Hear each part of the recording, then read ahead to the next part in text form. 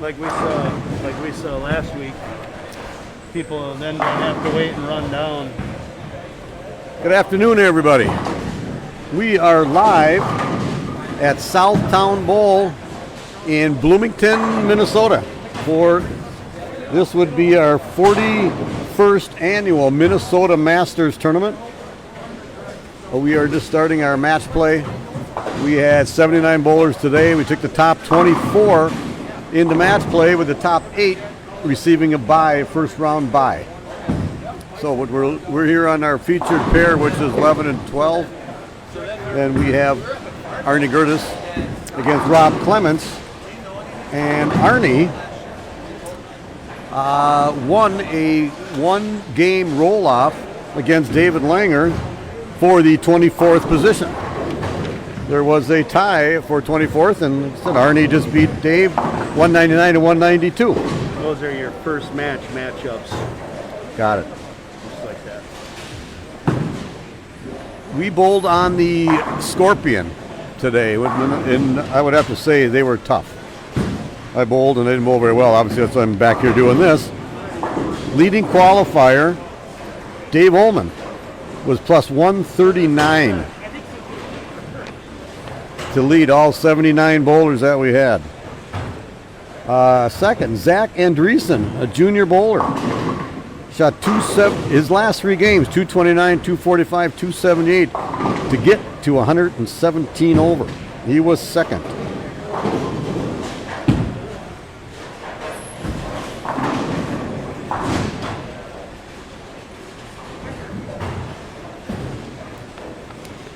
Third place, Brady Stearns at plus 85. Fourth, Steve Bone at plus 62. Tom Jones was fifth at plus 23. Taylor Corner, sixth at plus 22. Keith Coolidge, plus 10, was seventh. And John Holmes, plus 6, was the last of the top 8 getting the bye, first round. Rob Clements, who was ninth, which is why we're bowling here against Arnie Gertis, he was at plus 4. Sam Sylvester, plus 2. So of the 79 bowlers, we only had 10 bowlers plus. Zach Mitchell, minus 2. Josh Kennedy, minus 3. Matt Flown, minus 14. Will Manafee, minus 23. Justice Shield, 33 under, was 15th. Steve Nava, 44 under. Jason Cragen, 57 under. Brent Newman, 58 under. Also Eric Schott, our defending champion of the Minnesota Masters here, was 58 under also. Dalton Gatlin, 63 under. Kyle Stram, 66. Chad Nelson, 67 under. Anthony Bruno, 70 under. And Arnie Gertis, like I mentioned, 72 under. He tied with Dave Langer. They had a one-game roll-off. The way the Minnesota Masters is, how it works, 8 games qualifying, top 24, like I mentioned. It's double elimination, single game matches. So you lose 2 and you're out.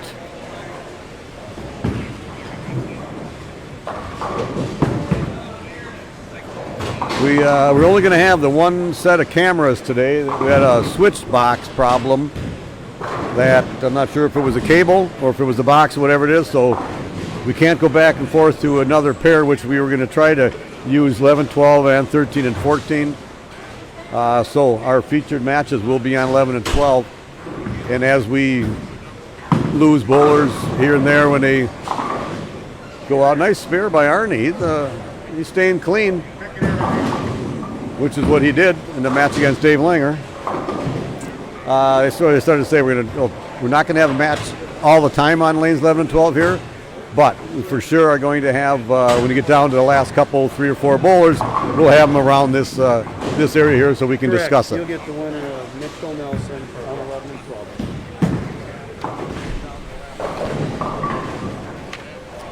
The Minnesota Masters, like I mentioned, this is the 41st annual. This was started in 1976. A bowler by the name of Pete Schaefer started this tournament. Pete Schaefer also was a previous owner of a bowling center. He was a mailman. And he owned a bowling center up in Columbia Heights or Hilltop, Minnesota. I'm not sure if everybody knows where Hilltop is, but it's kind of right next to Columbia Heights. And there was a bowling center there. It's been a few different names. It was Diamond Lake Hilltop. It was North Bolero, the first time I remember. Then it was Pete Schaefer bought it, and it was called Schaefer Imperial Lanes. And the reason he called it that, because Pete Schaefer lived in New Brighton on a street called Imperial Lane. So he called it Schaefer's Imperial Lanes. He owned it for a few years. And then Jim Madden bought it back, I believe, or bought it from him. Called it Diamond Lake Hilltop for a while, and then it was Wallabies. But anyway, that's just a little story on Pete Schaefer, who started the Minnesota Masters. And that was in 1976, and actually bowled at two separate houses, Mady's and Elsie's. And I can't remember back then, people bowled 4 games at one house and 4 at another, and I don't remember where the finals were, if they were at Mady's or Elsie's. But George Peterson beat Dennis Savoy for the first ever Minnesota Masters Championship.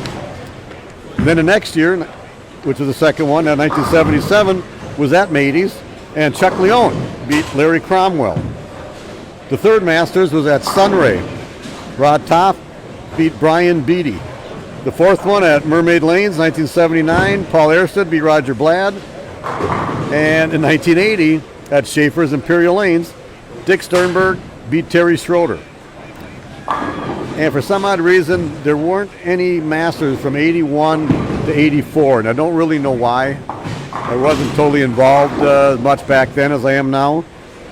But when he started it up again, Pete Schaefer started it back, and we had qualifying at 2 different places. 4 games at Spectrum Lanes, which is no longer there, and 4 games at Park Place. Park Place was in Brooklyn Park, and Spectrum was in Maple Grove. That year, 1985, Bruce Smith won, and he beat me. Still remember that. I was a little upset, but I got over it. Then the next year, Pete Schaefer decided to retire. He wanted to get the tournament started, again, so he did in 85. And then in 86, he asked a fellow by the name Al Larson and myself if we wanted to take over running the tournaments. So Al Larson and myself started running the tournaments from 86 on, and that was at Royal Downs in Woodbury, which is, I think it's a clinic or something now, that place. So Bruce Smith beat Rick Taylor, so Bruce had back-to-back Masters titles. The next year, 87 at Texatonka, Verjanger beat Jeff Christo. 88 at Saxon, Chuck Vasha beat Brian Berg. 89 at Saxon, Rich Warren beat Dwayne McVennis. 1990 at Southtown, right here at Southtown, Chuck Leone beat Ron Nelson.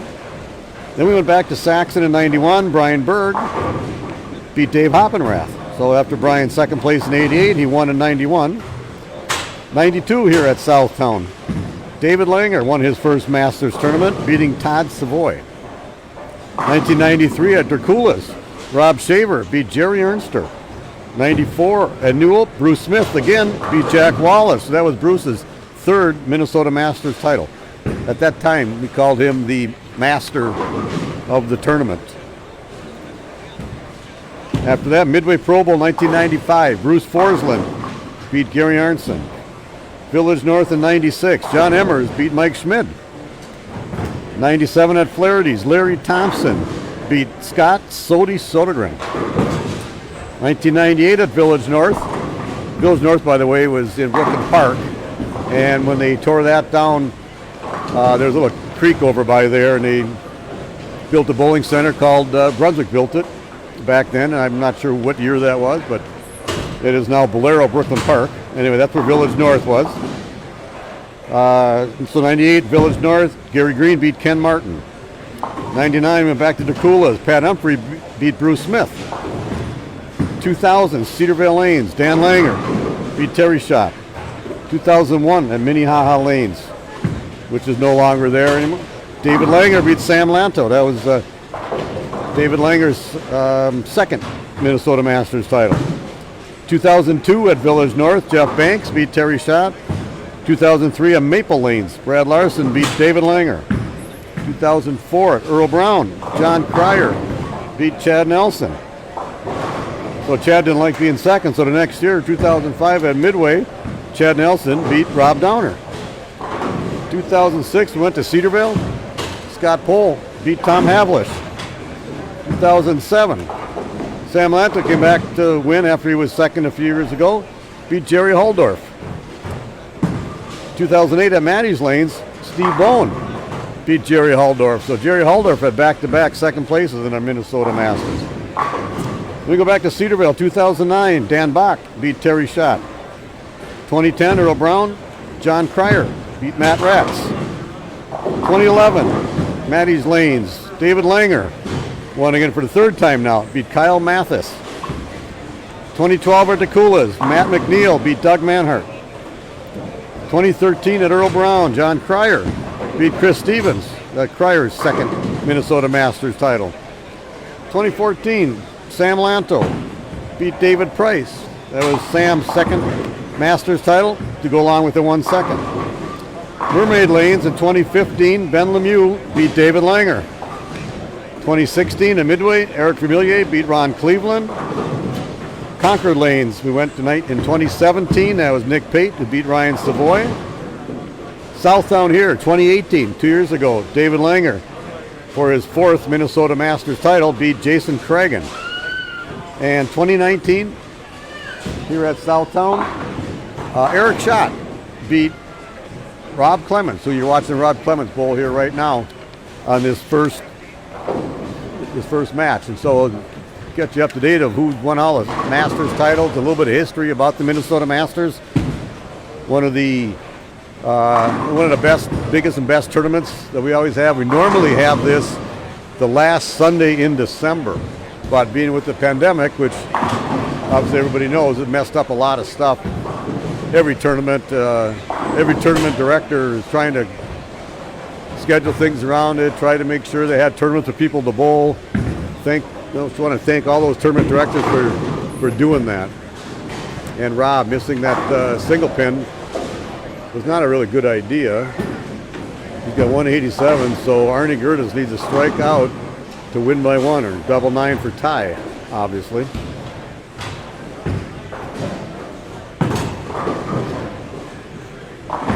He's got the first one. Arnie's back bowling. He took a few years off. Yeah, I know he had a hip replace. Back bowling really well. He's, I think, rededicated himself to practicing. He was always one of the better bowlers. He, I believe, has 4 CBA titles. He got that one in, and you can't do that here, obviously, and you can see that. The pattern today, like I mentioned, was Scorpion. You couldn't play outside of 10. And they got a little bit easier at the end of the day. If I want to say easier or not, it was, minus 10. There were only 10 people plus. You call that easy.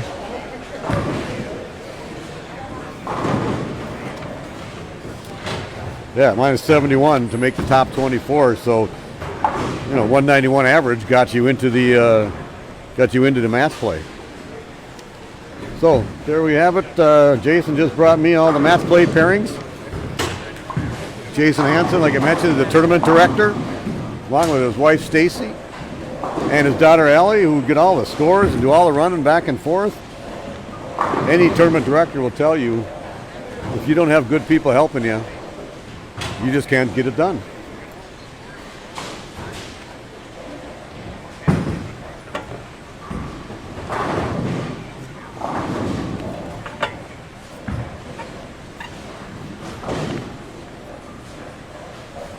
So I mentioned we might not have a match on this pair all the time, but I'll try to get you keep you up on who's bowling where.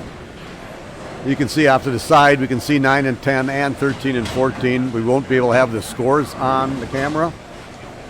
So we had at our switch box, we don't know if it was the box or the cable that died, but.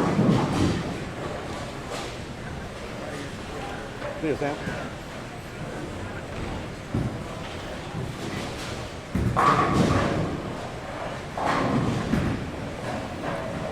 So I'll try to kind of get you an idea of who's winning here.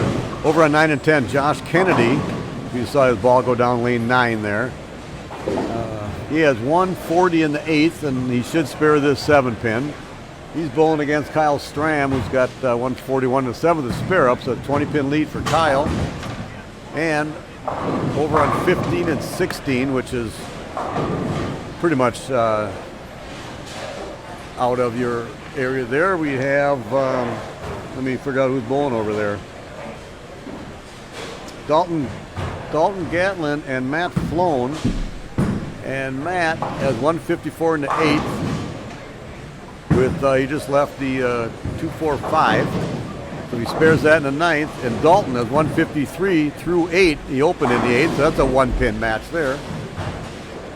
Jason Cragen over on 17-18. Looks like he'll handily win that game.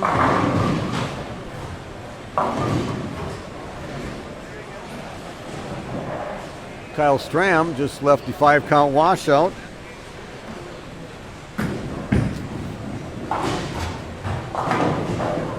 Just lost 5 pins on his lead. He's still up by 16, but it's not an easy spare. He opens here, then all of a sudden gives Josh some hope over there. You know where you go. I got that right here. Good spare by Kyle. So you are 5 Dalton and 6. Gatlin up in the 9th frame.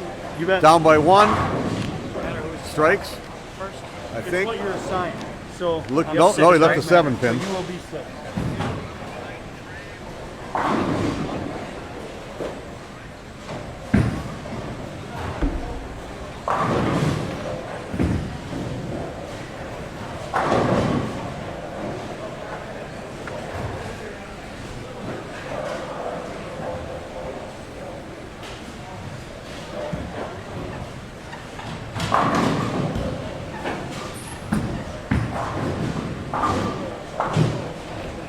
Dalton spared his 9th frame, so he's up in the 10th frame, down by 1.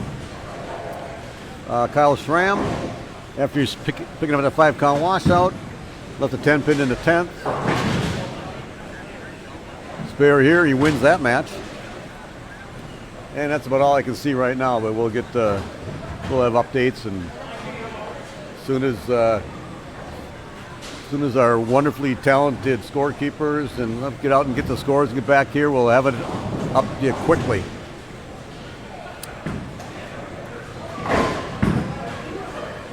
Kyle spared, so he wins that match. Dalton over there in lane 15, just left the 3-5-6. Very easy to do today. Like I mentioned, the scorpion pattern, they weren't easy. If you could stay in that head pin every time, you kept out of the washouts and you kept out of the splits. And if you did that, then you were okay.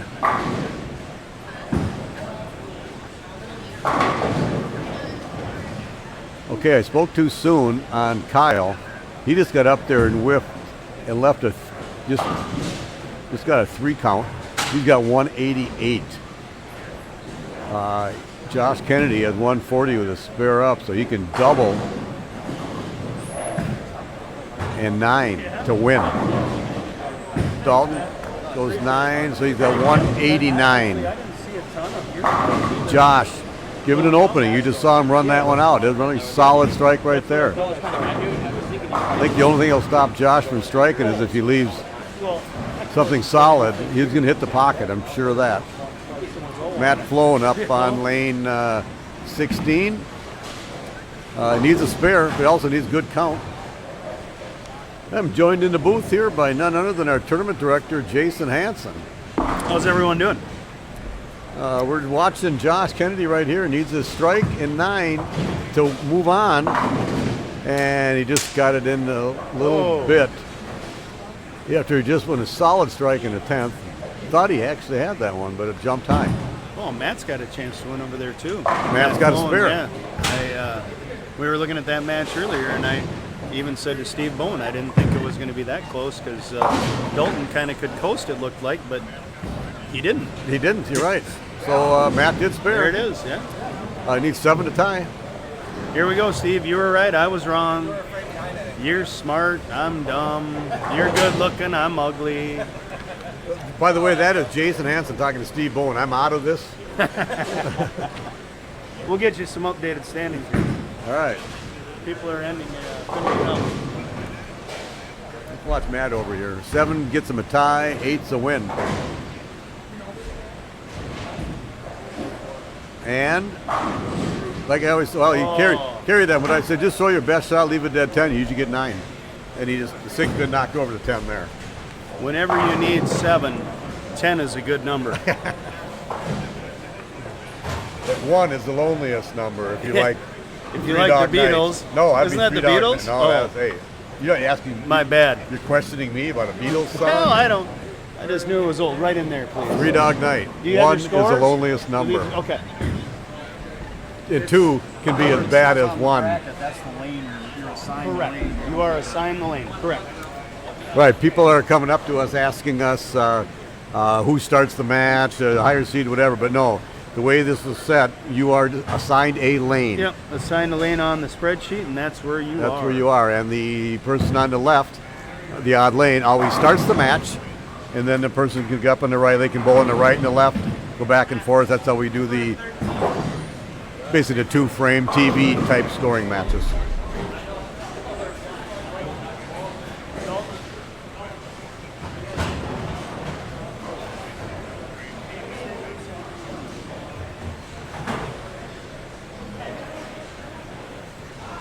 So I mentioned this is single game, but double elimination.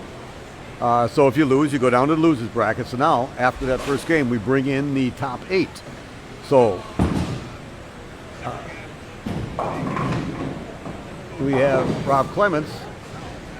Is he bowling against? He's got John Holmes. He's got John Holmes. Yep. That's right. So John Holmes moved in, so he's bowling him. Okay. And who is? And Jason Cragen bowling Dave Ullman. Looks like on down there. We'll have here the winner of Mitchell and Nelson. So Zach Mitchell or Chad Nelson, whoever wins that. On this game or the next game? This game coming up, we'll have the winner of that against Taylor Corner right here. On okay. 11 and 12. We will have a match on 11. We will have a match. Yep. So Tom Jones, I see him down there. He moved in. He's bowling Kyle Stram. Matt Flown right over here on 13 and 14. You can just see that 10-pin that's standing there. Matt left that. He's going to be bowling Steve Bone.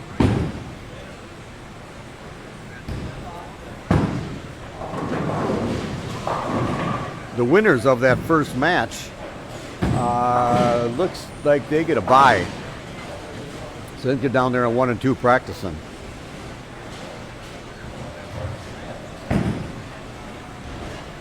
Looks like we've got Matt Flown's mother here watching.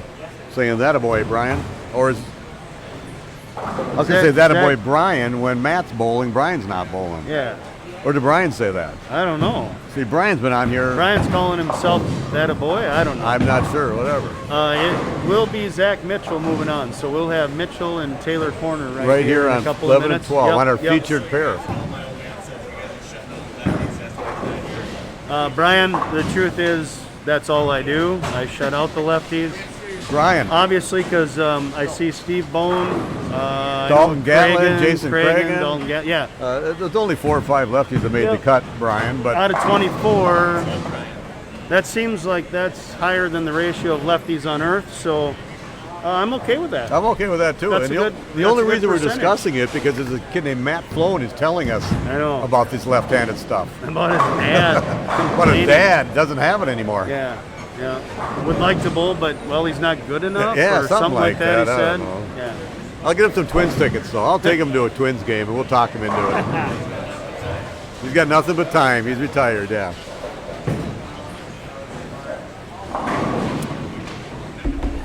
Oh, Steve Bone, if you just saw that ball go down lane 13, struck there after he 8 spare in the first frame. Let's see, with a Jason Cragen down there went strike spare, and Dave Ullman went strike spare.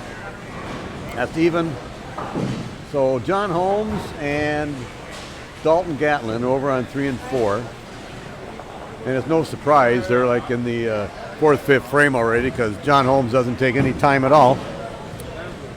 And it looks like Johnny has 97 in the 5th with a spare in the 6th. And Dalton looks like 96 in the 4th, spare up in the 5th. So he's got about a 20-pin lead right there.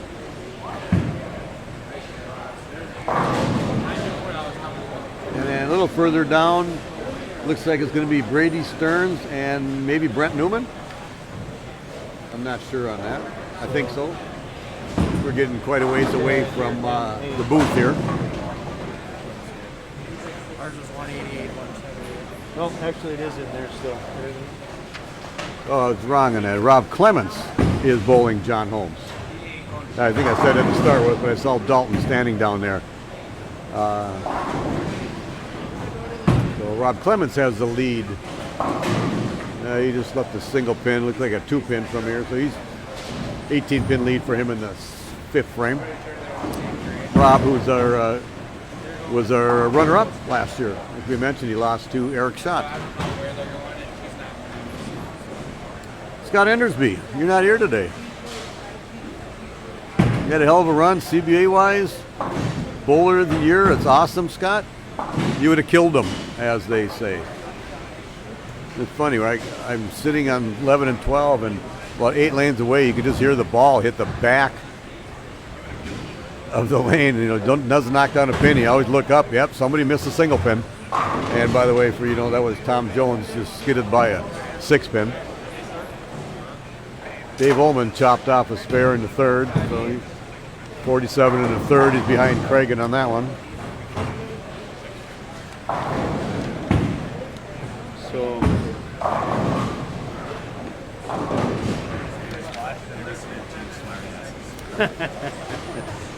That's good, Brian. So 21, 22. This round he comes back in on the same pair. That's okay, right? Because we've had a round in between. It has to be. Yeah, well, I mean, It has yeah. So loser of So this pair right here, 11 and 12, our featured pair. We got Zach Mitchell. You just saw right there. So a really nice shot. I'm not sure if he's still in juniors or if he's out of juniors now, whatever. I mean, look on the score sheet here. Jason usually has a designation next to him. He must not be in juniors anymore against Taylor Corner. So this is our featured match right here. Steve Bowen goes spare turkey.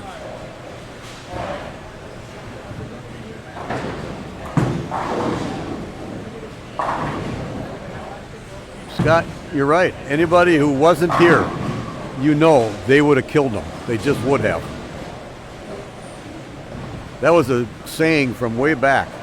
Brad Subak. You've heard me talk about him in the past. He used to bring that up. Now, it's John Holmes and I always say that. You would have killed him. Because you never know if you would have or not, but you weren't here, so we have to say you would have.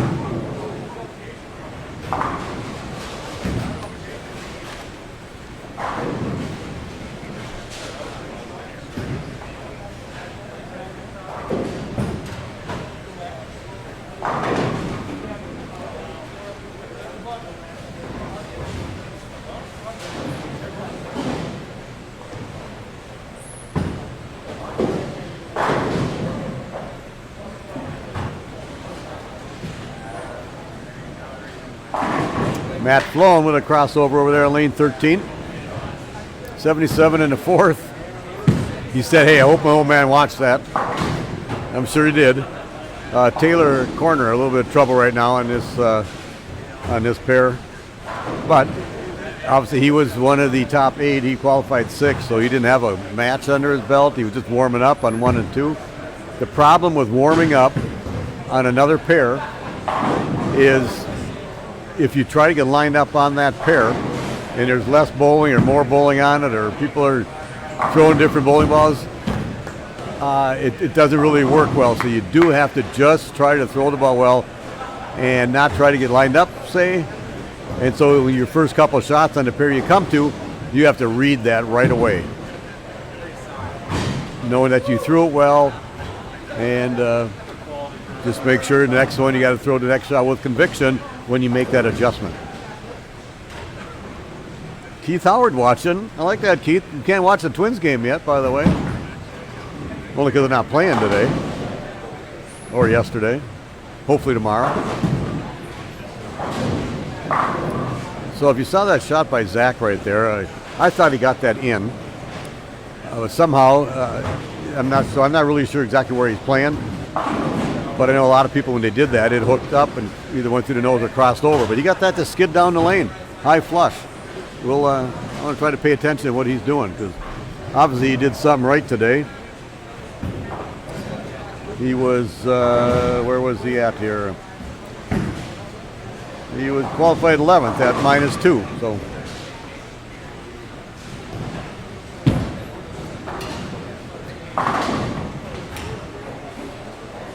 Yeah. So I'm not sure if he lost that to the right, or just when you just leak it a few boards, it's going to hang out there. I guess luckily he knocked out the 10 pin, so it's only the 1, 2, 4 rather than a washout.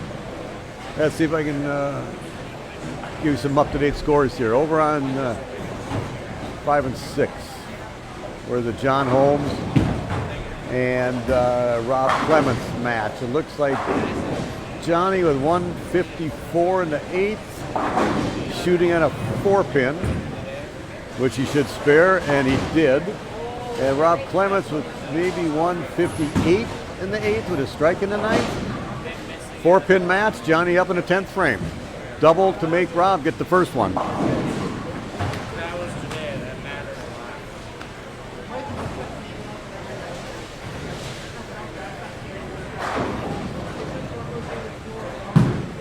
That looked good for Taylor right there. Then it just jumped high. I was surprised, like I said, when Zach's ball held pocket. So I want to watch a little closer when he gets back up here on lane 12. And the 3, 6, 10, like we always talk about, easily choppable.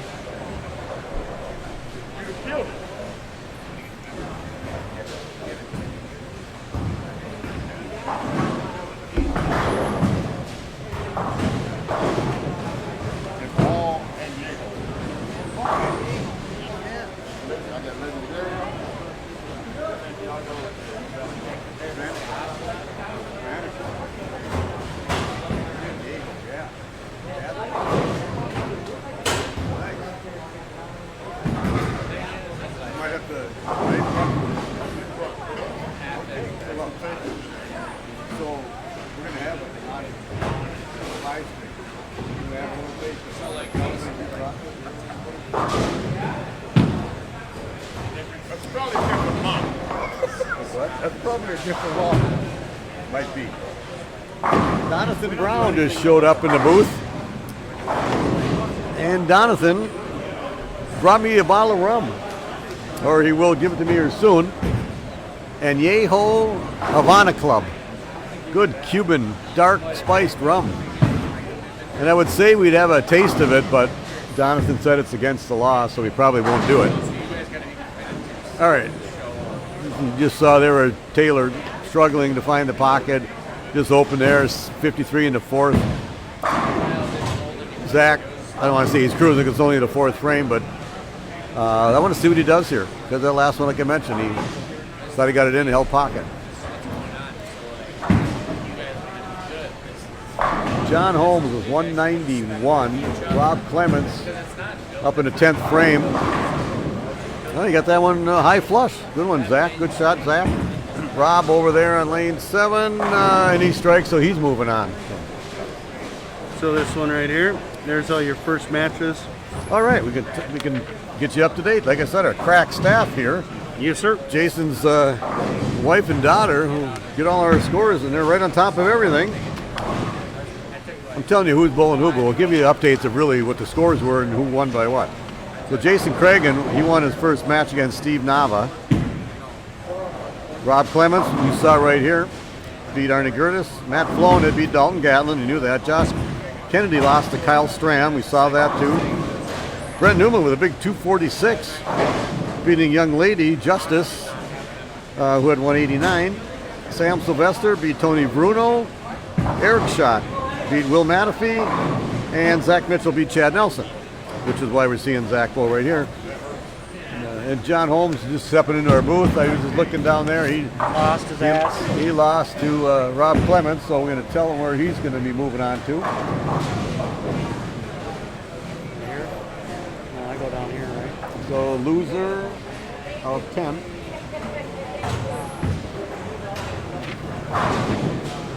Where do you go, John? There. L10. No, that's all. We'll have to figure this out. I'll have to tell you. It's been a while since I looked at this. So you just bowled match 10, John. Yep, and I lost. And you lost.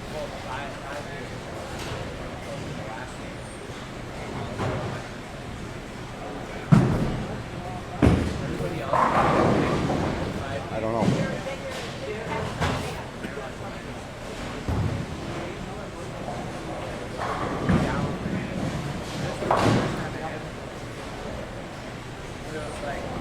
Maybe I gotta sit around for a wait.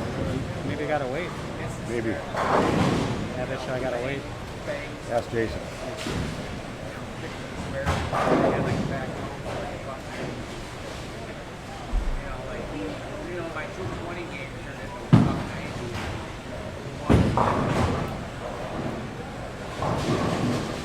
Taylor having all kinds of trouble, which is totally understandable. You can be off by a little bit up here at the fall line and at the arrows, and you're way off when you get down by the head pin. So Steve Bowen supposedly crossed over. I didn't see it, but Matt Flown is telling him no more Brooklands out of you. So Matt Flown is going to lose that match to Steve.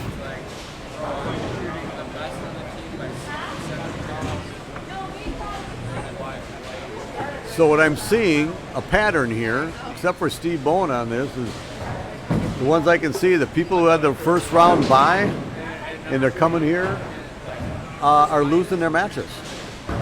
There is something to be said about being on the pair, comfortable, bowling a game, because you have bowled practice on that pair to start with, and the other guys are really kind of coming in cold. And Zach got that one out a little bit too far. And what I see happen a lot of times in these kind of matches, it looked like Zach was, going to be walking away with it, and then he had an open, and you let a guy hang around, and all of a sudden that guy gets lined up, and then you lose. So you can't get too comfortable at all, ever, until it's mathematically impossible for the guy to beat you. Jason Cragen over there carrying out that late 10 pin, 149 in a 7th, striking the 8th, and he's bowling against Dave Ullman, 107 in a 6. So it is about a 12 pin match that Cragen's beating Ullman.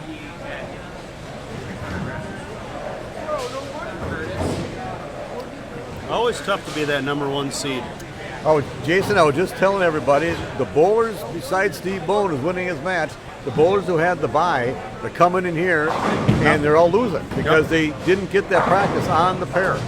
And they might all practice on 1 and 2, but it's different. Yeah.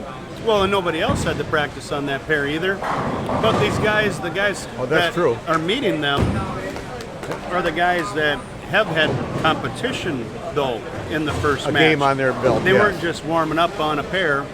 They had a match, and they're probably in that same competition mode, let's say.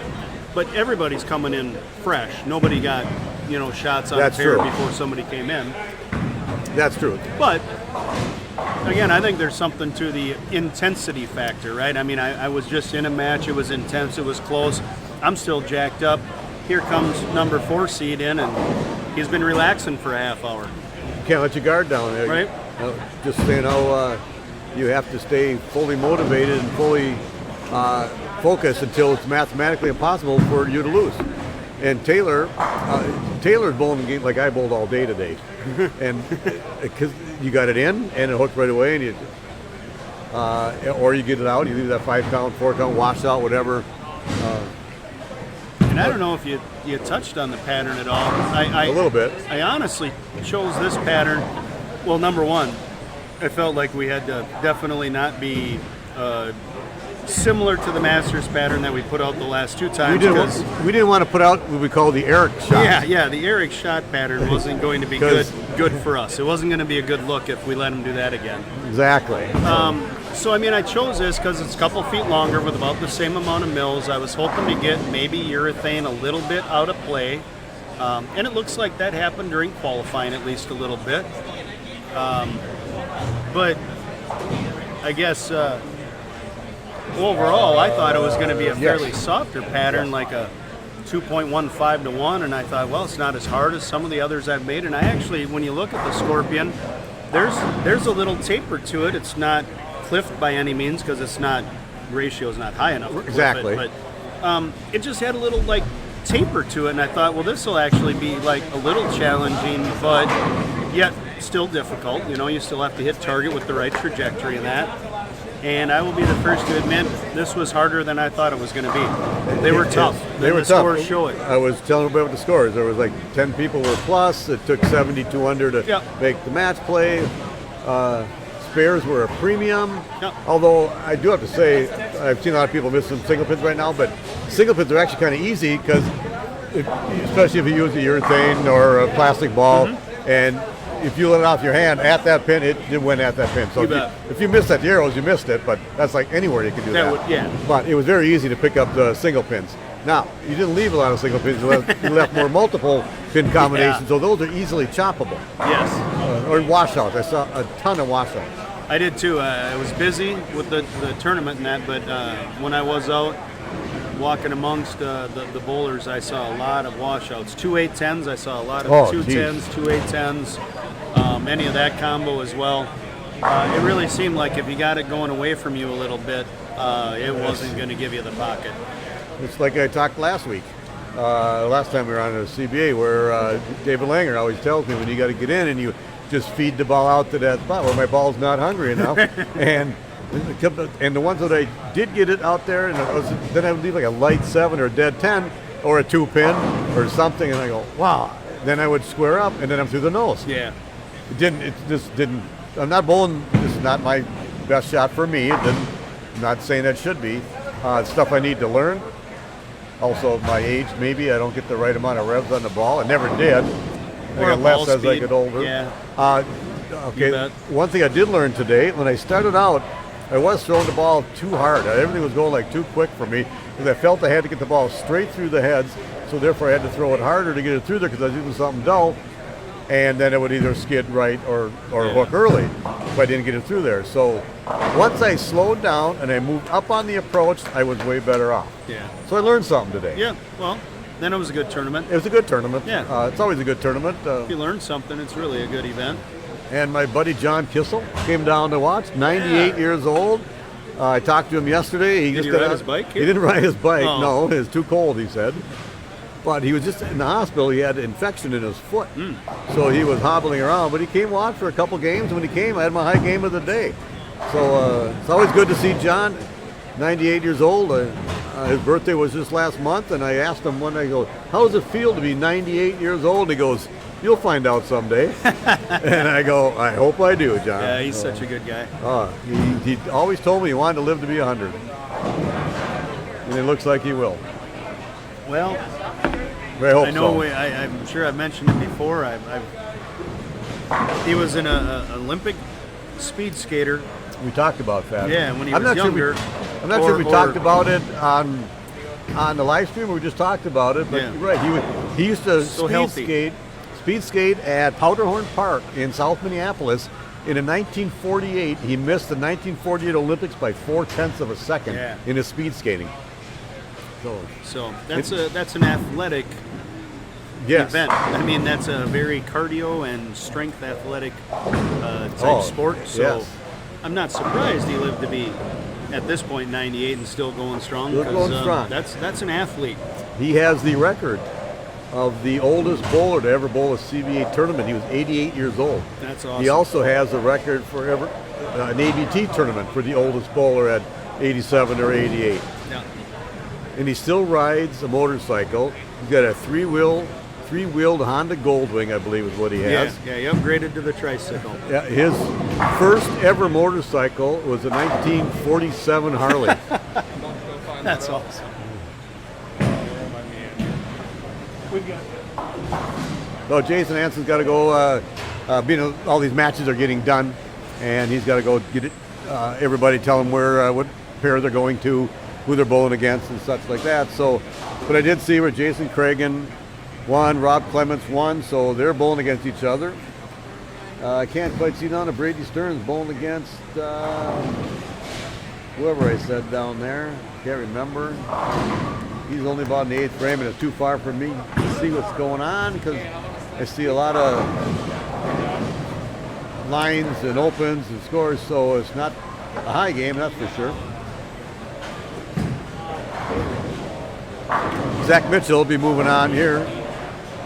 Beat Taylor Corner, which, like we had mentioned, Taylor coming in cold. Dave Ullman came in cold and lost. Tom Jones was down there. I think he came in cold and lost.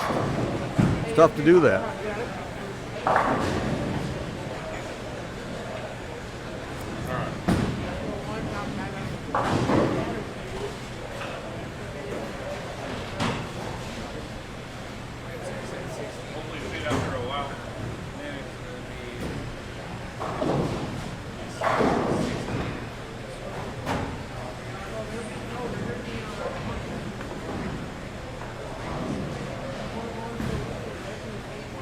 We got a guest coming into our booth here. Well, hello. None other than the CBA president, Matt Trim the Fat Payne. Matt Payne bowled today too. Next to me most of the day, or across here and there. See him, and he ran one out one time. He goes, "Well, you got to do something when you get one strike for the game." So, how'd you do today, Matt? Not very good. I was 120 under. I never really got comfortable. It was a struggle.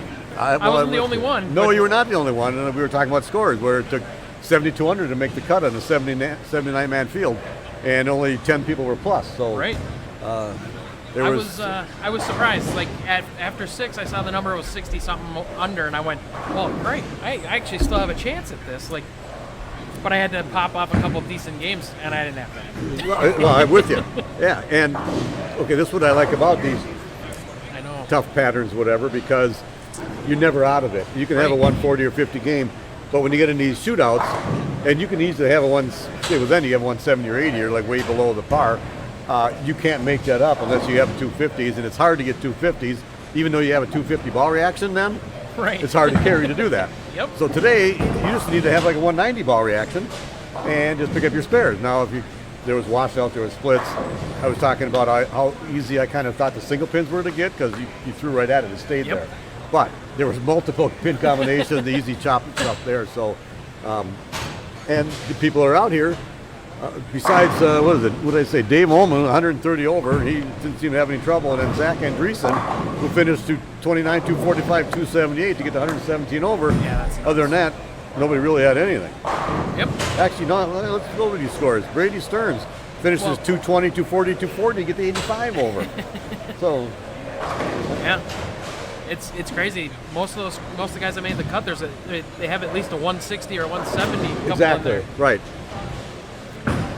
And this will tell you also bowlers who don't come out here and bowl, and I understand why people don't come out here and bowl because this is a scratch tournament, and if you don't think you can compete, I understand that. It's $90 a bowl. You don't have the $90, Yep. but if you want to learn, and then you watch the people, these are all good bowlers here who shoot 170s, and I'm sure they're averaging 220, 230 in their league, so they're way under that, but they don't let it bother them, knowing that this is what everybody's doing. Right. And you just try to limit the mistakes, pick up those spares along the way. As we watch Steve Bone miss that washout. But washouts. I'm pretty sure I had about 5 washouts today. I was probably 2 for 5 on washout conversion. I had probably the same punt, but I didn't pick up any of them. I also left 3 4-9s too, and I was 1 for 3 on 4-9s. So Okay, well, I didn't leave any 4-9s either.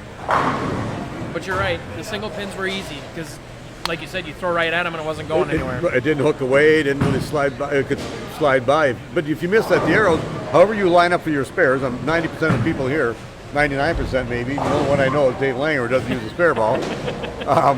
If you use whatever ball you use, which is usually plastic or urethane or something, if you hit where you're looking at, however you line up at the arrows, you should get that pin. Yep. Because it did not go anywhere other than that.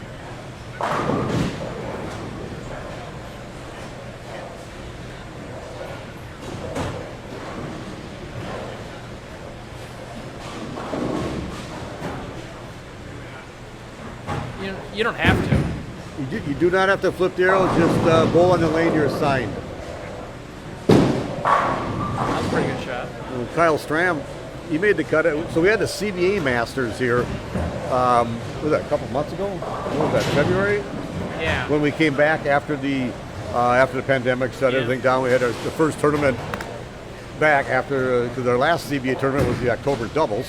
And then we didn't have one in November, December, January, and then we had the February CBA Masters. We had 100 and some bowlers here, and I know Kyle Stram made the cut. If I'm not mistaken, he might have been in the top 5 of that tournament. He bowled. I think he bowled Eric for the championship. Oh, there, see, that's in top 5. Yeah, that is in top. You were not wrong. Top I just 2. whittled her down a little bit. Yeah, see, you were trimming the fat off of the off of the top 5. Hey, there's another washout. Well, imagine that. But he got the all-important 6-pin out of there. There's another washout. Hey, during qualifying, you can look down and you find a handful. Speaking of washouts, Or the 1-2. Or the one, yeah, the 1-2-4 is a tough spare. but Hard to get that 4 out. easier though than having to get the 10 also with it. Right. But speaking of washouts, so I mentioned earlier we had a tie. So see, now if I threw it like Kyle, well, I'd be down there on the first ball and the second one. So we had a tie for 24th place, 24th, 25th. It was Arnie Gertis and Dave Langer at 72 under. So we had to have a one-game roll-off to decide who made the cut into the match play. And Arnie leaves a 6-count washout in the first frame, picks it up, and then he had a spare strike along the way, and then he had an open, and then I think he had a turkey in the 7th, 8th, and 9th frame. And Dave Langer spared, struck in the 10th to force Arnie to fill the 10th frame to win. And he left a washout, and he picked that up too. So he picked up a washout in the 1st and 10th frame. And that's why Arnie's bowling and we're not. Right. That was a long, drawn-out story. We got it. We got it, though. Oh, they're not that tough. The 1-3 isn't. The 1-3 must be easier to hit than the 1-2. The 1-3 was. I'd rather shot at the 1-2 today. I couldn't hit the 1-3 pocket. Oh, he's left-handed though. Oh yeah. We're talking about Steve Bone, who just picked up the 1-3 on lane 12. All right, we'll try to give you who's bowling where now. So we got Steve Bone and Kyle Stram here on our featured pair. On 9 and 10, Eric Schott is bowling Dalton Gatlin. And looks like Dalton, let's see, not sure who started there. And over here on the right, Keith Coolidge will be bowling Zach Andreessen on 13 and 14. So you just saw Keith off to the right. And the pair over, we have Rob Clements and Jason Cragen. And we have Zach Mitchell. And I can't see who he's bowling down over there. Brady. He's bowling Brady? I think Brady's on that. Okay. Zach Mitchell, Brady Stearns. At least he's standing back behind that. Yeah, I couldn't see him. Yeah, you're right. He's there now. And over on 7 and 8, we have Taylor Corner and Josh Kennedy. And Gary Arnson just came into our booth right here, waving to the crowd.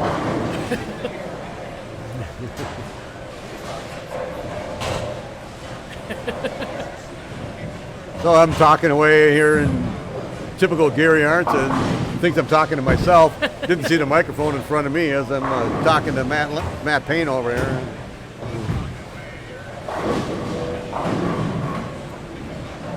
Josh Kennedy, let's see, he went, was that it? Double 8 spare double.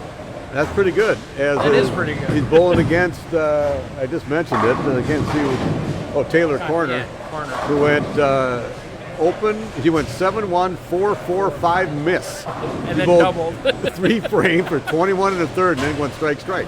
Doubled his score with it. That's he averaged 7 for 3 frames. that's tough. That is. But it was easy to do.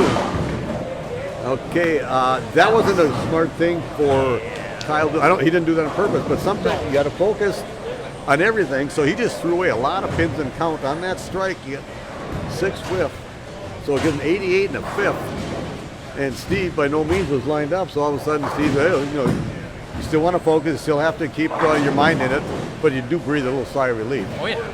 Your arm swing gets a little bit looser, and you can just let it go.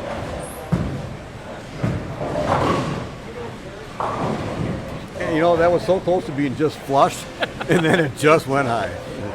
So close, and then it just wasn't. Exactly.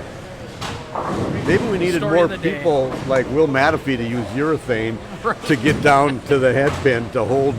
See, if I would have been following Will, or maybe I followed one of the others, Will's fault, just so you know. Well, yeah, we can. Exactly. Because he was using urethane, and either I wasn't following him where the ball would have held pocket, or I was following him and it hooked early. So whatever happened to my ball was strictly because of urethane that Will Matafee used. There it is. There you have it. Yep. I agree. And I haven't seen Will. I know he's bowling. He lost his first match to Eric, so I know he dropped him down somewhere. Our crack staff here, Jason Hansen. You're on crack now, huh?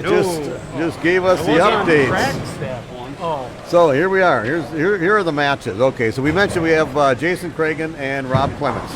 They are still in the winners. Yep. Then we have Steve Bowe and Kyle Stram right here. Those are the winners bracket. Zach Andreessen and Keith Coolidge are just off to our right. And so are those just the winners bracket matches? There's too many pieces of paper here because. Yeah, these are the. What is it? So these. They're still in the winners. So we also got Brady Stearns and Zach Mitchell in the winners bracket. Yeah, okay. They're down So there. we have eight people. So there's going to be soon to be only 4 in the winners bracket. Correct. So now we have Brett Newman, Steve Nava. They got to be. They look like they're over there on 5 and 6. Sam Sylvester, Arnie Gertis. On 3 and 4. 3 and 4. And we mentioned Eric Schott and Dalton Gatlin right over here on 9 and 10. Taylor Corner, Josh Kennedy. Next to them on 7 and 8. Dave Ullman, Justice Shield. I'm not actually know how to pronounce her name, but she bowled really well today. I crossed with her once. Then we got John Holmes, Tony Bruno, Matt Flown, Will Matafee, and Tom Jones, Chad Nelson. They're way off to the right, out of our range, but they're way down there. We'll try to keep you abreast of what's going on there. Did we lose the cameras on that pair? Yes, we lost. We only have one set of cameras because of the switch box. Either the switch box was bad or the cable was bad for the switch box, so we couldn't go back and forth. Technical difficulties. There you go. Technical difficulties. Right. So I could use my phone over there and probably do that, but that would be more trouble than it's worth. So, but this setup that Jason Hansen has here, it's fantastic. There's 4 exactly. He's got 4 cameras, so we can have one on the lanes and one on the score on for 2 different, 2 pair. And we like to go back and forth when we get into the championship matches. And so, rest assured, the championship match will be here on 11 and 12 because this is our camera. Right. Unless this is a tournament where you have to beat there's one undefeated person who's got to beat you twice. Yep. So we'll have the first match probably here, and then maybe 13 and 14 because it looks like that's the easiest one to see from our vantage point. From our booth here on our featured pair. You saw that spear, that was Zach Andreessen. I like this young kid's game. I've only seen him bowl for like about the last month and a half, and he's bowled some CBAs. And the two-handed youngster, if I was to start bowling again at 20 years old, I would be a two-hander. Oh, yeah. That would be the way to go. I wish they thought of that stuff back then. That was a long time ago. Like I mentioned before, I'm a proud veteran of being at Matey's Bowling Center, 1967, when I first started. When John Holmes' grandfather, Augie Holmes, was my first ever bowling coach. Oh, almost paralyzed a 5-pin. I couldn't see; he was in the way, but he all fell down. So Matt Lang, I keep saying Matt Lang. Matt Lang, for all you people who I know knew really, really well. Passed away right after he retired from work. He was the director of St. Paul Bowling, helped out tremendously getting the team challenges around, and he was a really good guy. So anyway, Matt Payne is the one who's sitting there next to me. Where did you start bowling at? Your home house when you were a youngster? Nokomis Lanes. All right, Nokomis. Actually, I think I bowled like half a year at Diamond Lake South, and my parents didn't care for the junior program, so they moved me over to Nokomis Lanes. Oh, the messenger. Wally and Carol Sindorn for all the way Wally up and Carol Simdorn, yeah. Mike Light bowled there a lot. Good old Mike Light passed away. He was the CBA president. Bad deal when he passed away. Who else bowled out of Nokomis? He used to have. Did you go down there and watch they had the home and away traveling, or the home division of the traveling league there? I didn't get to see that. I know the Budweiser The Budweiser League, we'd go there, but so it's way before your time. I forget how much younger you are than I am. I will be 39 next week. Okay, well. I mean, the thing is, I think people don't realize I actually bowled against like Lindquist and Blad and all them on Nokomis at the Bob Hansen Classic. Hansen Classic, yes. And all right. Yeah, and that's nice. That's where he I don't know, halfway through the year after because I throw it hard, so I get pins thrown around. You throw it hard? Oh yeah, and Lindquist from probably 3 pairs over starts yelling at me that it's illegal. That would be Jim. Yeah. That would be Jim Lindquist saying that. The one night I had the front 9 against him, and I came walking back, and he looked at me and he goes, "You know who I am?" And you said, "Of course, sir." Yep. Jim Lindquist, which was just a phenomenal bowler and a phenomenal guy. Somebody who you watch bowl, he had fun all the time. He would run stuff out. He was always talking and always on the bowl. And unfortunately, he passed away from cancer way too young. Oh, yeah. When he was bowling in his 60s, you could just see he still had the drive to be good, and he put his effort into it. And just great guy. And that's why this is a Masters. Even though it's not part of our Central Bowlers Alliance tournament organization, it's run by the same people, and it's just a different tournament we run. But Jim Lindquist in our CBA tournament, one of the original Hall of Fame members, and we have the High Average Award named after Jim Lindquist. And then Matt, you mentioned Bob Hansen, who our Sportsmanship Award is named after Bob Hansen. Well, he's the guy, and John East was our first recipient of the Bob Hansen Sportsmanship Award. I say this story all the time, that John would say, when you bowled a match against Bob, he would shake your hand and he'd say, "Nice match, better luck next time." Yeah, I think there was a year I bowled and Bob was actually bowling in the Bob Hansen Classic. Yeah. So that was a stacked league. At the time I didn't know it. I had no idea. You didn't know all the Hall of Famers that were bowling in that league. I had Exactly. no clue. Right. No clue. I mentioned earlier, you hear the ball hit the back of the lane and you know that a guy missed a single pin. And so Dalton Gatlin just missed a 7-pin and the ball just slammed into the back. All right, we'll try to get you abreast here or up to date on the scores. Oh, thank you, sir. All right, so we have this match right here. Steve Bowen, 174 in the 9th spare. He'll have 194 with a strike. Kyle Stram, 117 in the 7th is double up, so he can get the first 2 to win that game. Dalton, who just missed that single pin, just crossed over, almost going away. The old hole chunk that he almost did. So he's got 82 in the 5th and a strike in the 6th. Bone just went broken. And that was just for count right there, so it didn't matter much. He didn't want to get 3. 5 out early. Taylor Corner looks like, unfortunately, he had a rough go of his matches. He's out with 179-2-0 that Josh Kennedy had.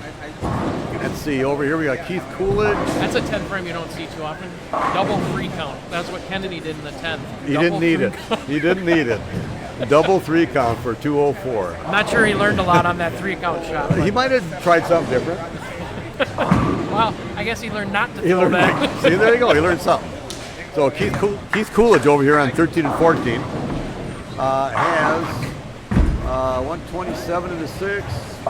Striking the 7th, but he left a baby split here. We'll see if we can pick this up right on 13 or just to the right of your screen. And he did. I left that about 5 times, and I picked it all up 5 times today. I can't say that I did that. I did on that one. So he's got 147 in the 7th, spare in the 8th. And Zach, 118 in the 6th, strike up in the Kyle needs 7th. this one. It would be huge for him to get that. Eric Schott just chops the 3 off the 6. So that's we call that a pillow fight over there. 104 in the 6th for Eric after the open, and 82 in the 5th with a strike up for Dalton. Pretty even match right there. Kyle gets the double. I was talking about something else. Were they both solid in the pocket like that, Matt? I didn't see. The first one I didn't get to see, but that one definitely was there. You never want to give your opponent an opportunity if you can do anything to shut them out. That was and as tough as they are, still the guy could throw a strike. Right. And Kyle made him look easy. I didn't really watch, but he's just got another soft hand release. He does remind me of Scott Endersby in a way, but not as high a backswing. Doesn't throw it as hard, but he's got that still soft got the rev rate and that soft hand release. It gets a lot of revs on it. People probably don't know that Kyle Stram is Kayla Pashina's brother. Right. Not many people know that. Kayla and David both bowled today. I thought Kayla was going to make the cut. She I thought so too. bowled next to me most of the day, and she might not have missed by much. Well, we can cheat. I think we got a sheet here that we can. Yeah, we'll have to take a look at that. So let's see. Rob Clements just opened the 10th frame with a split for 182, and Jason Cragen with a 150 in the 8th, spare up in the 9th. So He needs to fill Yeah. and get 2 to tie. Well, I guess it all depends on what he gets on. He could go 5-5 and lose. So he needs to mark with good count. Don't do the Chapman, as we've learned, or don't paint it. We've heard that story too. We're joking about these two guys, and we like them both. They are CBA champions, and they're Nick Pate is from around here in Inver Grove Heights, and AJ Chapman bowled up here for a few years. So we like to see those guys doing well on tour. And when we can tease anybody, we like to do that. What do you do? 8 count. No, that looks like a split. Oh, that is is a split. the. I didn't see the 7 pin there. I could just see the top. I can see it now for sure. So he leaves the 6, 7, 10. He needs to pick it up. Needs to pick it up. Of course, he needs to pick it up and get 5. What's tougher? All right, we got to go. So missed what's going on 5 and 6. Oh. That would have been the unconventional way of doing it. Okay, 176 to 182. They both open the 10th frame. Rob Clements moving on. Oh, this junior is going to put the heat on Keith here. So Zach Andreessen, right? Yeah, it was doubling the old 8th and 9th foundation frames, as Nelson Burton Jr. would say. Putting a little screws to him right. He is. It's like Making Dave him Ullman think. likes to say, make him earn it. Yep. So we'll see what Keith does right here. You can see off to the right that ball going down. Yeah, he missed out. The old washout. Oh, another one. Amazing. Another one. It's just amazing that people are leaving those. So there are two schools of thought of picking up the washout. Yeah. I'd use my spare ball and try to throw it like I would do shooting like at a 2-pin. Yep. But other people like to use up the strike target and just cross over. What do you do? I do the spare ball. I throw plastic at like I'm shooting the 2-pin. That's what I do too. I have a better chance of getting like 3 if I do it if I mess up versus if I try to shoot hook the gap over, or right, hook or whatever. Yeah. Right. So anyway, Keith did not pick that up. So 171 in the 9th. So he can strike out for 201. But Zach has still 230 in the bag there. So not in the bag, but 230 he could get. And then a 2-8-10. How about that for a finish when your partner or your opponent comes up with a strike in the 8th and 9th with the pressure on you? You go wash out 2-8-10. Yep. So that's why you do it. That's why you do it. And this is for a match, and this is for some, not a lot of money, but it's for money and prestige to winning a Masters tournament. Yep. But I don't care if I'm bowling you for a quarter. I'm going to try just as hard. And if you're ahead of me, you get that little bit of adrenaline that you want to beat the other guy. Yep. So that he was could actually double gutter and they tie. So there's still the possibility of a tie. So you figured that out already? What do you do for a living, Matt? I'm an IT. Yeah, that's what I thought. Yeah, he's an it guy. I'm an it guy. That's a. I never thought that the match was going to be like that. And I think it all came about when Zach just doubled. He put all that pressure back on Keith. And it would happen to anybody because you just pinch it a little bit, as we were talking last week on our live stream. You pinch it a little bit, and you set it down early. You get it out too much, and you want to let it fly, and it just gets down there. So. Well, yeah, because you go up there with the mindset, well, he's tripled going into the 10th. He's not missing. I got to make good shots. Right. You clinch down on it, and it's easy. It's easy to pitch out or grab it. Exactly. The mind can be wonderful thing. at times. And we have another washout on 10. That's a left-hander, though. Oh, well, those washouts. Those don't count because I can pick that up easier. Oh, wait a minute. I'm not bowling. Carl Campa says he has underwear older than Matt. Carl, I don't know why you have 39-year-old underwear. I don't either, but I sure hope you don't use that to dust off the liquor bottles in the liquor store that you work at. Right. I'm not going there. All right, well, so everything that round has finished, and because we got Eric and Dalton. Okay, well, never mind, and we're not done yet. I haven't paid attention. Are they assigned or the higher seed gets no, the lanes are assigned. Oh, they are assigned. Okay. They are on there. They are assigned, and you have to see which one you start on. I'd like to start over that. Request denied. Chad, you're right up in front of the camera, by the way. Where's the camera? Right there. That one, yeah. We'll apologize to everybody that your face is on there. Well, you ain't missing a whole lot today, let me tell you. So let's keep. Well, being that I thought we were all done with that round, but Matt told me we weren't. So Dalton Gatlin is just throwing the ball and just whiffed on a 7-pin.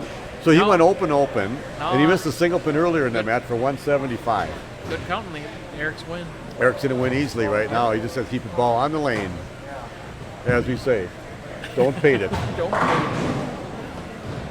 it. Nick, I'm not sure if you're paying attention. I say that in all fun, and you earned what you've done, and I'm not taking anything away from all your stuff. It's just a good joke. I heard Chris Barnes say it, so I'm trying to and I would say it to you if I'm talking to you, but you have one hell of a game, and I'm proud of the way you're bowling out there on tour. You're making Minnesota proud. That's enough. That's just enough. Trips into 4-9.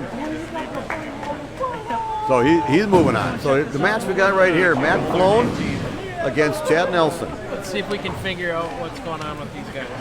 Well, Matt's going to try to figure out, who's going where, who's doing what. All right, so Eric, it looks like Eric will bowl Taylor. Okay. We don't know where that is yet. What'd you do? They'll bowl 3 and 4. Way over there. Yeah, way over there. I don't know the results of anything else. Yeah, we don't have results really. Our crack staff here. Obviously we got Chad. So we know the results of that. Matt. And we know that Eric won his match. We know that Zach Andreessen won his match, I guess. So over on 15 and 16. But those guys were winners. Now I got to look at a different grade. You have to look at the loser bracket, or the non-winners bracket, you say now. The contenders, right? The contenders. Yeah, the contender bracket. You can't say losers anymore? Yeah, no, can't call them losers. I actually called every one of them a loser when they came in. Okay. Did you give them the L sign? I just said losers go to here. Losers go here. Okay, so 15 and 16. We have Dave Ullman against John Holmes, and John Holmes just went 7 out with a split in the first and a strike in the second. Dave Ullman striking the first. He's up in the second frame. Yeah, I know, but I'm trying to figure out. So there's these guys that lose. Do they have a bye? They have a bye. And these guys are going now, and then they'll be in here. Okay. Against the other losers. All them losers. Against the winner of the loser. Is there a winner of the losers? Wow. There is. There's a winner of the losers. Yeah, they get to play for the title. The winners of the losers. The winners of the losers beat the winner. You get to meet the winner. Get to meet the winner. The winner of the winners. So you could lose and win. That's right. All right.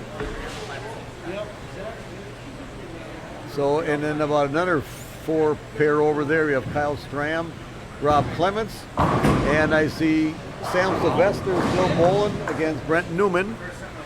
And Zach Mitchell and Zach Andreessen. Wow, the Zachs are bowling each other. The Zacks.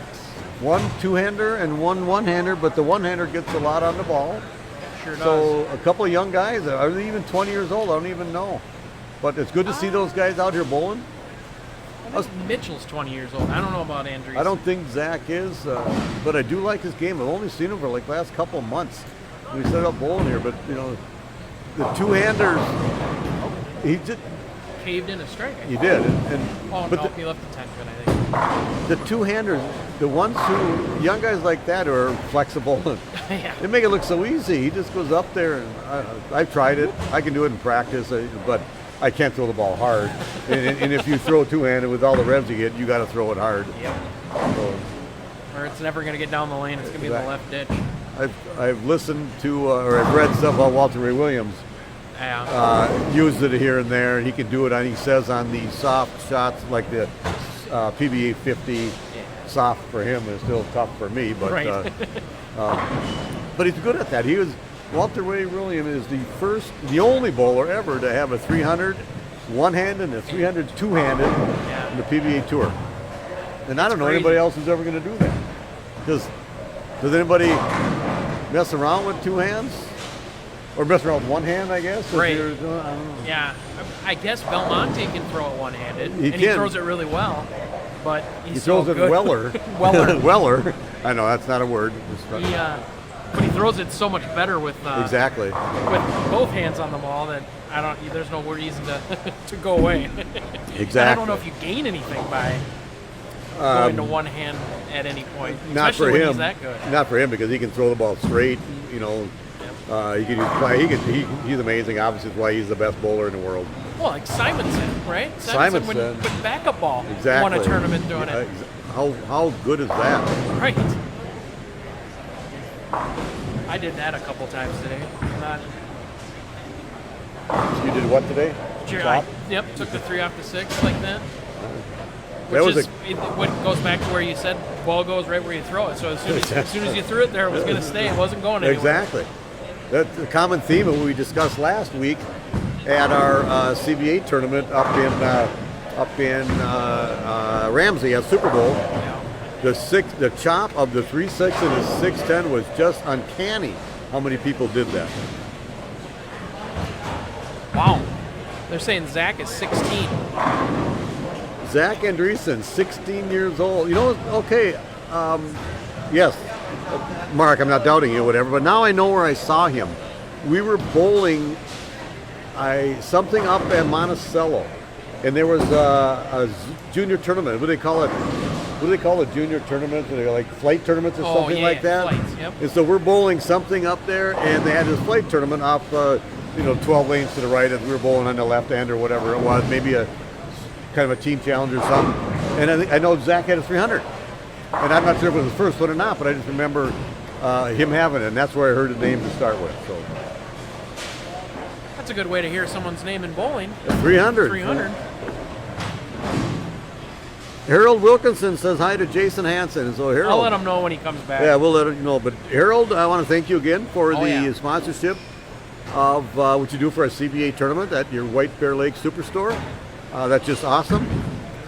I might have some business going on with White Bear Lake Superstore on their remodel with some lockers to be put in to the. I'm not sure if it's a men's or women's locker or whatever, but I might be doing something at White Bear Lake Superstore. Hi, Harold. Hi, Harold. Jason. Thanks for everything. I agree.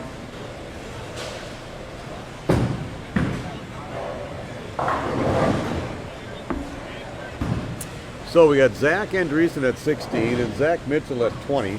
And those two guys together, they're not even as old as you, Matt. Right. Nowhere near the age of your underwear there, Carl Campbell. Carl. I got something to say for Carl. Brady Stearns has something to say for Carl Campa as he just walked by. Wait, isn't Carl working? That's all I ever hear is he's working. He works all the time, can't golf, can't bowl. Yeah, can't golf, can't bowl. He can gamble. You know what he's doing? He's busy washing his underwear. I guess, yeah, you got to take those. It's delicate. It's 39-year-old underwear. I wonder if it's got holes in it. Air dry it. You can't put that in the dryer. Okay, let's try to get back to bowling here. So over on 15 and 16, we mentioned John Holmes spread out. It's hard. and Dave Ullman. So John Holmes, 35 in the third, but he's at strike in the fourth and fifth. He's up on the sixth frame, left lane there. And Dave Ullman just opened in the fifth. He's at 87 in the fifth. So a little high for a 4-pin for Johnny, but now we're within about a couple pins for that match, 3-pin match. Dave's got the lead. We're watching Chad Nelson and Matt Flown here. Chad up on the right lane, 48 in the third, strike in the fourth, and we'll see what he does here. And he got that whole pocket, high flush. I bowled next to him all day, and he was sick last week. He's just getting back after he took a couple weeks off of bowling. Could tell he wasn't sharp, but he's still good enough, not sharp to make the cut. He's very, very smart, savvy bowler, and can repeat his shots a lot. And so he's at 48 in the third of the double now, and Matt 73 in the fourth. So about a 5-pin match right here, but he can increase it to 15 with a strike. The dueling Zacks are Ooh, right around the 10. One's 48, one's 46. I think, so Zach Mitchell has 46 with an open, and the other Zach has 48. And he has yet to throw in his fourth frame. That was a 2-4-10. Wow. So Funny, you can pick up. I could pick up the 2-4-10 out of the 1-2-4-10. For some reason, it was easier. I don't know why. all right, Andreessen. 4-pin match right here in front of us. So Dave Ullman, 87 in the fifth. He just left a 1-2 on the right lane down there. 1-2, common. We talked about the 1-2. Picked it up like he, no problem. He's Like done he it should have before. on his first shot. Exactly. Yeah. There you go. Good deal radio. Yeah.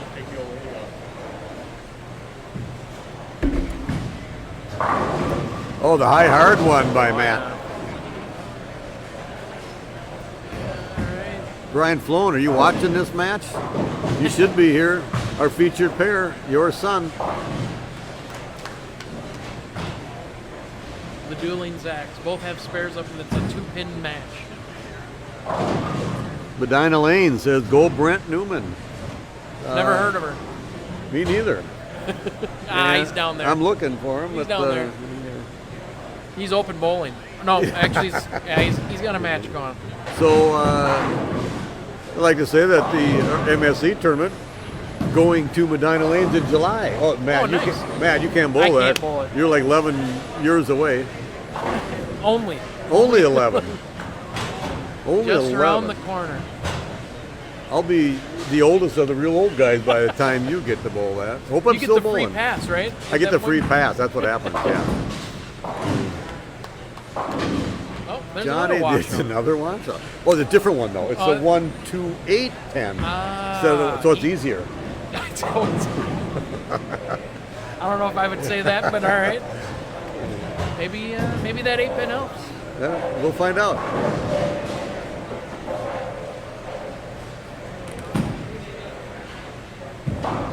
Yeah, I guess you got the 3 there. So. John Holmes, one bowler who's 58 or 59 years old right now, bowls everything he possibly can. He's bowling really well. He makes like every cut. Every time I see him, he's bowling in some match play somewhere. Very, very good.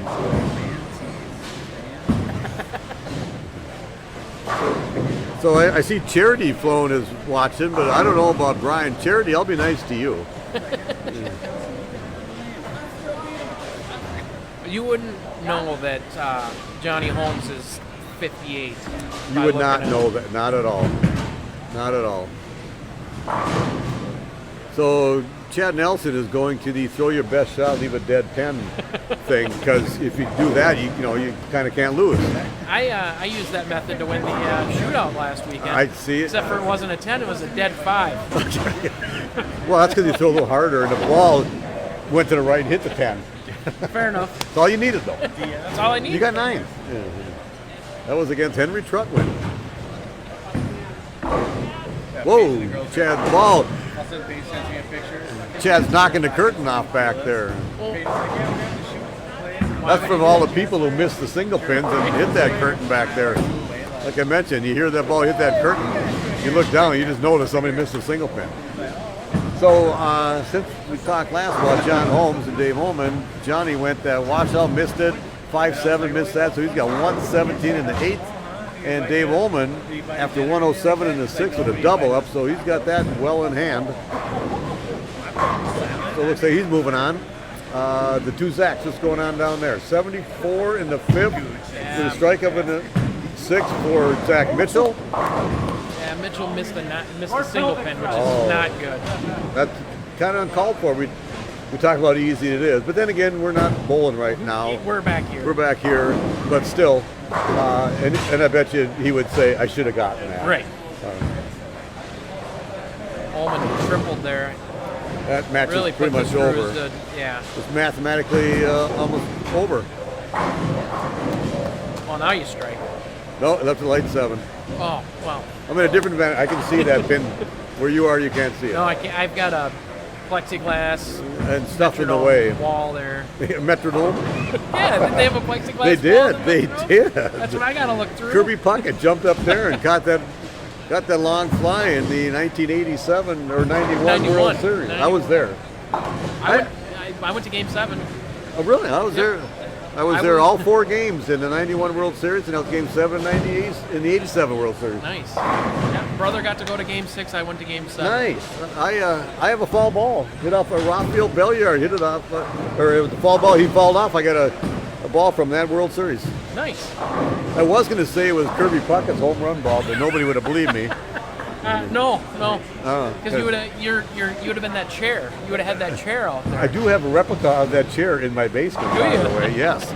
Signed by Kirby Puckett. Oh, that'd be awesome. Oh, it's awesome. I have people who know me know I'm a sports guy, baseball especially, collector of stuff, and I have 2 seats from the original Metropolitan Stadium, Okay. number 15 and number 17. And it's funny that they're next to each other, and why they're both odd numbers, I'm not sure how they did that, but that's what they are. I have 2 seats. I was a season ticket holder at Metrodome. From 1984 on, I was a season ticket holder. I have my 2 seats when they tore down the stadium, so I have those 2. Then I bought the Kirby Puckett replica of his home run ball where it hit in left center field. And I'm a season ticket holder in the Legends Club at Target Field, and they had wood backs on the seats up there.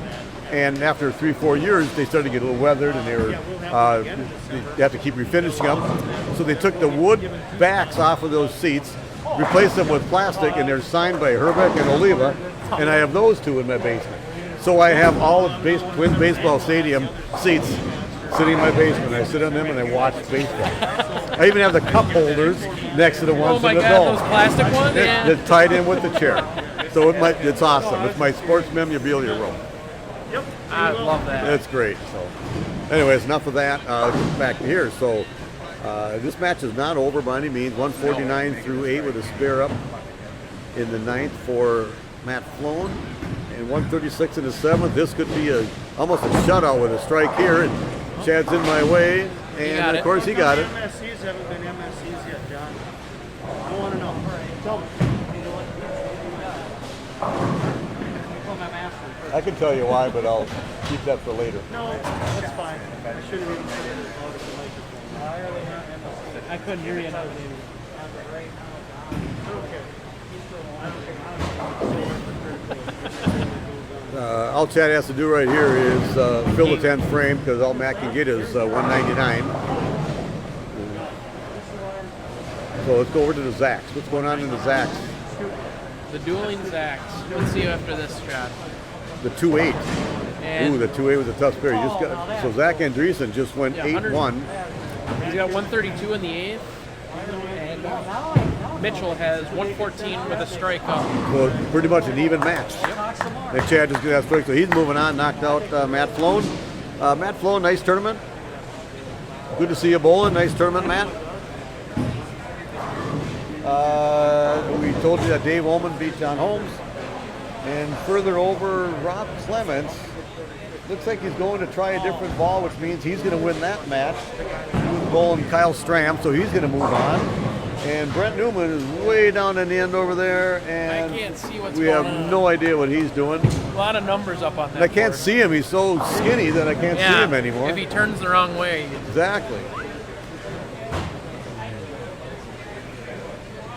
So Zach Andreessen, after that, he left that 2-8 and it just got the 8-pin. He struck the all-important foundation ninth frame. So he still has 192 out there. And Zach Mitchell, Can go 204. but he's on a 174 pace. Yep. Or did I got that right? Yeah. Sounds about right. Get out of here. Brent won? Brent, All right. Brent beat Sam Sylvester, for those of you at home Keeping track. who were wanting to know. Michelle who wanted to know. Yeah. We found him. He's not open bowling. He's actually bowling the tournament. Yeah, he was so far down there we couldn't really tell. So Gang Lee, yeah, you're right. John Holmes is like 30 in your book. So Gang, we bowled you on Friday again. We bowl you all the time. Tom Havlish is a good name for those for Gang and Chow and Tong Sing Lee.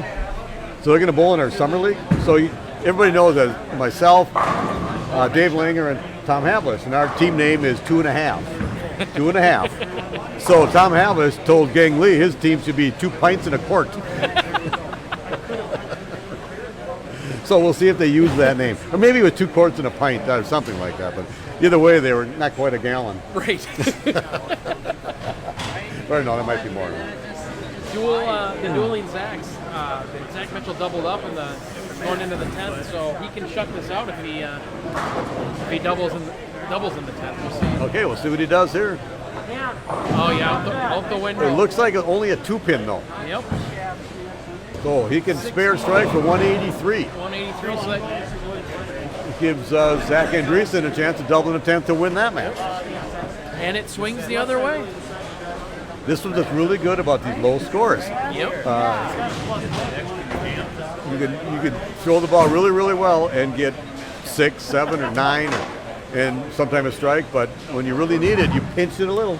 Oh yeah. Super easy to do. Oh, it really is. And He made his spare, so now for sure he made the other Zach he double. should at least get more than 3. He should. He should. I guess it doesn't matter too much because Zach has to get the double, right? Yeah. So count is not that big a deal right now. The spare was huge. All quiet here. Yeah. We're all watching lanes 7 and 8. It's the only match. Oh no, Ullman threw a shot. I don't know that's why, 10 why back. he That was bowled a- down there. that Is he was a open great bowling over there? He's far enough down there. He might be. Oh, well, so Dave Ullman bowling against Keith Coolidge, it looks like. Yep. They're so far away. Steve Coolidge. Bowen's filling out our bracket over there. It looks like. Keith Coolidge, who doesn't bowl a lot of CBAs, but he bowls all the Masters tournaments. I believe he won a Minneapolis Masters Yeah, a couple years years ago. ago, yep. Yeah, and he comes on, he bowls these, he bowls really well, and I do not know why he doesn't bowl more stuff. He's very good. I can't tell you how many bowlers there are that should be out here bowling, Oh yeah. that would have a chance. Let's see what Zach Andreessen does right there. Oh Grabbed no. it, but he got away with it. He needs this. Grabbed one, it, crossed over, struck. You know, it's funny. I said he grabbed it. He's a two-hander, so I don't know how he grabbed it. I said the but same thing. Did it hang up on his thumb? Okay, Matt. Have another beer. So it's kind of funny you say that, though, because obviously we're joking on the grabbing it, but you can turn it early. Doesn't Sure, matter. sure. You think you want to get all of it, so you turn it early, which is grabbing it in our book. Yeah. But yeah, it's funny. But you think the confidence I'm sure he has, maybe not now after he just crossed over, but the confidence he has in his ball just to let it go knowing he's going to hook back. He That was posted better. that one, and then he went high. So he's going to have 180 and lose. Yep. That was a really, really good match there. 183, 180.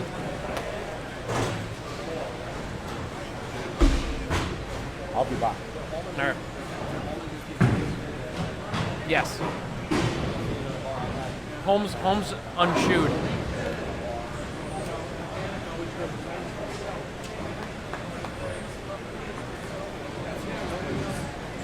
Okay. Oh, you have a bye? A bye? All right. Steve Bone just filled out my bracket for me.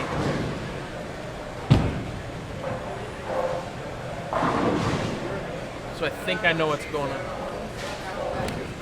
Yeah. All right. So the guys that are still, I can say guys because that's all we have left, that are still in the winners bracket. You got Rob Clements that's going to be bowling Kyle Strom. You're going to have Zach Andreessen bowling. Oh no, they did that bowl. That was, he screwed me. Right.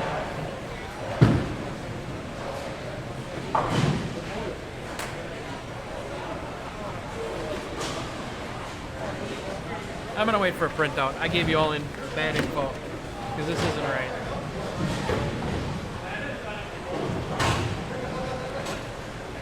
So Cragen is bowling. I like it. Newman. Okay, so this is what we're watching right now is a contenders bracket. Newman is bowling Cragen. We'll have Eric bowling Bone, I'm pretty sure somewhere, and we will have Ullman bowling Coolidge, which we already said. But I don't know the winner's side.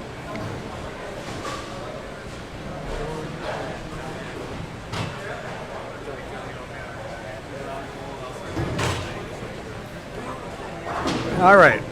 I'm back. What did we miss? Not a lot. There's 2 matches going on right now. 3 now. Yeah, we're getting down there.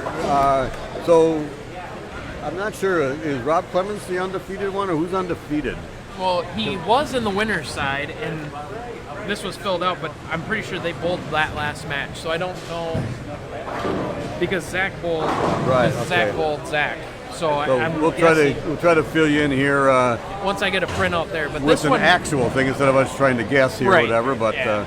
this But was we filled do out know- by Steve Bone we do know this is a contenders, Cragen versus Newman right here on our featured pair. on our feature pair. So we have some action in front of us. Look at this. We're bowling on our featured pair, and it's Jason Cragen and Brent Newman, and Brent Newman is watching. Yeah, Does that make crazy. sense? Isn't that crazy? How can Brent Newman be watching when he's bowling? That just doesn't make sense. Just trying to get some insight. Trying to catch some info. You're going to coach me through this. I'm gonna. I'll coach you. There's a reason we're back here, though. Yeah, I can't help you with that.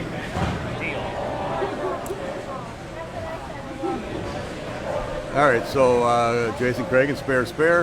You can. I'm pretty sure you can see the scores up there. Yeah, 18 in the first for Jason. Brent's first shot was spare. So Okay, What is so Brent? the Josh Kennedy thing. So Eric and Josh are bowling down there, on 3 and 4, 3 and 4. and Okay. I can't tell what's going on. Oh wow, that's It's not very high not scoring. very high scoring. That I can and, tell. we can tell that, but we don't know what's going on. So I think it's Eric's game to win, but I. He broke up he needs it.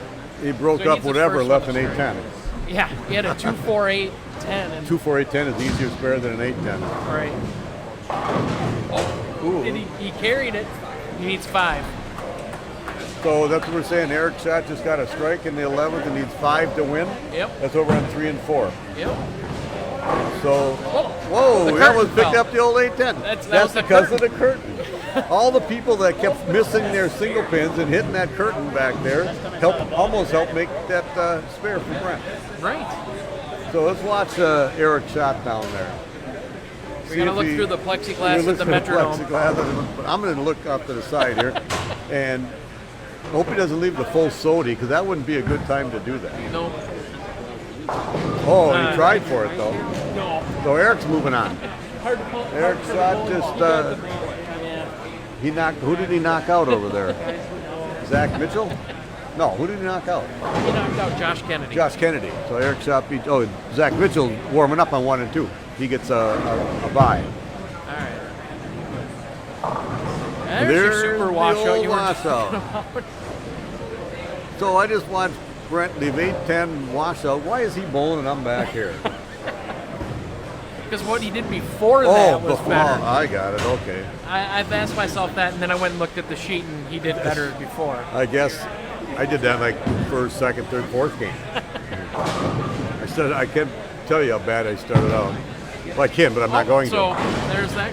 So the super washout, he tried to shoot the gap Yeah. to pick it up. You know, I do that with my spare ball. I try to hit the head pin on the right side. Yep. Like a baby split. Yeah. I seem to miss it most of the time. Maybe we should have a different plan on it. There's a reason I go after the 3, because if I get 3, I got 3. I don't. Good point. That's a very good point. If I go after that gap, there's a very Okay, good chance all right. I get nothing. See, there are two schools of thought of shooting at that washout. So anyway, Brent's got 34 in the third, an open, and Jason, well, he's going to have 30 from here. And he's, but okay, I get a little relaxed, and my partner, my opponent, just opened twice, but you know, I could open, and all of a sudden I'm out of the match there. So.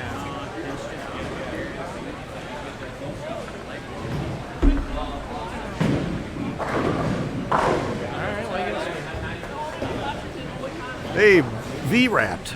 Yeah, you remember the full Sodi, of course. But no, Eric didn't leave the full Sodi, so he won. For those of you who don't know what the full... That was okay.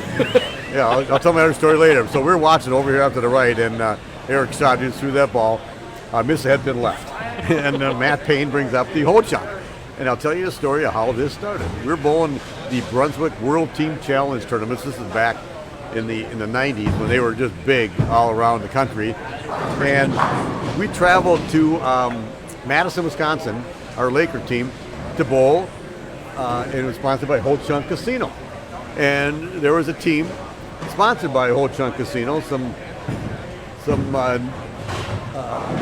bowlers from that area.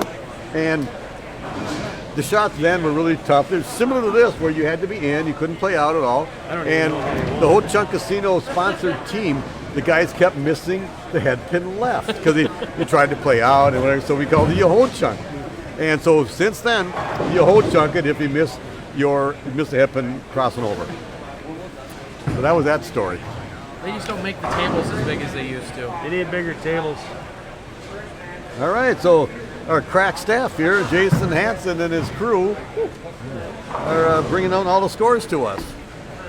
All right, so what do we got here? So the winners are Zach and Rob Clements. Zach Mitchell, Rob Clements are. They'll be on 25 and 26. They have a break. They have a break. They're taking a timeout. They can wait. There's They don't. a match going on there, so they have to wait for that match to clear. Okay. And then they'll be in. They're having hot dogs and French fries. They're 1 and 2 Exactly. deciding if they want to like Go and then break and then go, and then the winner has to break for 3 matches, or if they're going to wait a couple matches Yeah, they can. and go. I left it They've up got to them. some to time. Up to them. decide. They can do that what they want. Decide what they want to do. That's up to them. And so right now there are 2 winners, Rob Clements, Zach Mitchell, as you said, who are going to be facing off. For whoever wins that match is guaranteed second place. Yep. No worse than second place, as you would say. And so what do we got? So we got Brent Newman and Jason Craig Right here. We got in front of Eric us. Schott, We Steve got- Bowen off to the right of us. And then Dave Ullman and Keith Coolidge, which is down, they're open bowling. They're open bowling way down in the end over And there. then Chad and How do you figure that out? Brady. Chad and Brady. 2 guys that have never won a thing. They're bowling against each other? Bowling against each other. Well, one of them's not going to win. That's crazy. And Brent They're Newman, down there too. They're open bowling. Brent Newman's going, I'm not sure I'm going to win. Here, we're going to keep opening. Yeah, this is reminiscent of a couple of my games today. Exactly. I can talk them through So this. another I- wash. Oh, the 1-2-8-10 washout for Eric Schott over there. All right, so I got to tell you the story about the full Sodi. Oh, yeah, do the full Sodi. V-Rat brought it up. And everybody, a lot of people know this, whatever, but I just got to explain it a little bit more.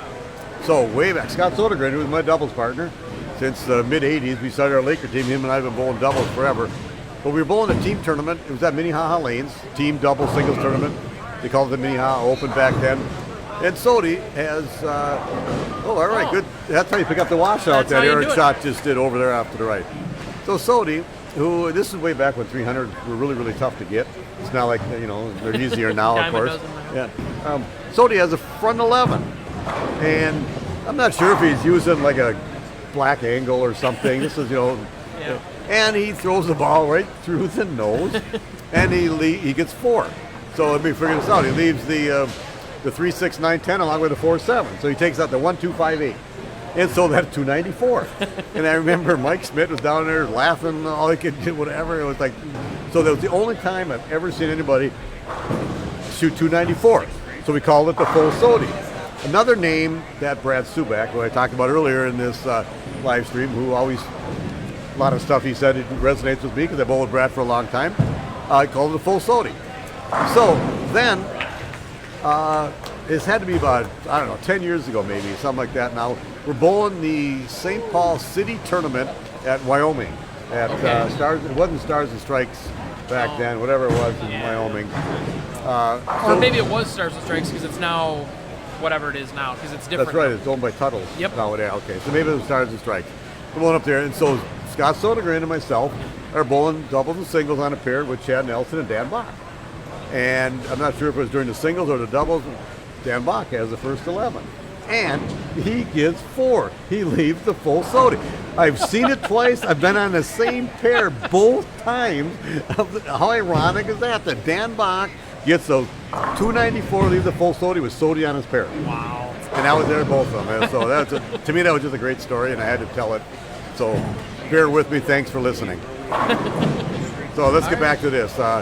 Brent Newman wished he had a chance for a full Sodi here because John Holmes told me one time that I could win a card game with the cards I have up there. Right. Yeah, he's got. Uh-oh. Oh no! Oh, And then he picks it up. I guess that's the way you do it. I've been doing it the wrong whole time. It was 3, 6, either 9, 10. it was none or all. He picked it up, hitting the Did you just say, "Oh, no"? 3-pin off the Yeah, left. we said oh no. From back there, it looked good. Well, once he Well, got if it, you I knew got he up had closer, it. if you got up closer, you could see it. You would have said, "Oh no" as well.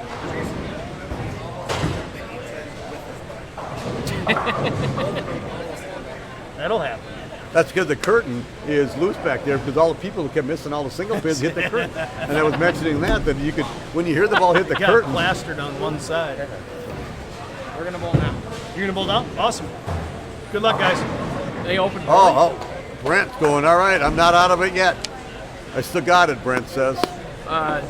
So that would be the unbeatens will be The on winners. 25 and 26 right now. The Yep. unbeatens, they're not The winners unbeatens. yet. The unbeatens. Nobody's won yet. Okay, fine. The unbeaten, the guys that have not gotten beat yet. Oh, those guys. Those guys. The unlosers. The non-losers. What is the un? Unlosers. Jason started it. All right, so Jason Cragen right here, He is by the full way. control of this. Okay, he is full. Oh, well, wait a minute. Oh, Okay. apparently that's how you play that rack. All right, I'm not going to say anything. He knows he threw it bad, and obviously he's short, and set it down short, whatever. But we're going to talk about Jason Cragen right now because he just did that, and he's right in front of us. Yep. So my opinion on Jason, he's very much a student of the game. He really, I think he thinks too much. For me, it's good for him. Everybody can do what they want to do. I can't have that much Going thought on. going on in my mind. Whatever. You're right. Yep. But he has that, and he needs that, and he wants that, and he I want to say he overthinks because it would be overthinking for me, but it's really good for him. But he's very, very good. He's knowledgeable about the bowling balls that he uses and what he has to do. And he's out here bowling, and he was second here a couple of years ago. He lost to David Langer. Yep. So he just, right now he's, he might try a couple, 2 or 3 different bowling balls, try something different. I'm not really sure what he's going to do, but I would bet he will do that. His game is in hand. He's going to move on to another pair, and maybe now's the time for him to try a different bowling ball or something. But he is going to put all kinds of thought into what he's going to do. He's already looking ahead to his next match. Yeah, this game's pretty much done. Pretty much. Because when Brent Newman is watching, then he's not bowling. That's. Oh, that's a little bit out too far. Now it's over. Because you could have punched for 2-0. Now it's done. Now he can now he can't. We can't. There you go. Yeah. So we did hear Zach Mitchell and Rob Clements are going to bowl their match Yep. right now. So whoever wins that Sure. match Yep. will be the undefeated bowler and will guarantee no worse than second place. And he That- will have to, somebody has to beat him twice for the title. Correct. And we had mentioned earlier, Rob Clements was second last year to Eric Schott. So as I was reading all the past champions and the people who were second one year, seemed to come back a year or two later and win, or if not the next year. Right. So I'm going to tell you right now that Rob Clements is going to win this tournament. There it is. You Bold heard it here prediction first, of the folks. day. I don't know what dull ball that is that Brent's using, but Pretty sure it's the purple urethane that Oh. threw out there. Motive has a purple urethane? They sure do. Does everybody have a purple urethane? Yep. Okay. I believe they all do now, All or right. at least every group, because Yeah, right. Yeah. Storm has one. What? Oh, it's a Revolt. revolt. I was wrong. It's an older Okay. motive ball. It's Well, reactive. he shouldn't be using that because it didn't work. It didn't work. Correct. Oh, there's a wash up. Oh, that's one of those fake ones. That's It was what's a lefty. lefty. So we'll give you the update over what's going on with Steve Bone and Eric Schott. So Steve just picked up that washout with, he's got 116 in the fifth, spare in the sixth. Eric 74 in the fourth, spare up in the fifth. He's only down by, 20 some pins there. I didn't pay attention to what Jason was using, if he tried something different or not. I don't think he did. I think that was the same ball he had been. I think he's pretty comfortable with that ball. He's going to make good shots. So here's my thought on that, and I do this a lot. Chad Nelson used to tell me when you start striking, sometimes you get comfortable, Yeah. and then you don't focus and think about everything you need to do.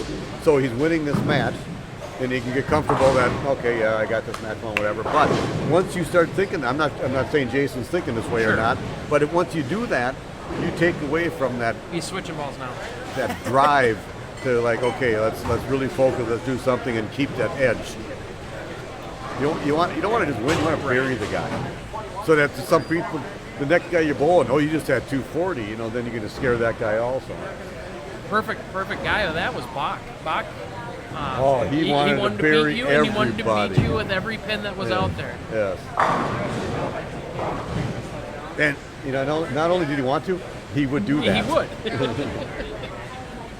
Dan Bach, and I'm not sure if you're watching or if your wife's watching.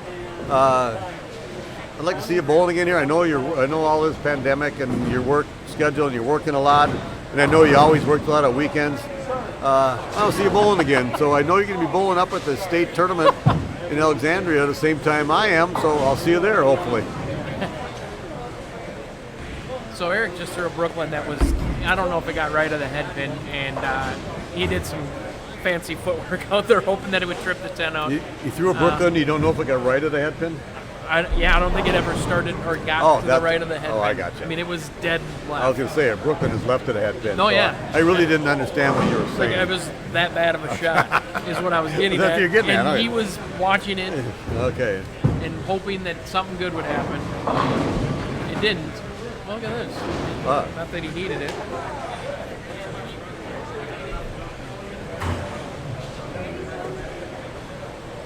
I was talking to John Holmes earlier when he told me, he says, hey, he qualified eighth, and he goes, hey, I got a bye. I go, you did? And he goes, you got 2 buys. Bye-bye. And that's what I did. Thanks, Johnny. I'll remember that. Yeah, I don't think that's the ball. But I don't think he had much of anything. on It this didn't really matter. He just going through the motions. It's really hurting his average today. Right, yeah. He needs to pick this up to have over 140. But I picked this up like 5 times today. Here, Brent, let me shoot it for you.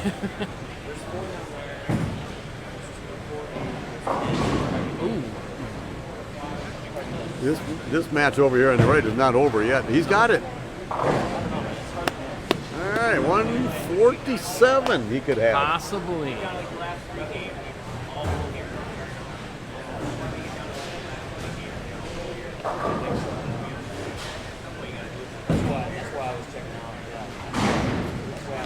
So Amy Ullman, good answer.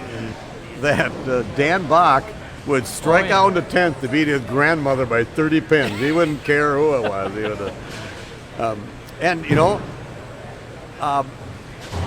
what I like about that attitude that Dan wanted to beat you, but he did it nicely. He didn't like get in your face, and he didn't like slap it up to you. He just wanted to strike all the time. Just said, I'm just going to beat you. And Ryan wants to know where Scott Endersby is. We've been wondering all day why is Scott Endersby not here? Oh, Brooklyn Because for- he would have killed him. He would have killed He him. would have killed him. So okay, we might have a match going on over here on 13 and 14. Eric Schott, who just struck in the 8th frame on the right lane, he's got 134 in the 7th. Steve Bowen 156 in the 7th, so Oh, it's you 20 picked up that pins. But split. he's I going to didn't even see cut that. this into cut the lead down to only 10 pins in the all-important foundation frame. I look for him to throw the ball. Good. I know he crossed over last time on this lane. He's not going to do it this time. Oh, he Whether crossed he- over on 14. I missed that. I just saw the strike up there. So hopefully he makes an adjustment. He's going but to throw this ball in the pocket and leave it dead mean, 10. a wise man once told me 10 is 10. So, and he went Brooklyn again. Back-to-back Brooklyn. Okay, almost 3 in a row because the one never got right at the head pin on that one there. So, And he dang near kicked it out. all right. So, as a bowler, and everybody knows that they're tough, you still don't want to do that. No, you you don't don't. want to do it. You want to apologize to your partner, but yet you still doubled and you have a chance to win. But you don't want to beat somebody that way. It was off camera, but Eric did smack himself in Yes. the forehead. So, Oh, and then the That hurts. 6-8 by Steve Bowen. So now we have That's hurt. So if he doesn't pick this up, he gets one. He got 183 in the 9th. He can max out at 213. and Eric can max out at 230 or 224. 214. 224. My math is wrong. You're the IT guy. Don't mind me. I'm just a Northeast Minneapolis high school math guy. Ooh, good shot. Using his Give it a run. old burgundy hammer. With the original inserts, I think he said. How can they be original? The original inserts I had in mine don't fit me anymore. Yeah, they wouldn't fit me either, but you should look at those things. Those are horrible. I'm so old, we didn't have inserts when I started. There was no such thing. Then the inside of the ball and rubber balls were like cork. And so Oh, yeah. you'd rip your thumb easily because it wasn't smooth inside there at all. Is that why Mark Roth had Yeah, oh yes. stock and new skin? Yes. Oh man, his thumb was like just meat. Well, So this Gets strike another here one, he's gonna- forces Eric to get the first one, right? Yep.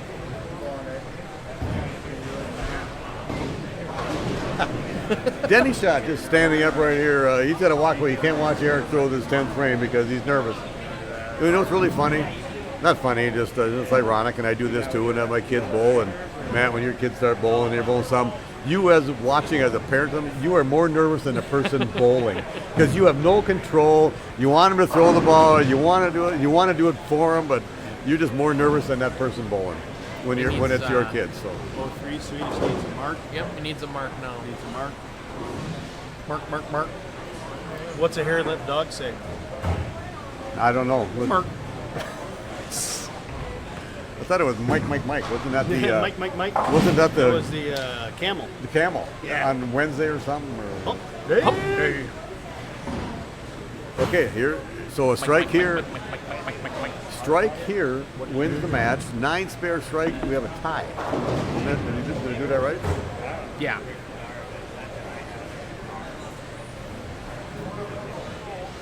So George Peterson, who is a Hall of Famer and Minneapolis, whatever, and won the first ever Minnesota Masters tournament. I talked about that earlier. He told me the best spare in the world is the strike. I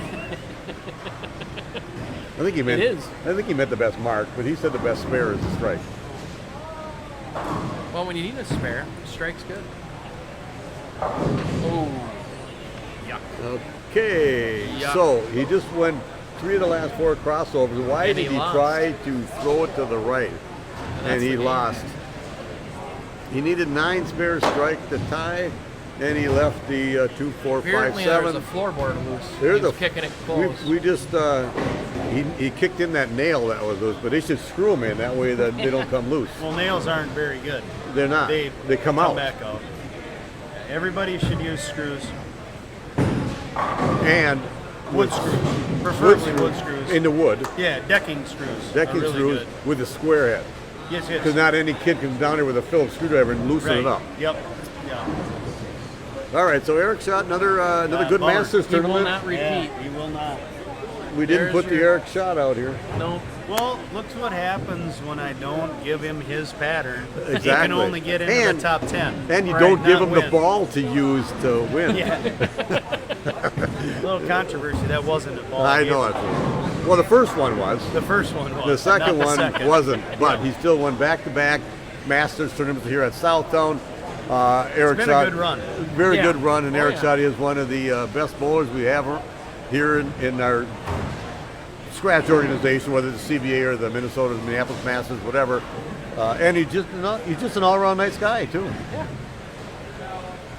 Ryan Savoy is watching. Hey, Ryan Savoy. He won a race. He won a race the other day. He went left a lot of times and won a race.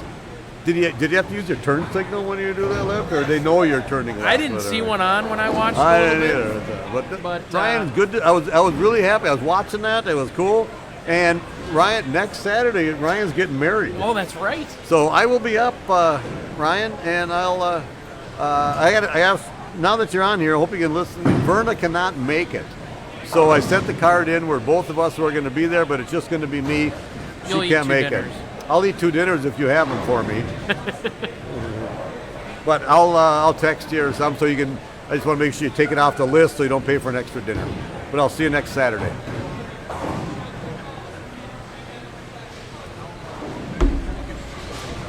So next Saturday, I'm going up to Duluth to Ryan Savoy's wedding. I'm missing a Twins game on Saturday, and I'm going to be staying overnight, and I'm going to miss the MSC and a Twins game on Sunday. I'm giving this stuff up just for Ryan Savoy's wedding. Can you imagine that? Amazing. That's what I thought. I just thought that. Little Savoy, as we call Little him, Savoy. because it is Todd Savoy's youngest son.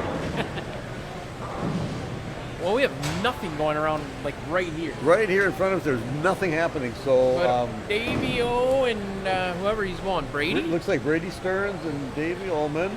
and I don't know who the winner of the winners. They're about in the 4th or 5th frame. I can see it happening down Oh, there. yeah, they are down there. Almost I can on see the the open visual. bowling pairs. Not quite. We're joking on the open bowling pairs. So this bowling center here, 48. Southtown Lanes, 48 lanes in this big bowling establishment. Has pool games, video games in the back behind the bar. It's just an awesome place. It's the biggest center we have in the city, the state, I believe.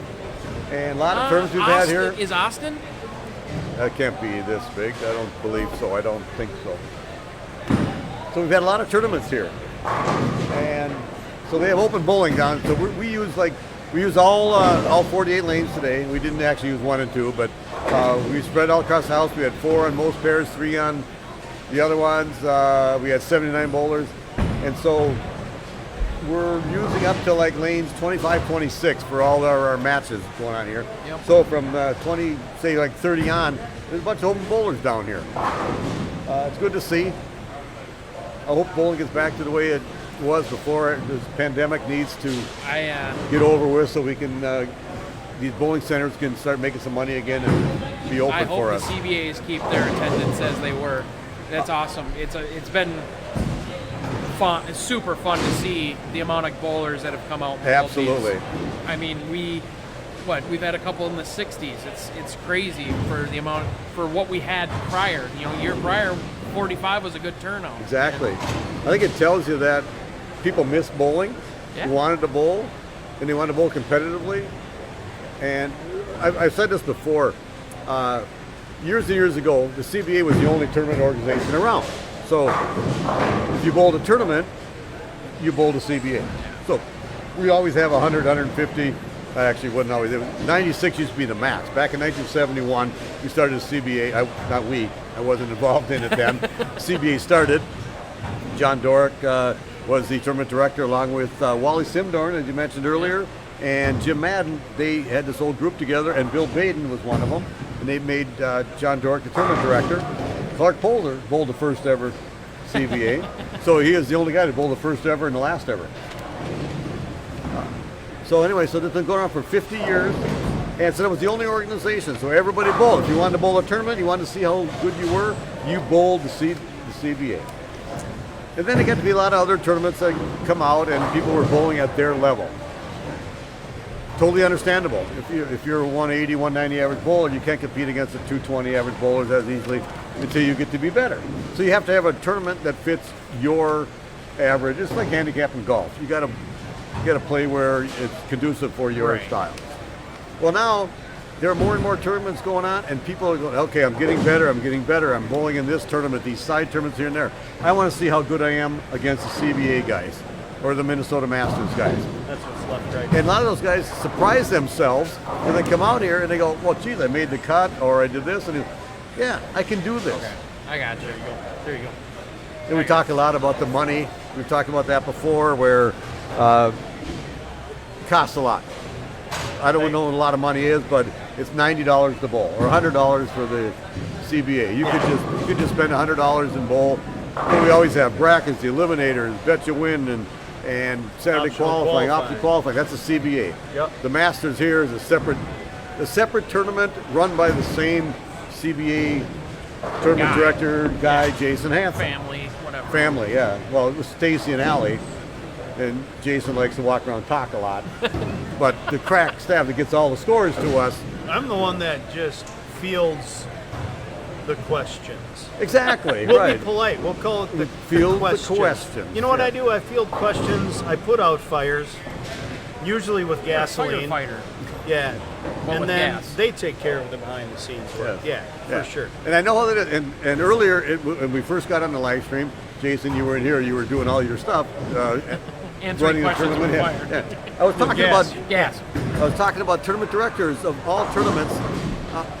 I was thanking all the tournament directors for running all these tournaments, because if it wasn't for a tournament director, we wouldn't have any tournaments. Right. So, and I like the fact that everybody got back after the pandemic. We started bowling again late January, early February. That all these tournaments, Mike Hatton was one of them who runs this tournament. I bowled him all day today. We got the Slakers who run the mid-Minnesota stuff, or Central, whatever it is. Central, Brunswick. Yeah, all Swimmer those Tour. tournaments to keep people back bowling. You bet. And I really like it, because the bowling centers need it, the bars, the restaurants, everybody needs it. So I They all thank do. all the tournament directors You for bet. doing what they do. Unfortunately for our viewers, just because we're getting down into less and less people bowling, and we can't overrun just the TV pair with games and blow them out before we get to the championship, because obviously this was predetermined. This will be the first pair of the finals right here. You're not going to have a match for at least this game, obviously, and I think it's next game as well. So Okay. if you guys could talk, So in other words, We're Jason, full of hot air. We Yeah. can do this. if you can talk. you know what's for a really bit. funny about that? Two things.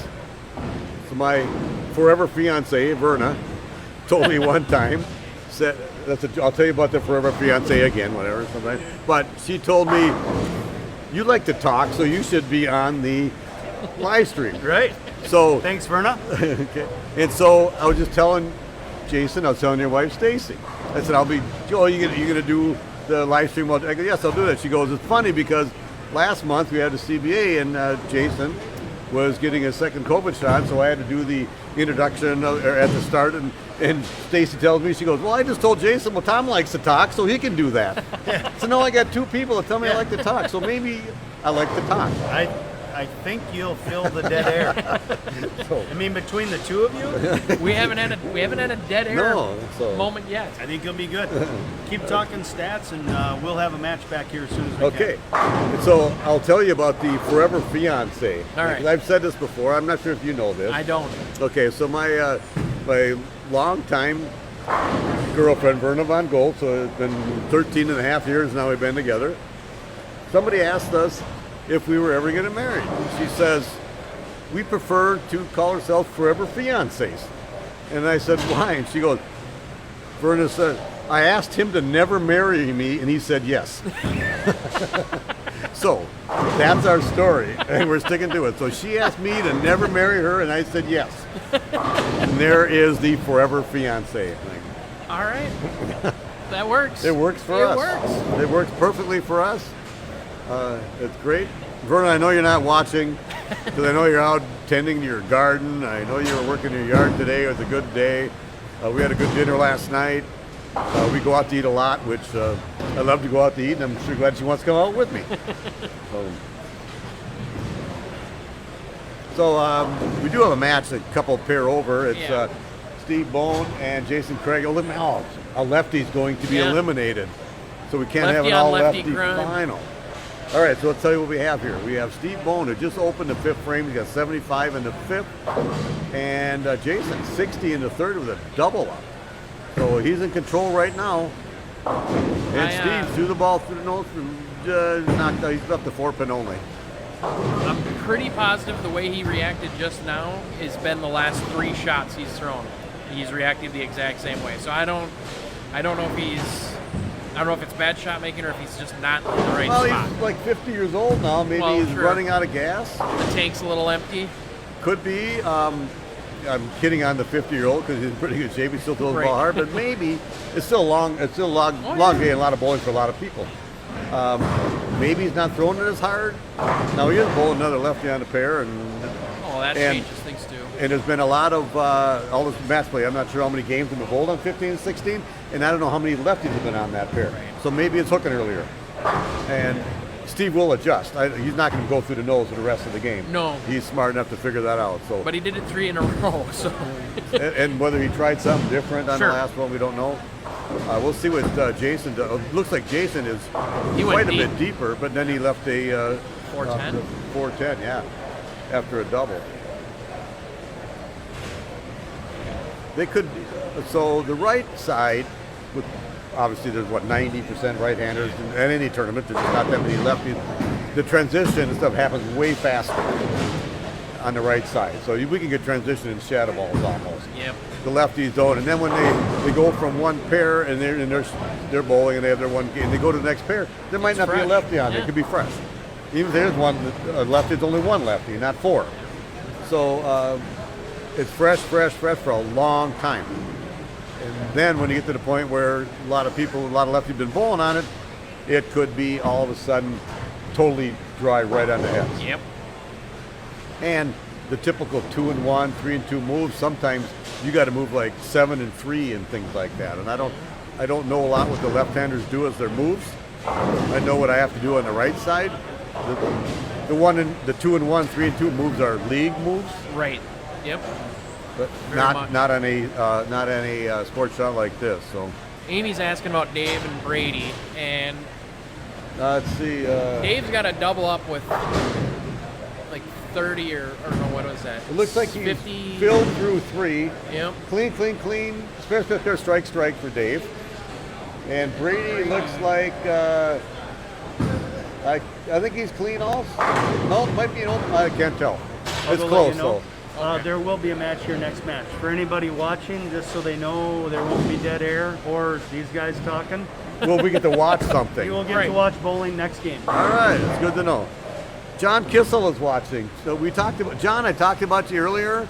You came down to watch bowl today. It was good to see you. I was telling everybody that, 98 years old, John, you are the oldest person to ever bowl a CBA tournament. You did that at 88 years old.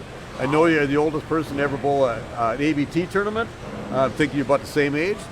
And we talked about your speed skating career. Oh, yeah. That you missed the 1948 Olympics by 0.4 of a second in your speed skating career back at Powderhorn Park in South Minneapolis when you speed skated. John, it's always good to see you. Thanks for coming down today. So, get back to me. We just talked about Steve Bone.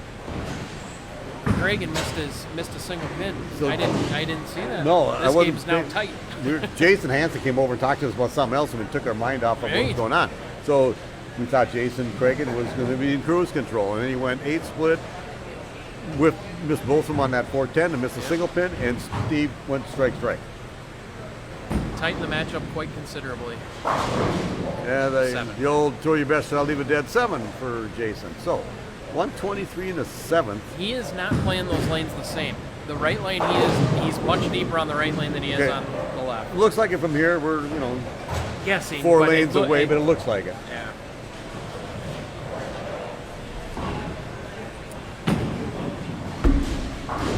I got that Jason picked up signal. a spare there. So 123 in the 7th, spare up in the 8th, and Steve 95 in the 6th with a double. So we pretty much an even match right now with just a couple pins. Steve's got an advantage here. If I'm Jason Cragen right here, I need to strike. Yeah. The foundation frame, as we talked about it, Get a Nelson little Burton Jr. confidence. always talked about it. You have to give yourself an opportunity. If you don't strike here, you might not have a chance to win.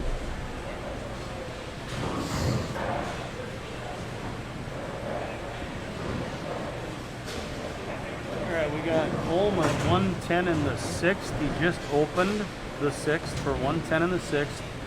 Brady is 83 in the 5th with a strike in the 6th. And that he's up one- now. We have a 7-pin match Yeah, there. Ullman kind of had a good lead, obviously, and then he left the 2-4-10 in the 6th. Took the 2-4 only. And And he crumbled just them all. Crumbled in a 2-4-5-10, it looked like from here. It's about 10 Crumbled lanes them away. Crumbled them all. Crumbled them. Oh, crumbled them. Bucket crumbler. 4, 8, 10. 10. I think the 6-7 might have been in there. Who knows? We used to call it toppling them over, but crumbling is a better word. Oh, I love crumble. Crumble. Jason great. Cragen Blue is cheese crumbles all of a on my sudden salad. lost Yeah. when he went spare strike, spare double, and you thought that he was I going to thought like he in was- cruise control, and Steve 3 in a row where, like you said, he hit his palm to the forehead because he pulled it or set it short or whatever. Yep. All of a sudden, it's Steve Bones' game to lose. He almost had a phone number in the 6th through the 9th. Right. 809-08, but that's where it stopped. 8765309, you're trying to say. Jenny Jenny by Tommy Two-Tone. Did you know that song? I do know that Oh, song. well then you're not as young as I think you are. You know that song's been around for a long time. Right. Did you ever try to call that number? Oh, Oh, Steve, not after that recent. double, throws one through the nose with a 278. No, I Yeah. never tried to call that number either, but a one-hit wonder by Tommy Two-Tone. Oh, yeah. A lot of one-hit wonders. Are there still one-hit wonders for people now? I don't know new music at all. Yeah, there is, but I don't think it's like the one-hit wonders of that time. that era. I see if Steve picks this one up. No, he 2. picks up the 7-8, Right. leaves the 2. Okay, that's odd. Anyway, All right. so 150 in the 9th. Wow. And This is so now isn't this a square match? Oh no, 60. Okay, yeah, no. He's got 10 on him. so Jason so- Cragen now is basically the 10 pin. We know we call this a pillow fight. It is a pillow fight. 150 in the 9th for Steve. He just opened. Jason 140 in the 8th with a spare in the 9th. So he's got basically the 10 pin lead. See what Steve does here. Threw it better. Oh, and he missed out a touch, I think, or he was quick. That I- seemed fast. Steve, I would say he's like me. If you're gonna, maybe you too. If you miss it too hard, Yeah. but that's also your strength, your strong suit. So you got to keep the speed up. Because if you try to go up there and throw it soft, you're not playing your game. Right. Especially when you need it, you're gonna go. Just your natural ability is gonna come out, or your natural throw is gonna come out. Ooh. Oh. Okay, who would pick up the 1-3-6 by hitting the 1 into the wall, and then that hit comes out? I don't know. Either way, he picked it up. Right. So he get 170. A lot of moving parts on that one. Exactly. So it would behoove him to get at least 9. It would behoove him. So that way, he got 169, and that way, if Jason Cragen doesn't spare, he Oh, he out the window again. Well, he got Oh, 9 by 9. leaving the head pin alone. So he got 169. So So yeah, Cragen has to mark, right? No. he just needs to mark. Yeah. He just needs to mark. But 9 missed gets a 168, and he had a 9 miss in the 7th Yeah. frame. He had that split in the 6th, which was a 410. This is where those spares get tough. Yes. So Because all of a sudden now you're thinking, didn't I just tell you what George Peterson told me? yeah, the best spare is a strike. There you go. You got it. You catch on quick. Don't hold chunk it. Yeah, that's what you don't want to do. Oh, the window's not good either.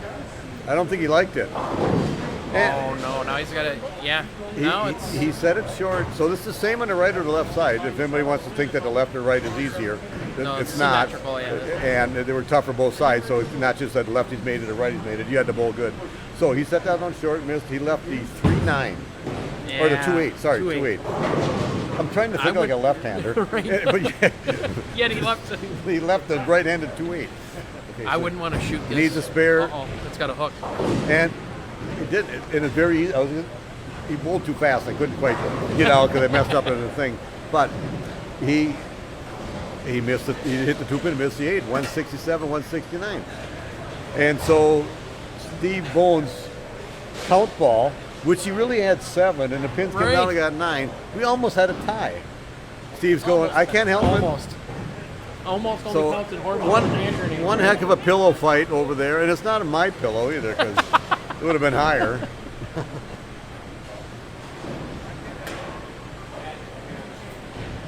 No, those don't work. No, they don't. They're not working. We have this screen right here.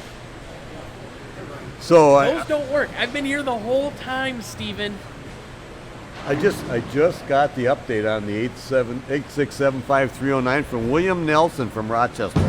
He says the number 507 area code down there, 8675309, with a phone number in Chatfield, Minnesota, which is just south of Rochester. The number was owned by an elderly lady at the time of the song release. Her phone number was changed 2 months after the song made the top 10 and is permanently disabled now. So, Tommy So in Two-Tone, Minnesota you can't. you did it right.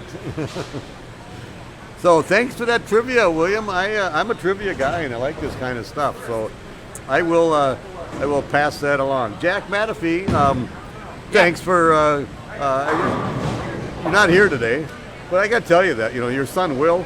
I would have been in the match play if it wasn't for Will because every time We I talked followed about this him, earlier. he was using urethane.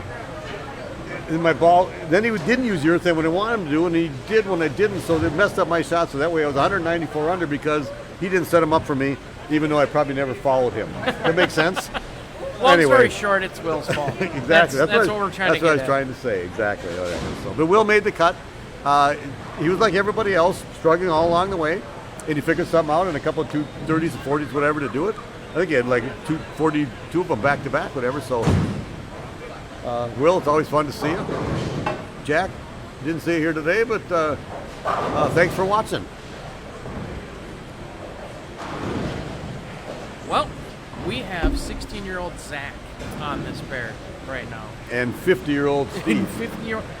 It's a pretty big gap in age. Yeah, it is. Might even be 51. Steve. Okay, way to break up that smaller split and get a bigger one. Right. No. The Burgundy Hammer at the 710. If he was doing this on the right lane, I think the ball would take one or the other. So, but I've seen Steve pick up a 710 before. Oh yeah. And he just throw it hard, but he's got to hit one of them. Oh. Let me tell you a story about somebody I saw pick up 710s and never got credit for a 710. Okay. This was at Stardust, which is now Memory Lane. Yep. Way back. Chad Nelson, not really way back, but quite a while back. Right. In CBA tournament, Chad Nelson leaves the 4-7-10. Shoots at it. Misses the 4, hits a 7, 7 goes, hits a 10. Picked up a 7-10, left a 4-pin. 3 or 4 frames later, leaves a 6-7-10. Shoots at it, hits the 10, goes up, hits a 7. He picked up a 7-10 twice, never got a spare. It's the funniest thing I've ever seen. That's a pretty So, good shot. you know what Zach Andreessen just said on that shot right there? You're going to find out who I am. Right. So I don't care how old you are, whatever. I'm just a young kid. I'm going to show you. I'm joking on that, whatever. But but I really like that shot by Zach. To me, this is young people's what do I call it? Like mentality. Like they don't. Pressure doesn't really seem to bother them. I'm just up there. I'm just going to go through the motion. This is what I do. I think it's also about all the training they get. It's all the process. I don't care what I need for the shot or whatever. I'm going through my process. I'm going to do this at school. get so much training. It's really good to see. And he's probably not even nervous. I'm not even really sure if he's nervous or not. Who knows?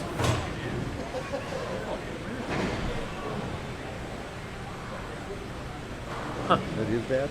Maybe. Don't know. Left a bucket here. He's throwing urethane. I'm pretty sure it's a purple urethane, purple hammer. I have to specify now. Yeah, it's not just a purple ball or whatever. Everybody's got a purple urethane. Okay, so people use urethane for their strike shot and resin for the spare? Yeah, that's common. That's common now? What he's throwing now? Oh yeah, GB4. That's one way to get. Let's look at it. Well, in case he left a 10. Right. Then he would have got that. The old 2-4 or 2-5. Jonathan Brown coming into the booth here. Jonathan Brown is bringing me some Añejo Havana Club rum. Oh yeah. By the way, you'll have to give me a little bit, but 2 minutes and we'll do that. That was a good shot. So I'm going to step away for a minute. All right. Because Jonathan Brown is here, and we're gonna, being that we can't have a sip of a bottle of rum in an establishment that says you can't bring something in, we're gonna go outside and partake outside. We're gonna partake outside. So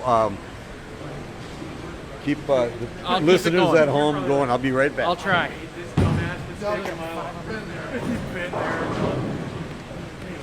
All right, and you can see to our right, Brady is now bowling Kyle Stram, which I don't have, unfortunately. Oh, no. So yeah, he's the winner of that match gets the winner of the match that's actually on our TV pair. I hear you lost a guy. I lost a guy. You lost a guy in the booth for a minute? I sure did. Yeah, let me step in for a second. I got spare time. I haven't been doing anything all day. Not a thing. No, I got a few seconds for sure. So we got Zach Andreessen and Bowen, right? Isn't that who we got in front of us? Non-winners, right? Yeah, this is the non-winners bracket. A couple of losers right here. That's what we got. A couple of losers. I found out too that Zach is only 16. He is, yeah. Young pup. Man, Princeton, I want to say, I believe his parents own the bowling center. Oh, nice. Up in Princeton, a good friend of Mark Keiko's, or the family's good friends with the Keiko family. Bryce has worked with me at the shop, and Mark's a good friend of mine over the years. So, anyways, he's a young budding high school star from the Northwest Metro. I'm guessing this is a Smart Fund win for him. This would be a Smart Fund payment if he gets. Well, he gets a check no matter what, but yes, all into the college fund. And I was little right of screen there. Yeah, you can see him. That's Stram Brady. Window for 3. That's your other two losers. Non-winners, I think. I'm not as nice as Corbett. Contender, no, non-winners. One losers. But you know, I've been there a lot in my life. And so I like to call it like it is. That's the way I am. Right. These are the 4 loser bracket people. It's not entitled bracket L42 because that stands for lucky. Gotcha. That would be the losers bracket. And 42. then these two get to play each other, but I don't. They will. Does it tell me where? Oh, yeah, it does. 23 and 24. Yeah, they're going down yonder. Actually, we did change that. We opened up the high end so that Southtown could get some open bowling, and they're actually getting some pretty good business. It's going to be like 15, 16, so it's still going to be a bit off camera. Sorry. We'll keep you posted on everything if you're watching, obviously. But we shut down the high end so they could start filling it up with open bowling. Did Rob win the winner, the still winners match? Do we know? I think Rob's so. down there bowling, but I didn't see Zach. I didn't. Let me go find out. Roving reporter. All right. All right. So Brady just 6-7. So we'll see what.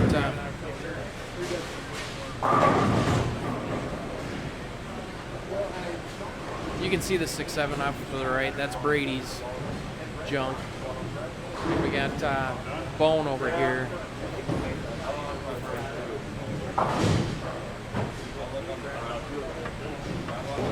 That was Zach Mitchell with the win. All right. So Rob becomes a loser. He sure did. That's what that is. He gets the winner of this. These two matches after that. So he's got to wait 3 matches. Yeah, but between these 4 losers, you're going to have two winner losers. Yep. And between the 2 winner losers, they're going to battle a Rob loser. Yep. And then the king of the losers takes on the king of the winners. Right? Yeah. Yep. And it then has they to got beat them twice. They got to beat them twice because they're a winner. I guess that's the rules. All right. Well, Bone didn't pick up that washout, so that makes this game a little tighter. A fun fact that you guys probably didn't get to hear because it was in the tournament check-in room when we were looking over the bracket and giving them lane assignments, but that winner's match, the final 2 of the unbeatens, you had Clements and Zach Mitchell. The last junior MJBT CBA doubles tournament that Zach bowled, he won with Rob Clements as his partner. So that was kind of cool. That's some Tom Corbett type info I know. right there. I'm learning. I don't want to shoot a wow. Yeah, I would not. 3, 6, 9, 10 right now. Anybody seeing Brady on 13 there? I may have hit the We button. said that last month a ton too. I didn't want. If I was bowling, I wouldn't have wanted to throw it a bucket, a 3, 6, 9, 10. I mean any of that. Oh boy, that's got to hook a ton. 2, 8, 10. Yeah. He's throwing urethane. It's kind of surprising. I mean, it isn't, but it is because there's a volume out there. Yeah. I mean, I've been super busy today. Haven't had a lot of time to get into the booth and talk much, but I know I talked about it earlier. I chose this pattern A because obviously we had one person, Eric Schott, that had dominated The Masters pattern. the Masters pattern that we had put out here a couple times in a row. Even though they were over a year apart, whatever, obviously it fed into one person's game extremely well, so we'd try to be as fair as we can, obviously. So I chose this. It was a couple feet longer, and it still had a lot of volume because Southtown hooks. The panels here, they're hooking panels. They're older, and there's a lot of friction to them. So It's crazy. They're older. I remember bowling league here when they replaced these panels. oh yeah, It was like well, you're 10, old 15 now. years ago. Yeah. So Yep. Well, you're old now, here I right? am. Yeah, Roll it. I am old. Come on. But anyway, so I chose it so that there was a little more volume to it, something that maybe would hold up through qualifying. And I also did it though because the extra 2 feet I felt might take urethane out of play, and I think it did. I did not. Oh yeah. He hooked at that with Yeah. a GB4. Not your normal move. No. That Obviously he was confident with it. three opens in a row. Now, in the grand scheme of things, if we're going to count it, it's 3 opens versus 2 opens and a double Sure. for Steve. So it's not over by any means, and we're only halfway through. But that helps Steve's chances.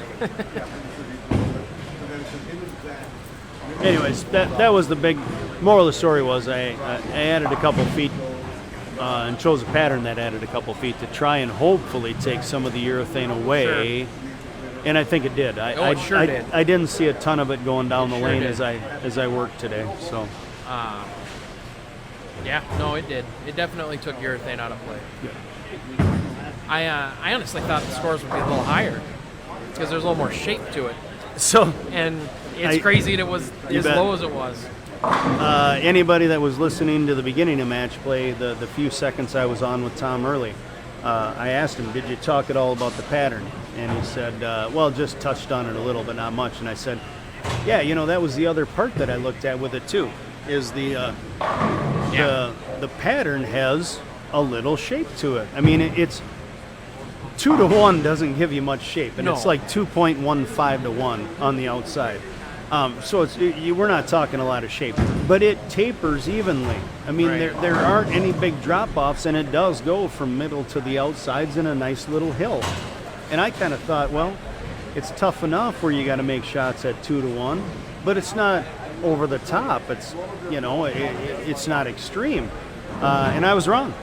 they were tough They as were nails, which I Oh, won't man, were they tough. I won't apologize for. I No, like when we do Keep it that. So way. yeah, God, I loved it. yeah.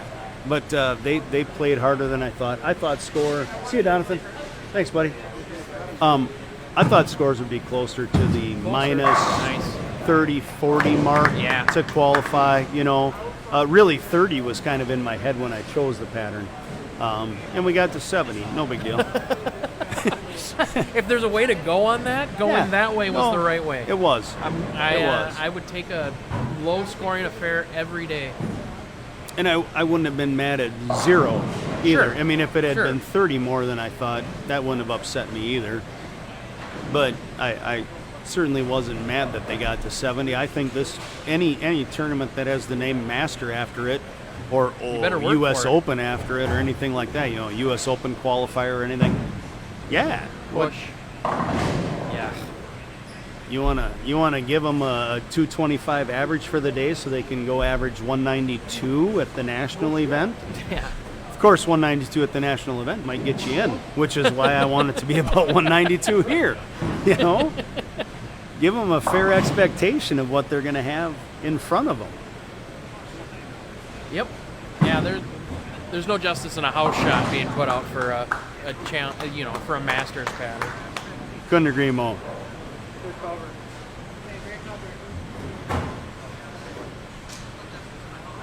And those that actually bowled this is in the same realm as we get on a monthly basis with the CBAs. We get patterns like this. Yeah. So- I've never chosen. Whoopsies. Oh boy. Washout? Yeah. Yep. Yeah. Yeah. Yeah, that was easy to do today. 137. Yeah, either side the washout was, was, easy. I mean, Tom and I were joking about it, but yeah, you looked around and there was a washout just about every pair if you Yeah. looked hard enough. Yeah, I saw that, or 210, 2410, 2810. Yep. Saw it a ton. And then the next shot you threw, you left a 4-pin because you tightened everything down and everything. Get on it. Good effort there. Well, here we are. Now we got about 6 pins, Yeah. give or take. So we're a match again. Where the 3 opens kind of hurt them, Yeah. they still hurt, but We're back to even. we're back to, yeah. Yeah. I mean, we're honestly, all we are is one double. Bone found a way to a double, and Zach hasn't yet. So we're a Yeah. double difference. Unfortunately, Zach had his bingo dauber out for a couple frames. Yeah. And Brian Flown had messaged earlier, and Tom and I made light of it with Brian. But in all honesty, I think the pattern was beyond super fair too. Oh, yeah. I mean, you got 3 lefties, I think, that made it in. And in the grand ratio of things, 3 out of 24 is, I think, a very fair number absolutely. in the grand scheme of things. So I think it not only played difficult, but it played difficult fairly. yeah. Oh, yeah. Absolutely. Because, yeah, 2 lefties out of that I think it's a good ratio. Being a senior citizen, Tom had to take some time off and step out of the booth. I don't know what happens when you get that old that you got to leave, but sometimes you got to leave. I got work to do though, so you guys can take back over. Jonathan Brown brought me 3 bottles of Cuban rum. Ooh! I had to go out to the car to pick them up from him, and Don't he think wouldn't take any anybody's- money for it. So I have to make it up for Jonathan, and I will. Like in maybe a next tournament, Jason, I'll take care of an entry for him or something. I like it. So Randy Wyckoff. The Randy Wyckoff. Wow. Oh, there we go again. Man, yeah, that's just the urethane. It's knot, unbelievable. yeah. At this point, I think. Yeah, Yeah. can he finish that one first? no, you Oh. have to finish the first Take a one bolt? second, and the second one first. You want to re-oil right now?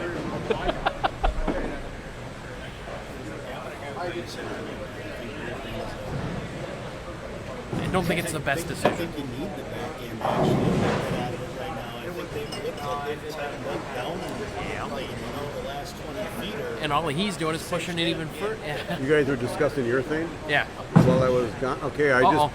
Oh! Did you see backup that? ball. I didn't. Anthony Simonson. Apparently, I wasn't right paying there. attention because I. Wow. Well, so I was just talking to Will Matafee because I just said, Will used your thing today. I go, Will, I'm going to blame my bowling on you because you didn't use your thing when I needed to do when I followed you, and then when you did use your thing, I wasn't following you because I needed that to hold pocket, so it was your fault I didn't strike. Does it make sense? Yep. Did he give you your entry feedback? No, he didn't. Oh, well, that's BS. But Will has never beat me in a that's match. true. So you can hold that over his head. Well, no, I don't have to. He does. Let me tell you something about Will. Him and I joke all the time, whatever, and it is truth that he hasn't beat me in a match. But we've only bowled like 3, maybe 4 times. But the first time, I've known Will since he was bowling at Country Club Lanes. He bowled there. He's a John East protege, bowled at a country club, learned how to bowl there. I was bowling a match against Will at Texatonka, and I needed the first strike in the 10th to beat him, and I got the first strike, and the only one clapping for me was Will. He was clapping, told me a good shot when I beat him. So that just tells you how nice of a guy he is, knowing that. Anyway, he's a good guy. And Randy Wyckoff. Matt, do you know Randy Wyckoff? I know Randy Wyckoff. From where? Nokomis Lanes. Nokomis, He bowled okay. in the Bob Hansen Classic, Okay. I'm pretty sure. I've known Randy Wyckoff since he bowled at Mady's, where I started bowling. And if I'm not mistaken, he had a 300 down there one time, and nobody at Mady's knew what to do. So they didn't know if they were supposed to call the bowling office. Did they take the pins? Did they shut the lanes down? Because somebody back then you had to check the lanes right away. So Nice shot. Wow. All right. Yeah, okay, I'm very, very impressed with this young kid. He throws the back up to pick up that spare. Yep. Then And he goes just put strike, 2 in strike. 10. So he gets 9 here. He forces Steve to go strike, spare to tie. No offense, but they'd like you out of the booth again. Go get a picture taken with Ullman, the high qualifier. No offense. No offense. Get the hell out of the booth. No offense, but let's get rid of the old dead weight.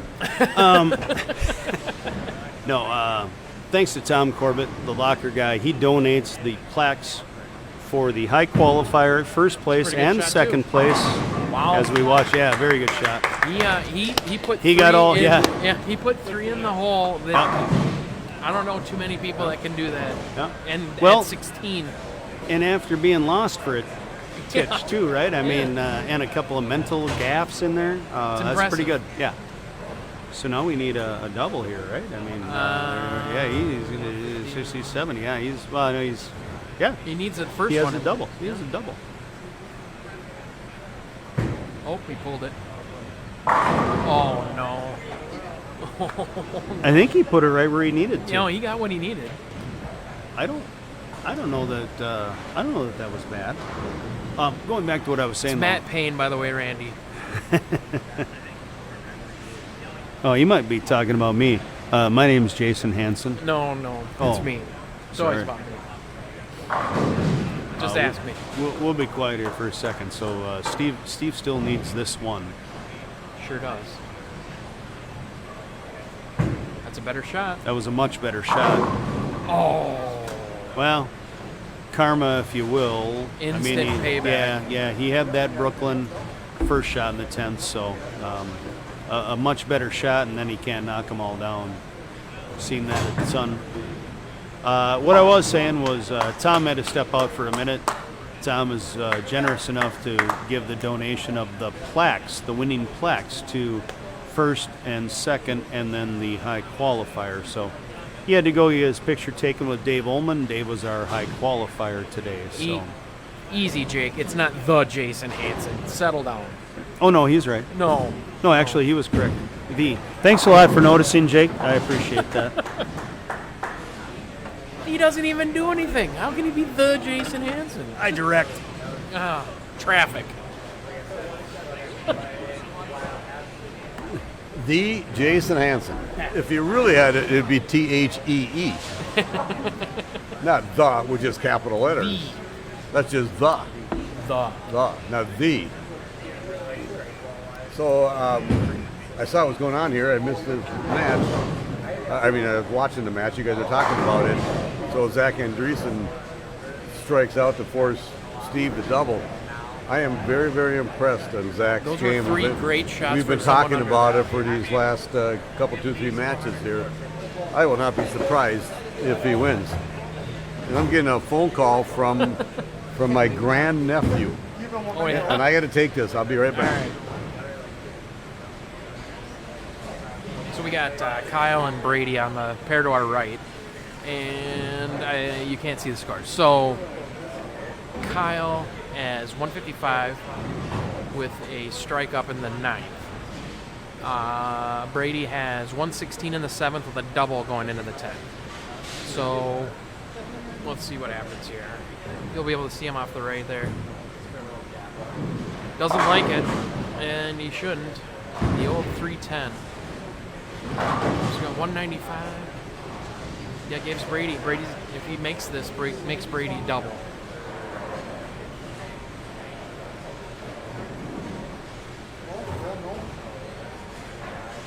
You down a ball? The beeping you're hearing is Steve trying to call for help, and no one's answering. Big cracks. I'm suing them for millions.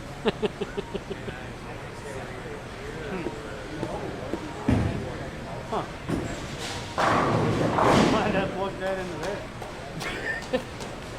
Well, because that goes over there. Well, I know, and I had to say, so look at that.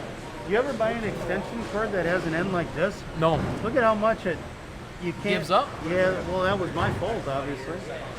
I wanted to move this camera, but let's just do this. We're gonna give her the. We're gonna move the camera, so if you're got the shakes, well, it's because of us.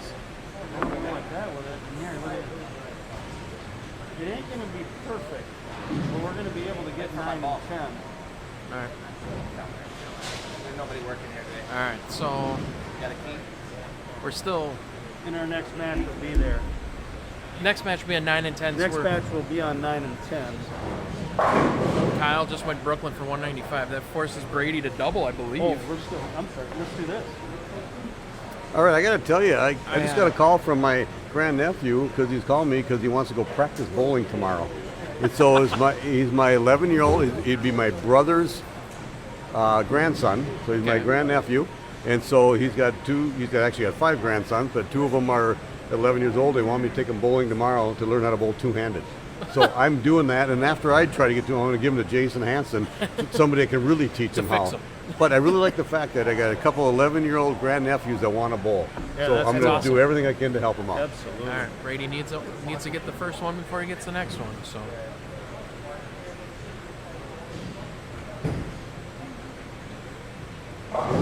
Wow. That's it. That's it. So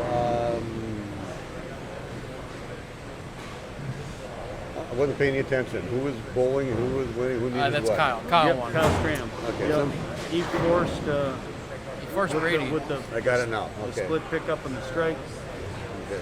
Forced him to get the first 2. Kyle was sitting a lane and a half away. He went open bowling. He went open bowling, yeah. Yeah. So He got one. Didn't matter. Didn't. no, Not at all. But if you're bowling against Brady and Brady needs the first one to beat you, 99% of the time he's going to get it. So Yeah. last week we were at our CBA tournament up in Super Bowl up in Anoka, or Ramsey, I think is Ramsey, literally what yeah. it is. And Brady needed a double in the 10th to beat his good buddy Scott Endersby, and he threw 2 of the best shots that I've seen in a long time under pressure to win, and he did that. And a week before that, his dad had just passed away, and so it was. I'm sure it was. I know it was very emotional for Brady. He came through, and you can just tell. People talk about all of us bowlers, and it's just bowling, whatever. But you can see the emotion in anybody when somebody does something, and well, we've all had parents who have passed away or will. It's a tough thing. Yeah, it But is. Brady was bowling knowing that his dad would have wanted him to bowl, and he won it for his dad, so that was a very impressive tournament. And if you beat Brady Stearns, you've done something. You won't have the scores, but we got the camera tilted, so you'll at least be able to talk about the shots, and you guys can do the scores. We So have to do math? 9 and 10 will be the next match. 9 Got and it, 10, okay. Kyle. 9 and 10, we have Zach Andreessen All right. and Kyle This Stram. is for the captain of the losers. I mean, the non-winners. Yeah, there you go. Well, Jason said call them as they are. Call So, us there. This is the this- the winner of the losers. And whoever wins this bowls Zach Mitchell, and who wins that bowls. No, they bowl Rob. So no, so this is Who's isn't the for the winner. Who is the undefeated? Undefeated is Zach. Oh, Zach's undefeated. Zach I is thought the Rob was. undefeated. Okay, So they get the got it. the So- choice of bowling Rob. So we have Zach Andreessen and Kyle Stram. Winner of this bowl Zach Mitchell. Tired yet? Nope. I have this. He's drinking light beer. Yeah, water. That's what I drink before I go to bed. I have. Is Schaffhausen milk? Yeah. So you can bring it back for us. He was supposed to show up today. It's gonna be great. We'd be sitting here and be like, oh, it's a 270 to 270. They No. missed 5 times, Andy. Right. Hey, Brian, just so you know, I didn't drink the rum. Jonathan Brown You didn't see the air quotes. I brought didn't me. drink the Jonathan Brown brought me 3 bottles of Cuban rum. And he didn't want to take any money for it, so I'm going to take care of him for that because that was just an awesome gesture on his part. He doesn't really drink it, and he thought of me. Have you had it before? The rum that he brought? No, the 3 bottles, I have not had any one of them, so I can't wait to taste them all tonight as I'm sitting on my sofa watching a replay of this. All right, so we're Jason just Twins got back didn't into the play booth. today, huh? No, they're COVID Lockdown? postponed. So Jason Because just of the joined us back. Twins, Yeah. Well, okay. Well, I'll get into that. I don't want to, whatever, but I'll get into that. Anyway, so Jason just joined us again, back in the booth Thanks here. for So coming back. we had on You're 9 and welcome. 10, we have Zach Andreessen and Yep. Kyle Stram. Yep. And so we're For gonna the chance to bowl Rob. for chance to bowl Rob, For and the- whoever wins that has to bowl Zach Mitchell and beat him twice for the title. Correct. Yep. Okay, I got We're that down figured out. to 4-9. the last The last 4. last 4 quarterfinals, if you will. Quarterfinal. So it's at 4 o'clock. Another 2 hours, we'll be done. Yeah, we did amazing though. Hour and a half. Unfortunately, we were about 30 entries shy or so of the last few years, but It is April, and It this is- is normally running. right. I mean, Oh, just picked up to oh, 4-9. Yeah. I'm super happy with the turnout. I have no problem with it. I would have loved to have seen 96 to be able to take 32, To take 32 back. to the finals, but You bet. That would have been great. But we just had 120 at the CBA Masters 2 months ago. So, and that was in February when the weather wasn't 65 degrees and people were golfing. yeah. Yep. Speaking of golfing, Out the window. Speaking 1, 2, of 4. golfing, I'll be back. He's got to get his clubs. He's going to golf in here for us. I gotta go. exactly. So, Speaking of so I've been golfing, talking I gotta about go. Zach Andreessen. We've been talking to him all day. His first shot on this match, he leaves a 4-9, and he takes his plastic he ball picks and it he up. picks it up. I am super impressed for a 16-year-old kid to be that sharp. And we don't know how old Kyle is, but we do know that is Kayla Machina's younger or brother. Younger? It's younger brother. And I think he may have just turned 21. And- I think. And he won the Minneapolis Masters, I believe, a few years ago. Yeah, he was just out of juniors too. Yes. You getting just your scorecard? So Jason Hansen brings us his scorecard. We're talking 81? about golf. Yeah, but Oh, it's Eric. take a look at the 9th hole there. You aced it. Oh, Really? Where the hell was that at? Stone Ridge in Woodbury. Jason My first Hansen time. shoots 83, but he has a 1 on his scorecard on the 9th hole. I think the pencil broke. He was going to put a 4 and it broke. Oh shit. Yeah. So I see that Eric at 81, and who's the guy with 95? Oh, Nava, he's bad. Well, that's Steve Nava. He's really not good. And where was Steve Nava? He was here earlier. He bowled today. In full confession disclosure mode, I've played Stone Ridge one other time and I shot 114. Okay. 83 was a really good recovery. Exactly. I want to know what hole, how long, what you use, and how did it go in. Yeah, one hop. On the fly? And one hop. Just It like- bounced, hop, bounced and- about 8 feet in front of it and then went right in. 145 yards into the wind. With a driver? Iron. Driver. Yeah, 7 iron. Half driver. 7-iron into the wind. All right. 145, yeah. Okay, well, nice. Yeah, it was my You first. you're in the 300, 800, hole in one How club. about the 29 cribbage? Yeah, but I don't have the muskie. That's the So other one that's the been other added. one that Arnie Yeah, Curtis you told bet. me about. And Eric Schott is in that group. He has the Muskie, the 300, the 800, the 29. Okay, I heard there was a 5th or 6th or whatever to that somebody had. Good bowling, Steve Bone. Take it. Somebody said something about I don't know what you add to that. DUI. Somebody said that, but I wouldn't count that. Missing a Muskie. Arnie mentioned it. Missing a Muskie. I'll get it. How big a muskie? Just a muskie? Or is it got to be like? No. I'll gladly catch a yearling. 14 inches, somewhere in there. That'd be great. I think you have to be a Minnesota bowler. Yeah.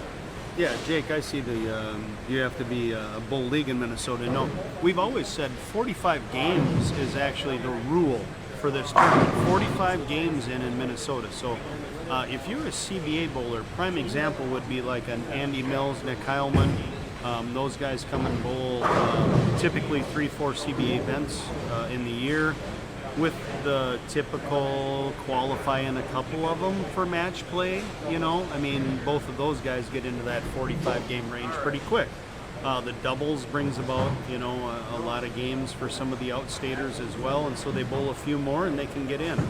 But for sure, we're just not going to let somebody drive up for the day and win the Minnesota Masters spot.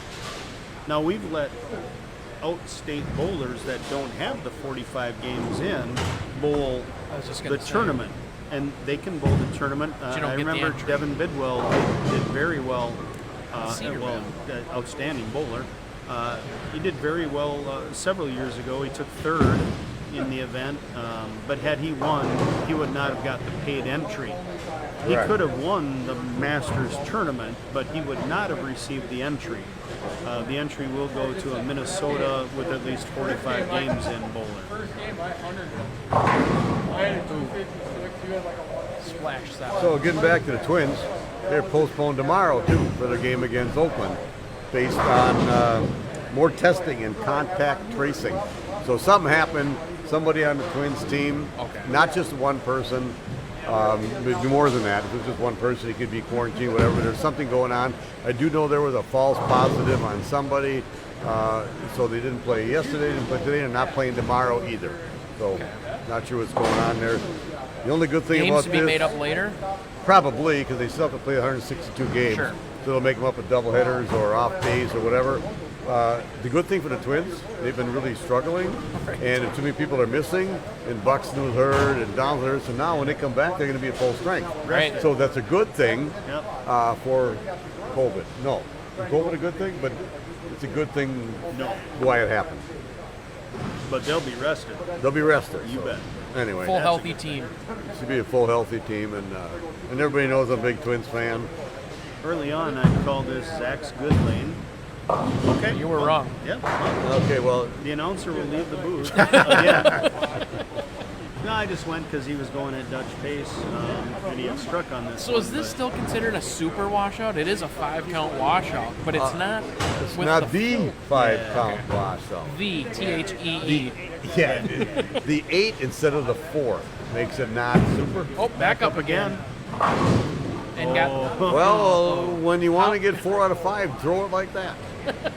Wow, that's Jason. That is solely Zach is impressing me more and more. Yeah. It's amazing. If you don't recall, he was the first out of cash at the CBA Masters here. Oh, okay. So on the shorter pattern, and He still had a et cetera, chance. he was the first non-cash. Not a good. He went to resin. Yeah, Because- and that messenger rolls are out. He went to So, resin. anyways, not his first time doing well in our events by any means. Right, yeah. Well, we talked about it a little bit earlier. We found out he was 16 years old, Yeah. and we were bowling a tournament up in Monticello, and they had one of those USBA flight tournaments. Yeah, yep. And we might have been bowling like the half of the house, finishing off our maybe a team challenge or a trios or something, and they were both, and he had a 300. I'm assuming, and I think it was Zach who did that. I can't remember exactly, but I thought so, and I don't know if that was the first one or not, but he's impressed me a lot. Yeah. I've been, obviously blessed to do a bunch of coaching, do a lot of instruction for people, and because of my relationship with Mark Keekle and Bryce working for me in the shop, they asked me to come up and do a clinic for their high school team. Oh, nice. That was 2 years ago. COVID really, stopped a lot of that stuff from going on. But I went up there and pre-COVID, that fall before it hit, I did a little clinic there for the Princeton high school team. I didn't know that. Zach was there. And, again, I had mentioned it earlier. I don't know if you were in the booth, but I said his parents own the lanes up in Princeton. Whose parents? Zach's parents? Zach's parents. I didn't yeah. know that. I knew I saw Mark Keekle today, and I saw his son Bryce Bold, Yep. and I didn't know you were helping him. So that's awesome, Jason. Yeah. I bowled with Mark for a lot of years. I Yeah. knew Mark's dad way back when he worked at Midway, and Nice shot. that's good. He didn't like it, That's though. good to know. Yeah, Mark's dad, obviously, Dick, worked Midway for many years. So when I was down in the shop in Midway, I got to know Dick really well. Sad when he passed. Exactly. Yeah. Mark and I have been friends for many years, and it was fun to have Bryce working for me when he was. But anyways, it was really fun to go up and help that team out, because I would say that Princeton high school team was probably 50% two-handers. Good shot there. Wow. I'm super impressed. I can't say he that went enough. from urethane Yeah, to resin. to resin now. Yeah. So, as we said, And he we should did- have been yeah. away from Right. from here. He went over there and got away from. Wow. Maybe he heard us. But yeah, no, he did make I'm that thinking. change from I'm urethane thinking to he resin. doing what he You bet. wants to do himself. He saw what he needed to do. Exactly. We said the ball wouldn't finish when he needed it to with the urethane, and he's gone into something that certainly does. And jumped about 2 arrows left. Right. And lost Oh it. boy, Oh yeah, that's Whoop, 3. and lost it. I think Yeah. he just lost it. He didn't, Lost hang- and lost it. Yeah, he didn't hang up on his thumb, but it was that kind of release. It was on the ring finger.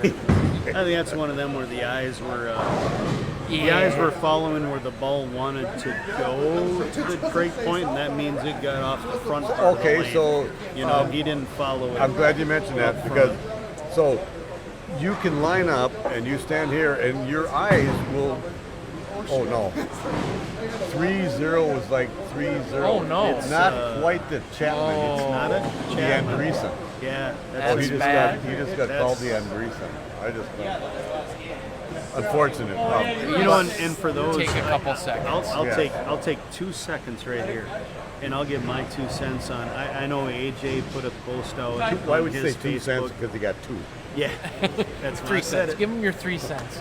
No, but AJ put a post out and said, I for saw all that. those thinking that nobody would ever go for 2-0 when the they're US trying to make Open? the cut at the U.S. Open. You do So that in league when shame- somebody bets you $5 Yeah, right. or Yeah. a beer or Good something. shot. And Kyle. especially like if your team doesn't, it's not going Right. to hurt your team for an idiot. Yeah, no, that's ridiculous, and shame on anybody that To even thought bring that up. AJ went for 2 on. That was the on most purpose. ridiculous Yeah. post I had Now, seen. what an iconic miss.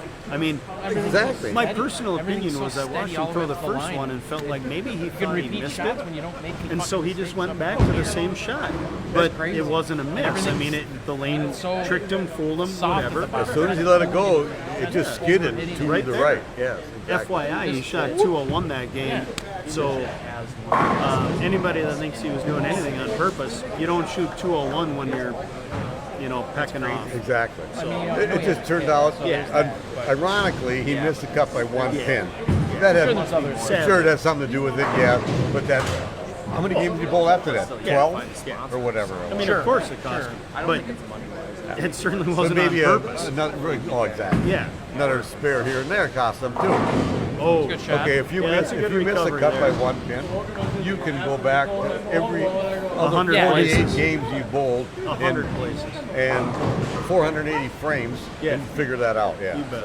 No doubt. if you bowl 48 games, Will Matafee is in our booth right now, and he just said 480 uninvited. So I'm just saying, if you bowl 48 games, there's 10 frames a game. That's 480 frames. He's doubting me. That's easy math. Well, that's if you didn't bowl. Let me the break it 12. down. We're not on 48 games. We're talking. No, We're talking talking the about US the Open. U.S. That's what Open. happens. And AJ, you butted. You're like the AB. kid that comes in the middle of the movie and wants to know what's going on. Exactly. Yeah, what's happening? I'm a We're trying to snake. keep I this get it. professional. Right. I'm just really glad that my Kirkhoven math. Why did you put up was the Kirk correct. Open square? Well, because people don't like bowling on that, apparently. I don't know. There's only one person that can whack it. I'm not sure. Is he from Kirkhoven? Maybe. Kirkhoven, Murdoch. What? Yeah, this game Sunbird. would be See, I don't know that Don't one. forget the Sunbird Well, I forget. I just know it's KMS I love schools. all of you Sunbird folks Okay. listening and following. Thank you very much. This game's over right now. I sell lockers, obviously, if people didn't know that. And, Oh, you do? And I've been to Kirkhoven for the KMS. See, I know that's KMS, KMS. schools. I've never Fighting been to the Saints. Sunbird But he forgets the S. because I haven't been there because only Kirkhoven and Murdoch have been lockers. Lockers, I mean.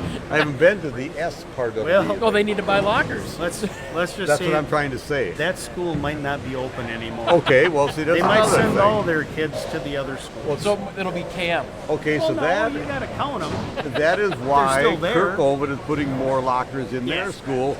Okay, well, They're bringing kids over. all right. See, there's things that I learned in my business just sitting around here drinking beer and watching bowling and talking. Did you guys have 9-man, or were you guys We played regular ball. Regular Thank ball? you very It's much. 6-man. 6-man? And we had 3-man, 3-on-3 football. That had to be fun.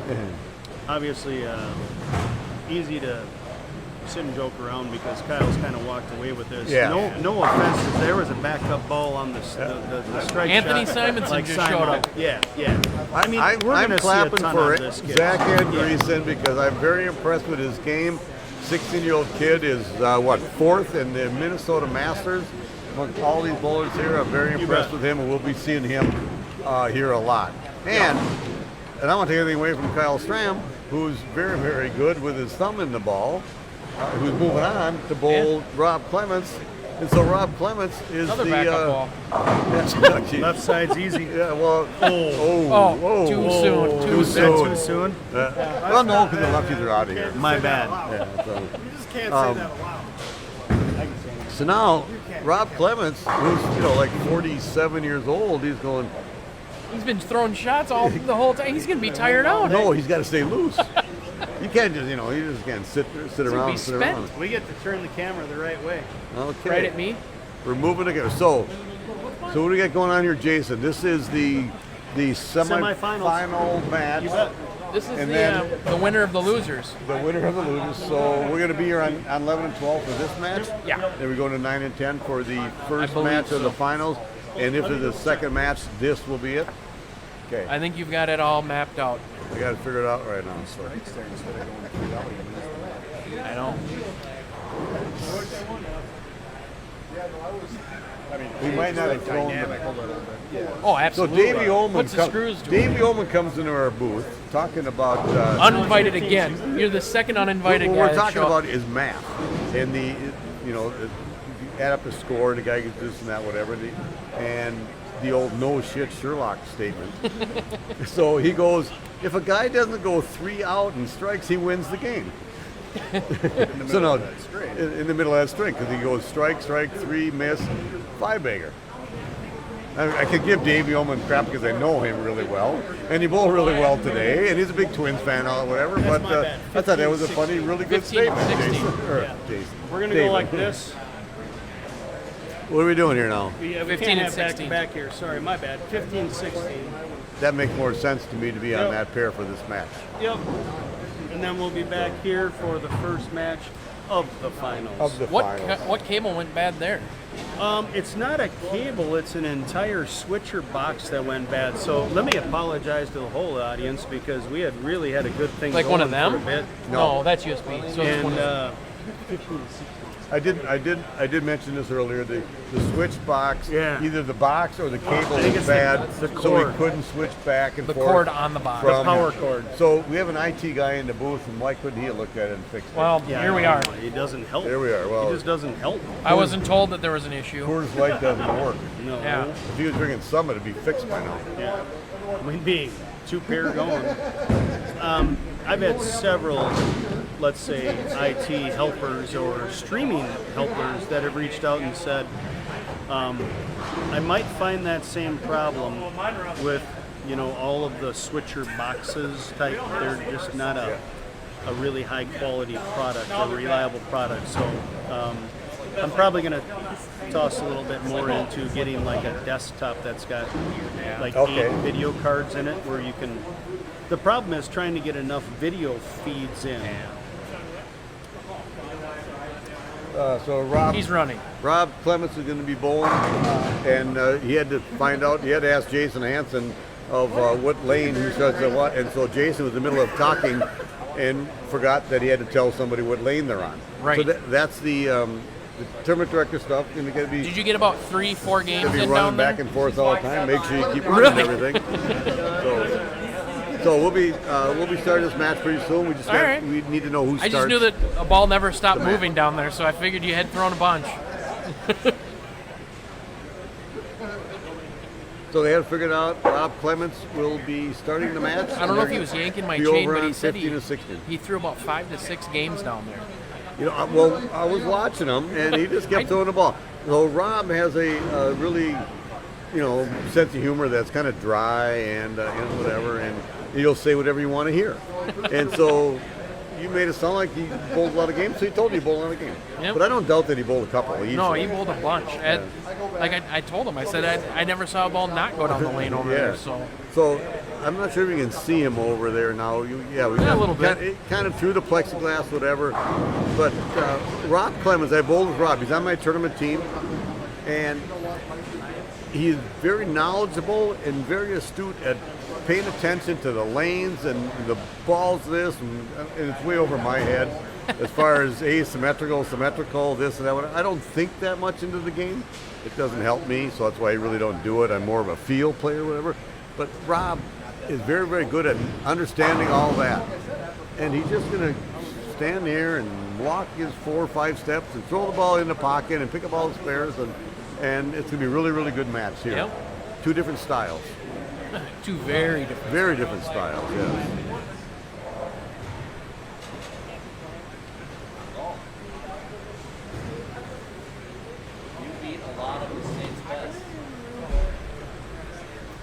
But the young kids that are out here bowling right now, that are very good and winning,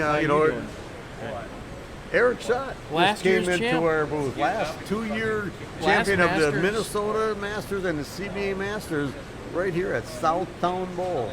We didn't put the Eric Schott out today, so he only made the cut and didn't win. But Only made the cut and finished in the top 10. So we that's knocked him it. down a We pin. knocked him down a little bit, whatever.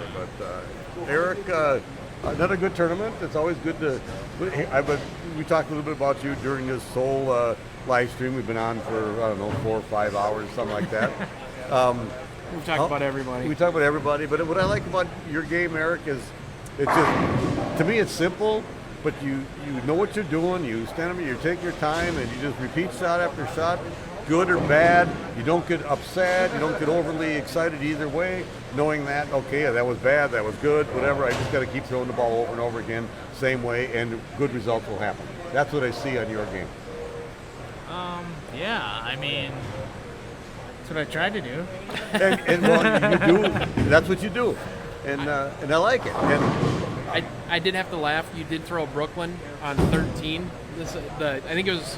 I don't remember who you were bowling, but I don't think the ball got to the right of the head pin. Probably. And you were doing this like Spider-Man moves, waiting for the pins to all fall down. You left yourself a 10 pin.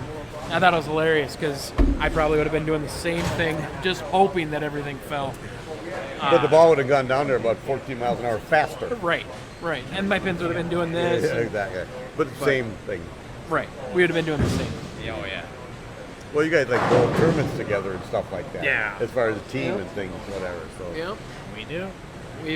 We've actually been doubled up every now last couple times. Well, that's good. Have you guys bowled a state tournament yet? Not yet. That's When you what, going? 3 weeks? 2 weeks? I Oh. don't know. 15th and 16th. That's we it. go. Of May? Oh, yep. June. the tournament's over. But Well, we're going to I'm not really sure how long it lasts. I didn't know when it started. I believe that's the last weekend. It is the last weekend. What's going on the 16th of May? Well, it doesn't matter to you guys because that's an MSC tournament in Hudson, Well, Wisconsin. it was a CBA, We changed it. and then you guys changed it. For you So guys. now, yeah, for us, Yeah, we did. they didn't. There's no No, chance. no, we changed it for you guys. We know. we know what we did. But that's at Apple Place for those that want to come out in May. The first tournament of the next season for CBA is May 22nd. It's a Saturday at Bogart's Entertainment Oh, Center. I called it Apple Place. That's You my know, fault. You should know that. I You should know know better that. than that, but you should know. Al's going to track me down. And Al Loaf, our good friend Al Loaf, and Scott Keckler are the proprietors of that place, and Jeff Walther is the mechanic. And I always said Jeff was one of the hardest working guys.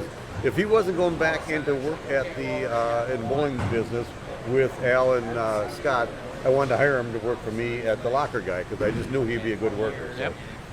No, he's just a good bowler.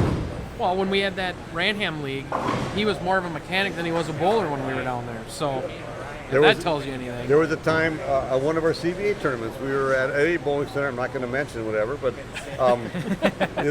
say it was 10 years ago, and I was bowling on his pair, and someone would break down, he'd run down there and fix it, he'd come back, and he still made the cut. Yeah. And he would go down there and he would fix it faster than the person that was behind the counter because it's hard to find good help on anything. And back then it was obviously hard to find at this particular bowling center. And I don't want to pick on a bowling center, so I'm not saying the name of it because this happens in any business. If you get the right employee, you're really good. But if you don't, it makes everybody look bad. And Jeff made that place look good because he fixed all of it. Anyway, that's the Jeff Walton story. There it is. There you have Eventually it. we'll get to one for everybody. We got time. Oh, we have time. Yep. Somebody told me I like to talk, so I'll figure something out. So, Eric is here. I wanted to know, bowling ball wise, what did you use today? That The isn't scorpion it? Are you pattern sure? we used, No, it was Scott 42 Andreessen feet. punched out It seemed like a lot of oil to start with, but it kind of Yep. blew out 171, fairly quickly. 171. What did you use bowling ball wise, and how were they drilled? I used a lot of strong balls. I had some success with a Rotogrip Rubicon. With a pin up or down on That that? was pinned down. It was a pretty below. smooth. Yeah. It wasn't shiny. For me, it was, no, it was probably around 2,000 Okay. or so. I threw an idle for a little bit, but that was just too smooth for me. And then in qualifying, I actually threw an IQ a little bit because I needed something to clear the front a little bit better, and the strong balls were just a little bit too strong. So Okay, they would roll a little bit too soon, Yeah. and then they would not finish. correct. Which was, I just described my whole day. And then when it skidded, it didn't finish. Whatever, it was like. Yeah. I blamed it on Whatever, Will there's a Matafee, lot by of the that. way. Will Matafee Good did man, blame it not on him. use the urethane when I needed him to use it, so my ball would hold pocket, and he used it when I didn't want him to when my ball hooked early. So it's Will's fault. Just so But he everybody didn't knows follow Will. Just so everyone knows. that. I didn't follow Will. He didn't follow Will, but it is his fault. I might not even bowl in the same lane as him ever, but I'm just blaming him. So just so Will. Just See, and so he I knows blame that. Chad, and I never hit the same lane he was on either. We But, bowled next to him all day. That was Right. bad. So did I. On the other side of the next to him. right. And I'm going to blame it on Brady. Well, yeah. Okay. I don't know what I'm blaming it on or what I'm blaming on Brady. And but why? I'm going What to do you blame it blame on on Brady? Brady. Because I bowled next to Brady. Sounds all day. legit. Had to pick someone. Well, yeah. So the IQ, you're talking about the original IQ Black Tour. Yeah. Was that a pin-up ball? Yeah, that was definitely pin up. Okay. Yep. That ball, I liked it, but then I really didn't like it because it never really finished strong enough for me. She's smooth. It's very, very smooth. It is, yeah. I gave mine to Gary Green, and he loves it. What a nice guy. I know I'm a nice guy. Speaking of Gary Green, is he done nursing his wrist? He's done nursing his wrist. He's bowling on Fridays. We just finished our league last Friday. 'Cause I was gonna say, I saw him picking up beers, so it's gotta be good. That was his exercise. His recovery His plan. recovery plan was to pick up beer. And I tried to get him out of that stupid Coors Light stuff into like a Summit, like a heavier beer, so to strengthen up his wrist. It took a long time, but so he just had to drink more of the light stuff, and then Sure. it worked out fine. So no, he's all ready now. We're gonna be bowling state tournament in a couple weeks up in Alex. We go on May 1st and 2nd. You guys said you go on May 15th and 16th, so we'll be going up there. I can't wait to go to Alexandria and see all the Meyer family, which is an awesome place. Garden Center Lanes up in Alexandria. It's, The locker guys will be there when the locker the guy locker is there. guys will be there when the locker guy is there bowling with his Laker teammates. Okay, you guys got that? Got it. It's fun sponsoring a team that's really good. When do you guys go to nationals? Or are you going to we nationals? Are going. Oh, we absolutely going to Well, I nationals. figured you would, but there's that outside chance. There's outside chance that we have guys. We didn't have enough guys that were because we're older. All of our guys, we average like 58 years old. The Lakers? The Lakers average 58 years old. You got that Robillard kid. He's young. That makes our average age of 58. Otherwise, it'd be like 62. Yeah, Luke. Something like that, whatever. Well, okay, I forgot about Luke. But he's like in his 40s now, whatever. No, I mean, but that still brings it down. It still brings it down, exactly. I was trying to figure out that average. I just know one time we bowled this. I put our 5 oldest guys together and the 5 youngest guys together in our 5 in a team challenge, and we were third at one at Saxon. And our age of all 5 of our guys together was 309 years. So that just tells you that we have some old guys that still want to bowl. Oh, then we got the mathematician over here. They just came from, what did you say, Kirkhoven Math? Kirkhoven Math. Kirkhoven Math, that knows exactly, divided that really quickly by 5. I'm not sure if he's right or not, but it sounded good. So, Passed most of my math classes Yeah. at Kirkhoven with that kind of. What about at St. Cloud State? Did you pass all your math classes there? Look, a lot of people fail math 97 4 times. I was just another one. Eventually you'll get it. That's why you keep taking it. Yeah. 5th time, I got an ace. Aced it. Yeah. So, Matt, to answer your question, we are bowling nationals. We're going May 29th and 30th. This will be my 46th USBC tournament. It'll be John East's 47th USBC tournament. And see, we got Sam Lanto, Todd Savoy, who are, I think they're close to 40. And Sam's still got the average thing going, right? And Sam and Todd are both up there. I'm not sure where they are now, but at one point, Sam and Todd were first and second in lifetime average. Yep. And John East is still in the top 10, or well, maybe not, in top 10 of like a 30 or 40-year average. The last 10 years, those averages are way out of whack. Sure. When we bowled back in the 70s, you didn't shoot 2,000. But John and Sam did because they were that much better than everybody else. But right now, I don't want to say it's easier, but it is easier. I didn't want to say that, but I said that. Scores are higher. That's what I got. Yeah, That's a good way of putting it. I used to bowl way back. I bowled with a group and a guy named Ken Roush. He used an LT-48, straight up as his board, second diamond. Second diamond. So we're bowling at nationals. This is. I'm talking about 70. Let's see. I started in 74, so it might have been like 77 or 78, or like St. Louis or something like that. And they're really hooking. He goes, I had to get all the way into the third diamond with the LT-48. I had to get to the third diamond. The They were third hooking so much. Ooh, that. I was 8, and that was my first fingertip ball. Okay. T48. LT-48. That was the ball, man. That was. 10 when they drilled it for me. I was 8 when you guys did that. Okay. Wow. And real quick, I mean, you mentioned it earlier, like how premium are spares as we get back to the natural. I mean, Kyle is just on Yeah, missed a single. 8-1-9 whip, and now he's got 17. I mean, I really felt like Rob probably being a little more veteran, and let's face it, his game is more direct, more straight, less trouble. Correct. And again, we did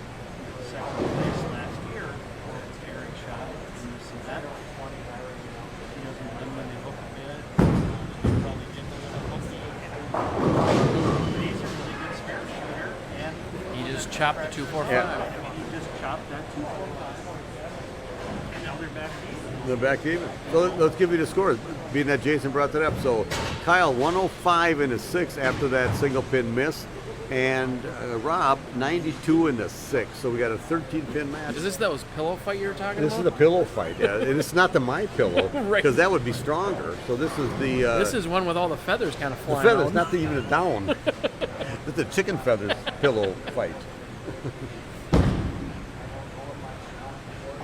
There we go. By the way, anybody curious out there, the purple pillow and bed are legit.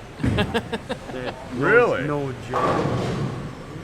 There's no feathers, but it'll leave that little square mesh imprint on your head. But man, is it good. Good to know. Well worth it. Good to know, Jason. I'll bring that up to Donald Trump. I mean, to Mike Lindell. Same person, I think. Oh, dead 10. Well, you know, when you need a spare, throw your best shot, leave the dead 10. I mean, no, when you need a strike, you do that. Right. Okay? Kyle's a good spare. He's going to throw the ball straight and hard. He'll pick this up. What did he miss up in the 6th I don't frame? remember. You remember what? 4 or 2. 4, okay, something on the left side. Pesky So- left side spares. For those of you at home, the left side spares, in my opinion, are tougher than the right side spares as a right-hander. Yeah. We know there's oil going across the middle, and all of us right-handers are so used to leaving 10 pins and 6 pins because that's what we do. 90% of the things you leave are 10 pins or whatever, and it's easy to pick them up because you shoot up those very, very often. It's the 4s and 7 pins, 2, 4, 7s that.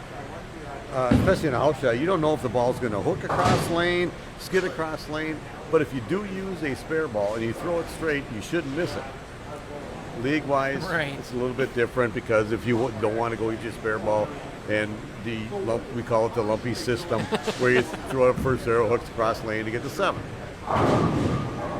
2-pin. Gets another chance at shooting a 2-pin spare. Or those pesky left side spares. Picks us up, he's got a 12-pin lead. To Rob, I mentioned it earlier, very very good student of the game. He did change balls. I saw that on that Yeah. left lane, and he's thinking this, and I don't want to say he's overthinking. To me, it would be, but Got it. that's him.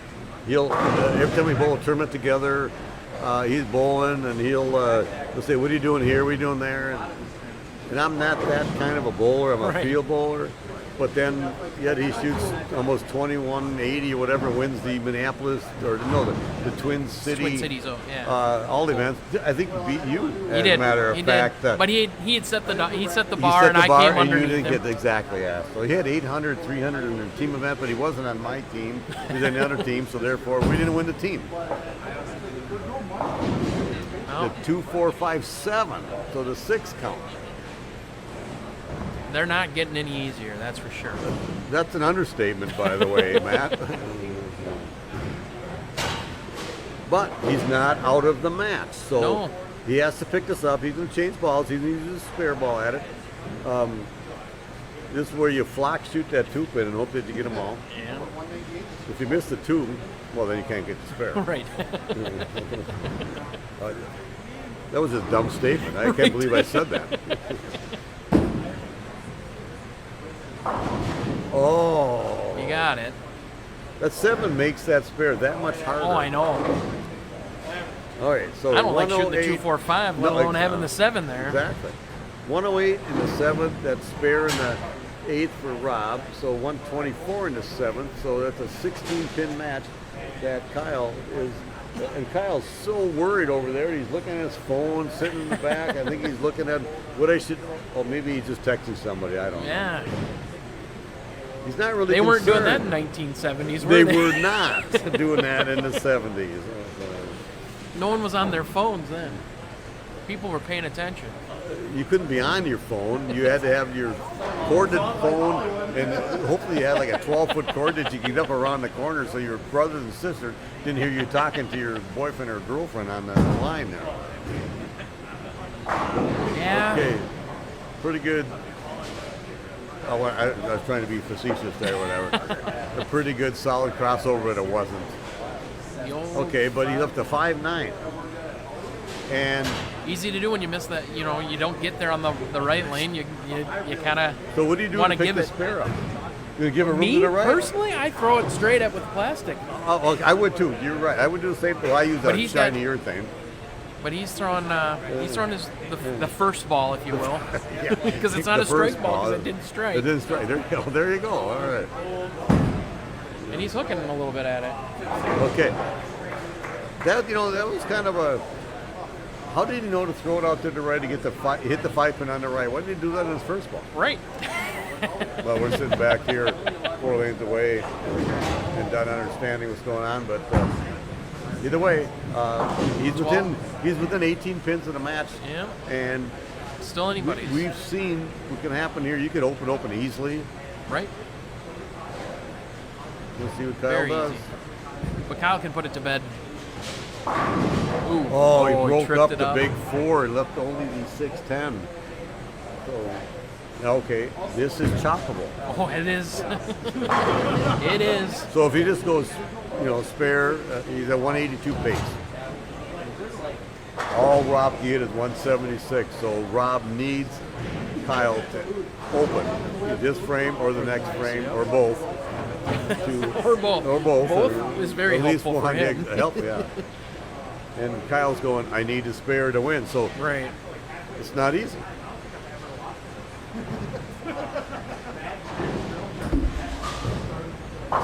That's what you just talked about, didn't you? It is so is easy that the broadcaster to do that. jinx there? Yeah, Is the 610 chop is the Corby now. That's what it is. As we're doing the live stream, the Corby is the 610 chop. All right. It I think we happened can make it stick. It happened all last weekend at the CBA up at Super Bowl. It has happened here. So, interesting, he did throw resin at that spare. If he Okay, I throws didn't see plastic that. at it, do you think it fades to the point where he picks it up? Or he misses Or- the 6. right. In his mind, he might have. Maybe. I'm not sure what he normally does on his spares. But maybe he thought that. Maybe if I spare plastic, it's goodbye. That was a great shot. Punch out. And So this right here just shuts out Rob. So he's going, I didn't need that spare. Anyway, spares are for chumps, people have said. One person, Chris Harrison, for those of you who know me from years ago in the 80s and 90s, Chris Harrison was the first cranker we had around here. And he always said spares were for chumps. He's got 5 CBA titles. He hooked the ball more than anybody way back then with the old black hammer. He would stand left, throw it right, hook back. Now everybody does that, but Right. he was one of the first guys that did it with a urethane ball. Oh, caves in the 2, 4, 7, 8, 10 or something like that. yeah, anything over there. Anything and everything came. So, well, he needs 5. What do you do if you need 5? What would you do, Matt? In this situation, because if I threw plastic at the head pin for 5, You I might don't get 4. I'd get 4. So I would probably throw my normal shot. 'Cause I wouldn't do that. Well, why didn't he do that in the first one when he needed it? So. All right, so that was. I would have liked to have You seen had what predicted Rob. Rob winning it. I know. There, and there he goes. I would like to see what Rob would have done if needed to strike. Anyway, Jason's back in the booth. Well, I'd just like to interject that I'm really proud of Kyle throwing it very hard and firm at the middle. On the couple that he needed. Yep. To get what was necessary. He You needed know, I mean, 5. You bet. To just, there was going to be no doubt. I mean, his Exactly. first shot wasn't very good, got spared. But he made sure he got everything he needed on the last one. So, as we winding down this, 181 for Kyle. Rob could have 163 with spare strike. So, Kyle is moving on to bowl Zach Mitchell. And I think they're coming right They're here. coming right here, front and center. Our featured pair, 11 and 12, for the first game, which needs to be, Kyle needs to beat Zach twice, because this is a double elimination tournament. Good tournament by Rob. So he was second last year, third this year. Well, he's gonna be fourth next year. What is he going? What the? Come on, Rob, you got to step up your game. The people who are second one year usually win the next year. Right, Well, and not that's what quite, you though. and that's what you said. You thought you had them pegged to I had win. it pegged to whatever.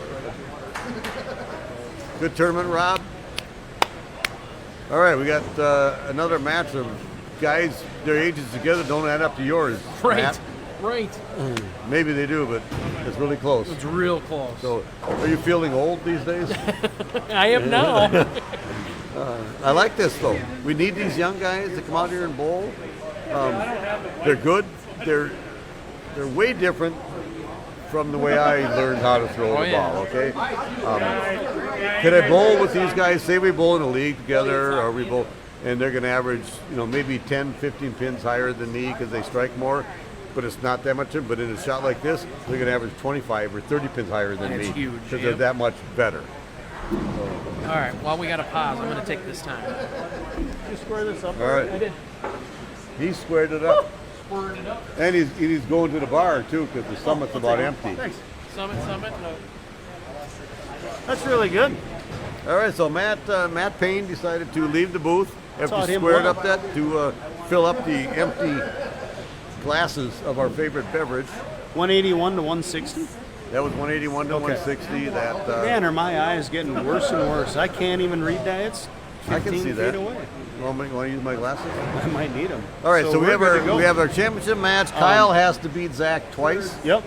So this is the first match of the two. Yep. And who starts? Zach was on the left. So Zach starts the match Zach because will he's start. 11 and You bet. and bowl good guys. And if we have another match, we'll be over on 13 and 14. 14 for the next and Kyle will start the match. then. Correct. Yep. In case of a tie, we have a 9th and 10th frame roll off. Yep. So this is it, guys. We have two young guys. Yeah. New, no matter what. No matter new what, a new Minnesota Masters champion Exactly. this year. Yeah. Kyle Stram has won a Minneapolis Masters. He did? He did about 3-4 years ago. Correct. Zach Mitchell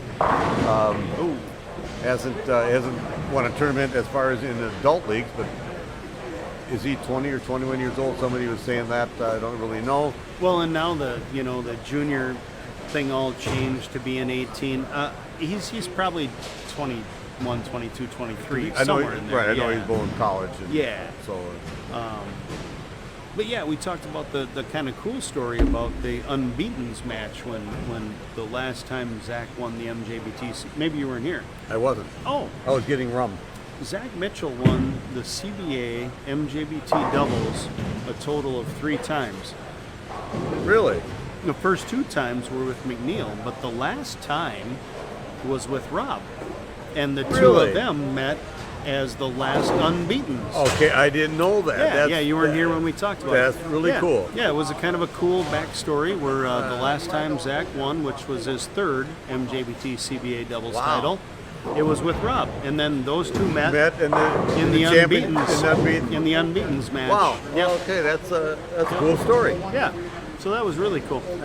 Matt actually said that's some really Corbett-like information when I said it. Really? I said I'm learning. Yeah, I'm I'm a learning. trivia guy and stuff like that. I'm learning. This is why we joke about this. So we get our CBA year-end banquet after our doubles tournament, and Jason says stuff, and I just elaborate on things. You're the elaborator. I'm the elaborator because I got all this info for being around this tournament organization since 1984 that I've just kind of gathered, and for some reason a lot of stuff sticks in my head. And then certain things come out at certain times or whatever, and sometimes I remember it right away, sometimes it takes me a week, but that's funny that you would say Yeah, that is yep. Corbett information. I Yeah, like it. that's really good Corbett information, he said. That's funny. And it makes sense to me.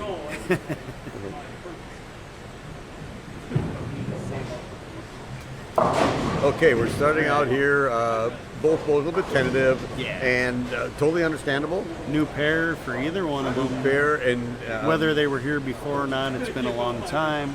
and this is for the title. Yeah. And so Zach Mitchell's going, okay, well, it's a funny way of looking at it. You can look at it 2 ways, but if you're the leader, you've got to beat me twice. So do you let your guard down and we talked about Dan Bach earlier, that Dan Bach is not letting his guard down. He's going to just beat you right away. Yeah. He's not going to do that. And Amy Ullman commented that Dan Bach would strike out in an attempt to beat his grandmother by 30 pins just to show that he's that much better. Yeah. Okay, and he would do it nicely. Yeah. Not in your face, slapping it off, whatever, No. but he had that mentality. No, he would. That he got to that he's going to beat you. So these two guys, they're both young. They're both really good bowlers. Maybe they don't have that drive or that mentality to like. I don't. Whatever it takes. I'm going to do it nicely, but I'm up there. I'm going to do Whatever all I it can do. takes. Exactly. I would honestly think that Dan wouldn't let his mom, grandma, great grandma win a game of cribbage ever. Exactly. Yeah. No, Dan's one of the fiercest competitors I've ever Oh, met. absolutely. And he will never stop kicking and scratching and fighting till it's over. Till it's over. Exactly. Yeah. So he's Which found is out, why he has the number of titles. right. that he And does, he's a CBA right? Hall of Famer, and he's An won all kinds of stuff. Eagle. What do you call it? The high roller title? You or bet. whatever. We just found out that Zach is 23 years old. 23. So He's old. He's old compared to Zach Andreessen. I take it all back. I thought he was young for a Yeah, minute. exactly. Yeah. Yeah, so he's fresh out of So college by a couple of years, you know. And I hate to say it, but I got a grandson that's almost his age. Triple his age is almost mine. that's Set him. it short, Yeah. but not short enough. No. Ooh, he almost had the ninth and come back into the 3-pin to strike. That's a really good break for a 9 count there. Okay, so That could have been a big 4, pretty simple.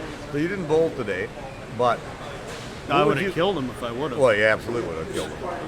What would you do to pick the spare up? Well, Being that the hook's I'm early, a- we set it down short. If you get it out, again, I'm a firm plastic, go straight at shiny. it, right? Yeah, I mean, I'm a spare ball person, Yeah. so. Yeah, I He don't- didn't. No. I would have Got taken it. my spare ball to the right and just thrown it up 10 because it wasn't going to hook, and I would have done that. But that's why I'm back here talking instead of out there bowling. But I can tell it's safe to say this. I didn't. I don't miss any think that's the 3-pins. reason. No, No, I think they just weren't set up for you today. No. That's all. they're never set up for me. I learned a lot today. We Learned talked that about I- that. That's all that's important, right? Yeah, you right. took something away I from it. took some away from it. You I know learned how to attack move it up on your differently. approach, slow Yeah. down a little bit, Yeah. try to grind the ball through the heads. Yeah. And I don't really care. I shouldn't. I don't. Okay, let me rephrase that. I care how I bowl. Another one set short. Yeah. And that's what I thought was going to happen on 12 when I saw it off his hand. Yeah. I care how I bowl, but I don't get upset that much more. I'm just happy that I'm out here bowling. I try hard. I can't beat all these young guys, stuff, whatever. Every once in a while I make a cut, I do something. But this is a great game for me, and you can do this game for like your whole life. And I keep talking about John Kissel, yeah. who was 88 years old when he bowled his last CBA or ACBA, which was his last one, yeah. So this is a great game. You can't beat this game. You can This do this and until golf. you're 100.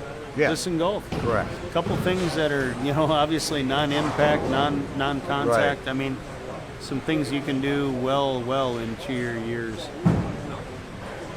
That was, I was going to say that almost looked short, but like he missed it at the bottom. So He did miss he it. set He it did. in and short, but kind of spun it. It's really weird. And we saw a ton of these. We talked about that And earlier. if you So don't many miss it and set it washouts. there, you almost miss the 8-pin left. Yeah. So this, I'm not sure if the 8-pin would have mattered or 4-pin would have mattered or whatever, but this is a Right. lot. I'm curious to see how he's going to shoot at this because He's going to hook seen at people. No, he's Nope. going straight at it. Okay, so Matt Payne and I were talking about how to shoot the washout. And he does what I do, which I take a spare ball and try to throw it straight, hit the head to that level. Some people try to use their strike ball and cross over. In league, you can use your strike ball and cross over because you know there's a dry spot out there, whatever. You could use your strike ball and throw at that washout and put it in between the 110 because it's not going to hook. Easily. Or you hook back. Yeah, so the spare ball is the way to go. I would say yes, for sure. Get there. There you go. Didn't think that might finish enough. I thought that was a dead 10, but that was a good shot. That'd be a dead 10 for me, if not the 8 Easily standing. So for here's what we me. got. So we got Zach Mitchell who went open, double, or open, strike, open for 64 in the fourth. Kyle Stram went spare, open for 63 in the fourth. So we have a 1-pin match here in the fifth frame. And then Zach has the strike in the fifth for a kicker, let's say. You always want that strike up. Yep, that looked kicker. really good. You know, it was so soft up. I was commenting earlier, and Jason, you and I have talked about Scott Endersby. Yeah, for sure. And he reminds me Pretty of similar. Scott, but not as high of a backswing, and maybe not as much on the ball. I'm not, you know. Yeah. All I think right. a little more potential for the what we just saw. That's a really good spare on Kyle's that. younger, and so let's call it the youth adrenaline, but the ability to just kind of gas it through the front part of the lane a little bit too much, where Scott has learned how to soften that release a There you little go. more to get it to pick up mid lane, and Kyle still has that tendency, let's say, to kind of just juice it a little, kind of push it through the break point a titch, but. Yeah, I mean, similar games for sure. I mean, he gets a high backswing and drops it free and whaps it at the bottom pretty good. And free. that has to just be experience. Yeah, for Yeah. sure. That's knowledge. Right. Yeah. That's another case of it right there. In a little bit, Yeah. but he also kind of juiced it. So we have Kayla, not Kyle. We have Kayla Kyle. Pashina watching. Did you know that Kayla Pashina is Kyle Stram's sister? I heard a rumor. Yeah. Okay, I knew. Yeah. I knew. Or is Kyle Stram Kayla Pashina's brother? Well, so far, Kayla's probably proved herself more. So, just like we call David Kayla's husband, we'll call Kyle Kayla's brother. Yeah. All right. Yeah. I got it. I understand.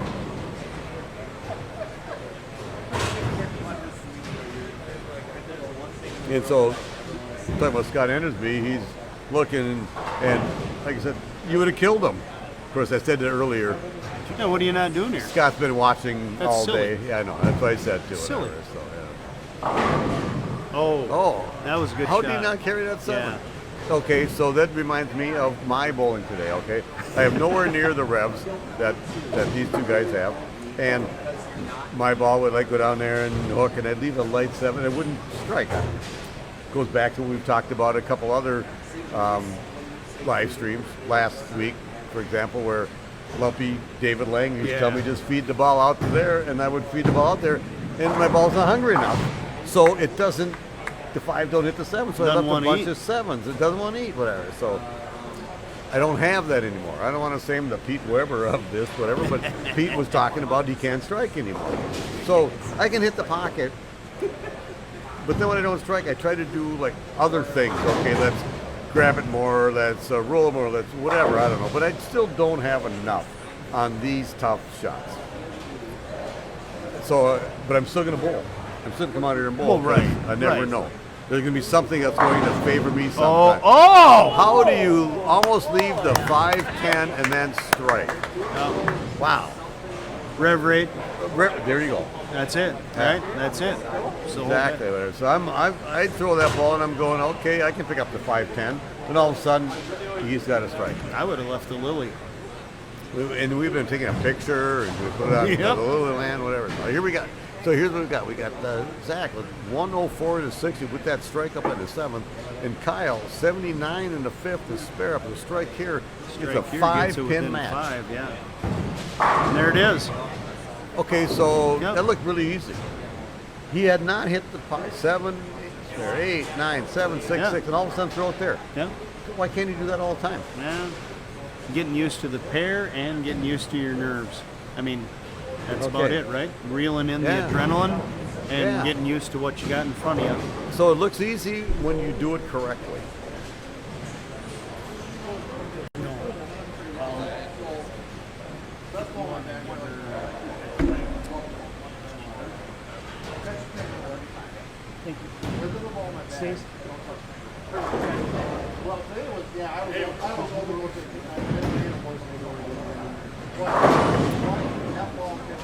So those last two shots by Kyle, the one he shot on the right lane was absolutely perfect. Speed control, we talked about that earlier today. We might not have talked about it on the live stream here, but I was discussing that with all the bowlers today. Speed control was very key. So did he either threw that one on the right lane and he got it rolling really nice. Oh boy. And then he threw the one in the left lane too hard, and he did the same thing. What you're guarding against there is he didn't use a spare ball. He used the same strike ball. If you set it short, it's gonna hook by the head pin. Yeah. So And you push it like that, and it's that's a case of past it. maybe that's a negative thought in your mind. Don't set it short. Yeah. So what you do is you let Push it long, Yeah, push it long, push it. whatever. So. Yep. Settle. Well, Okay, but he got the 5 and a Yeah. 7 out, and for like you throw your best shot, leave the dead 10, pick it up, and if he does that the rest of the game, he's going to win. with his rev rate, I thought that was going to finish just a little bit more. So where I saw it at the Yeah. break point, I was like, oh, it should settle a bit. But It still, did. like you said, yeah, it did. Yeah, it did settle a little bit. A 10-pin spare is not bad on Nope. this. So now we have our new rule where you just push the reset and throw a ball down Zach. there. Push the reset, throw a ball. Thank you.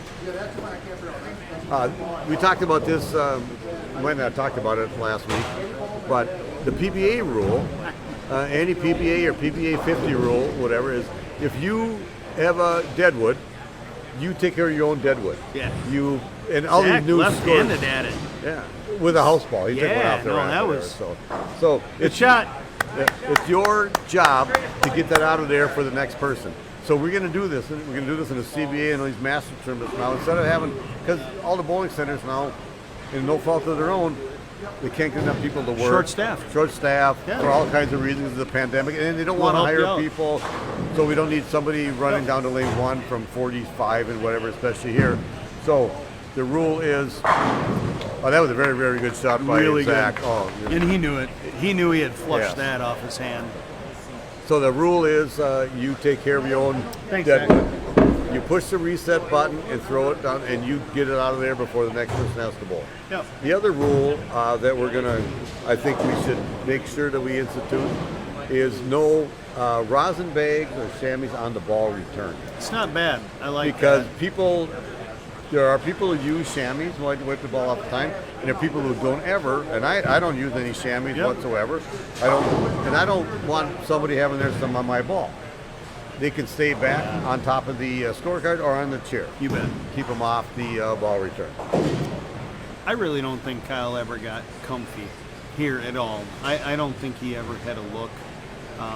When he got lined up to a strike, if he had just a titch more speed on it, it just did this. Well, we saw Right. a 2-8. But saying that, Yeah. if he picks this up and then doubles, he's forcing Zach to He do is. so. He is. You're right. I mean, it's still a match, but I feel bad for Yeah. Kyle a bit because he seemed really lost this whole Yes, game. Like he he did. just couldn't Right. find a good look, and the good looks were almost, I don't want to say luck, but like just like the We're solid, man, I knowing, finally split confident. the board correctly Right. and got the strike. Yeah, And okay, so but neither look comfy. No. So and it goes by really, really fast. If Yeah. you're out there bowling Yeah. and you don't have a good Heartbeat. look, yeah, heartbeat goes up there. Oh, okay. There, yeah. So that was his last chance to win right it was, there. So. yeah, yep. And he So- just pushed it right through He- the he spot did, again. yep. Yeah, so easy to do. So Zach Mitchell just needs to nine's a winner. 5 is a winner. Keep it on the Actually, lane. I Just mean, keep it on the lane. Yeah, Yeah. I mean, here we got, well, that spare made it different, 53. but yeah, So he needs 7 pins. yeah. Give him. Didn't need that many. It's Keep like, it on the lane. yeah. It's kind of about a So 5-6 Zach pin. Mitchell is going to be your 2021 Minnesota Masters champion.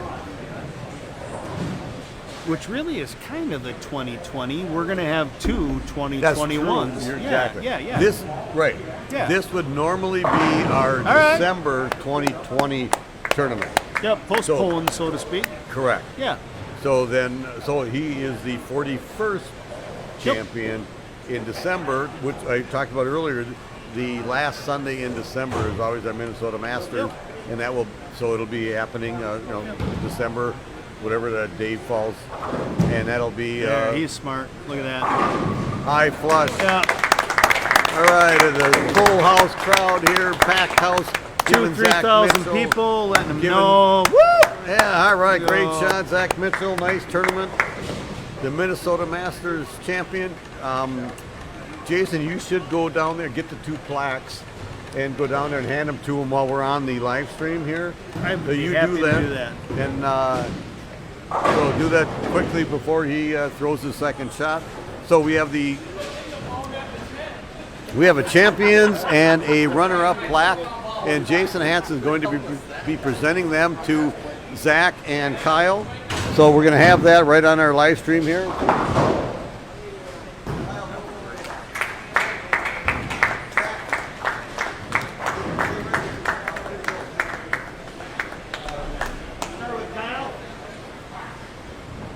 So Jason Hansen, who is our tournament director for the Minnesota Masters, is out on the approach. He is going to present the runner-up plaque to Kyle Stram. We'll get pictures in a second, whatever, but a great tournament, Kyle. And now to present the plaque to Jason Hansen, the championship plaque, winner of the 41st Minnesota Masters title, 23-year-old Zach Mitchell. Great tournament. Thank everybody for watching. Jason for running the tournament, and Stacy and Allie for doing all behind-the-scenes stuff, and everybody who helped us out in the booth. Jason, good tournament again. Thank you. We're going to take some pictures, so we need to have those. Yeah, May 22nd, CBA will be back. First event of the year. We'll be back to Bogarts, and that's a Saturday, so not a Sunday like our normal events are, but one-day event, Saturday, May 22nd. Bogarts, haven't been down to Apple Place for a long time, now renamed Bogarts. Hall of Fame bowler Al Loth and Scott Keckler. And we talked Yep. about Jeff Walther, the landman there, so we Yeah. can't wait to go there. May 22nd, like I said. Yep. Jason, great job again. Thanks, Tom. It's always fun. We'll see you next time. Awesome. Thanks, Okay. guys. All right. Let's take a picture. Zach, Perfect. we're going to take a picture now.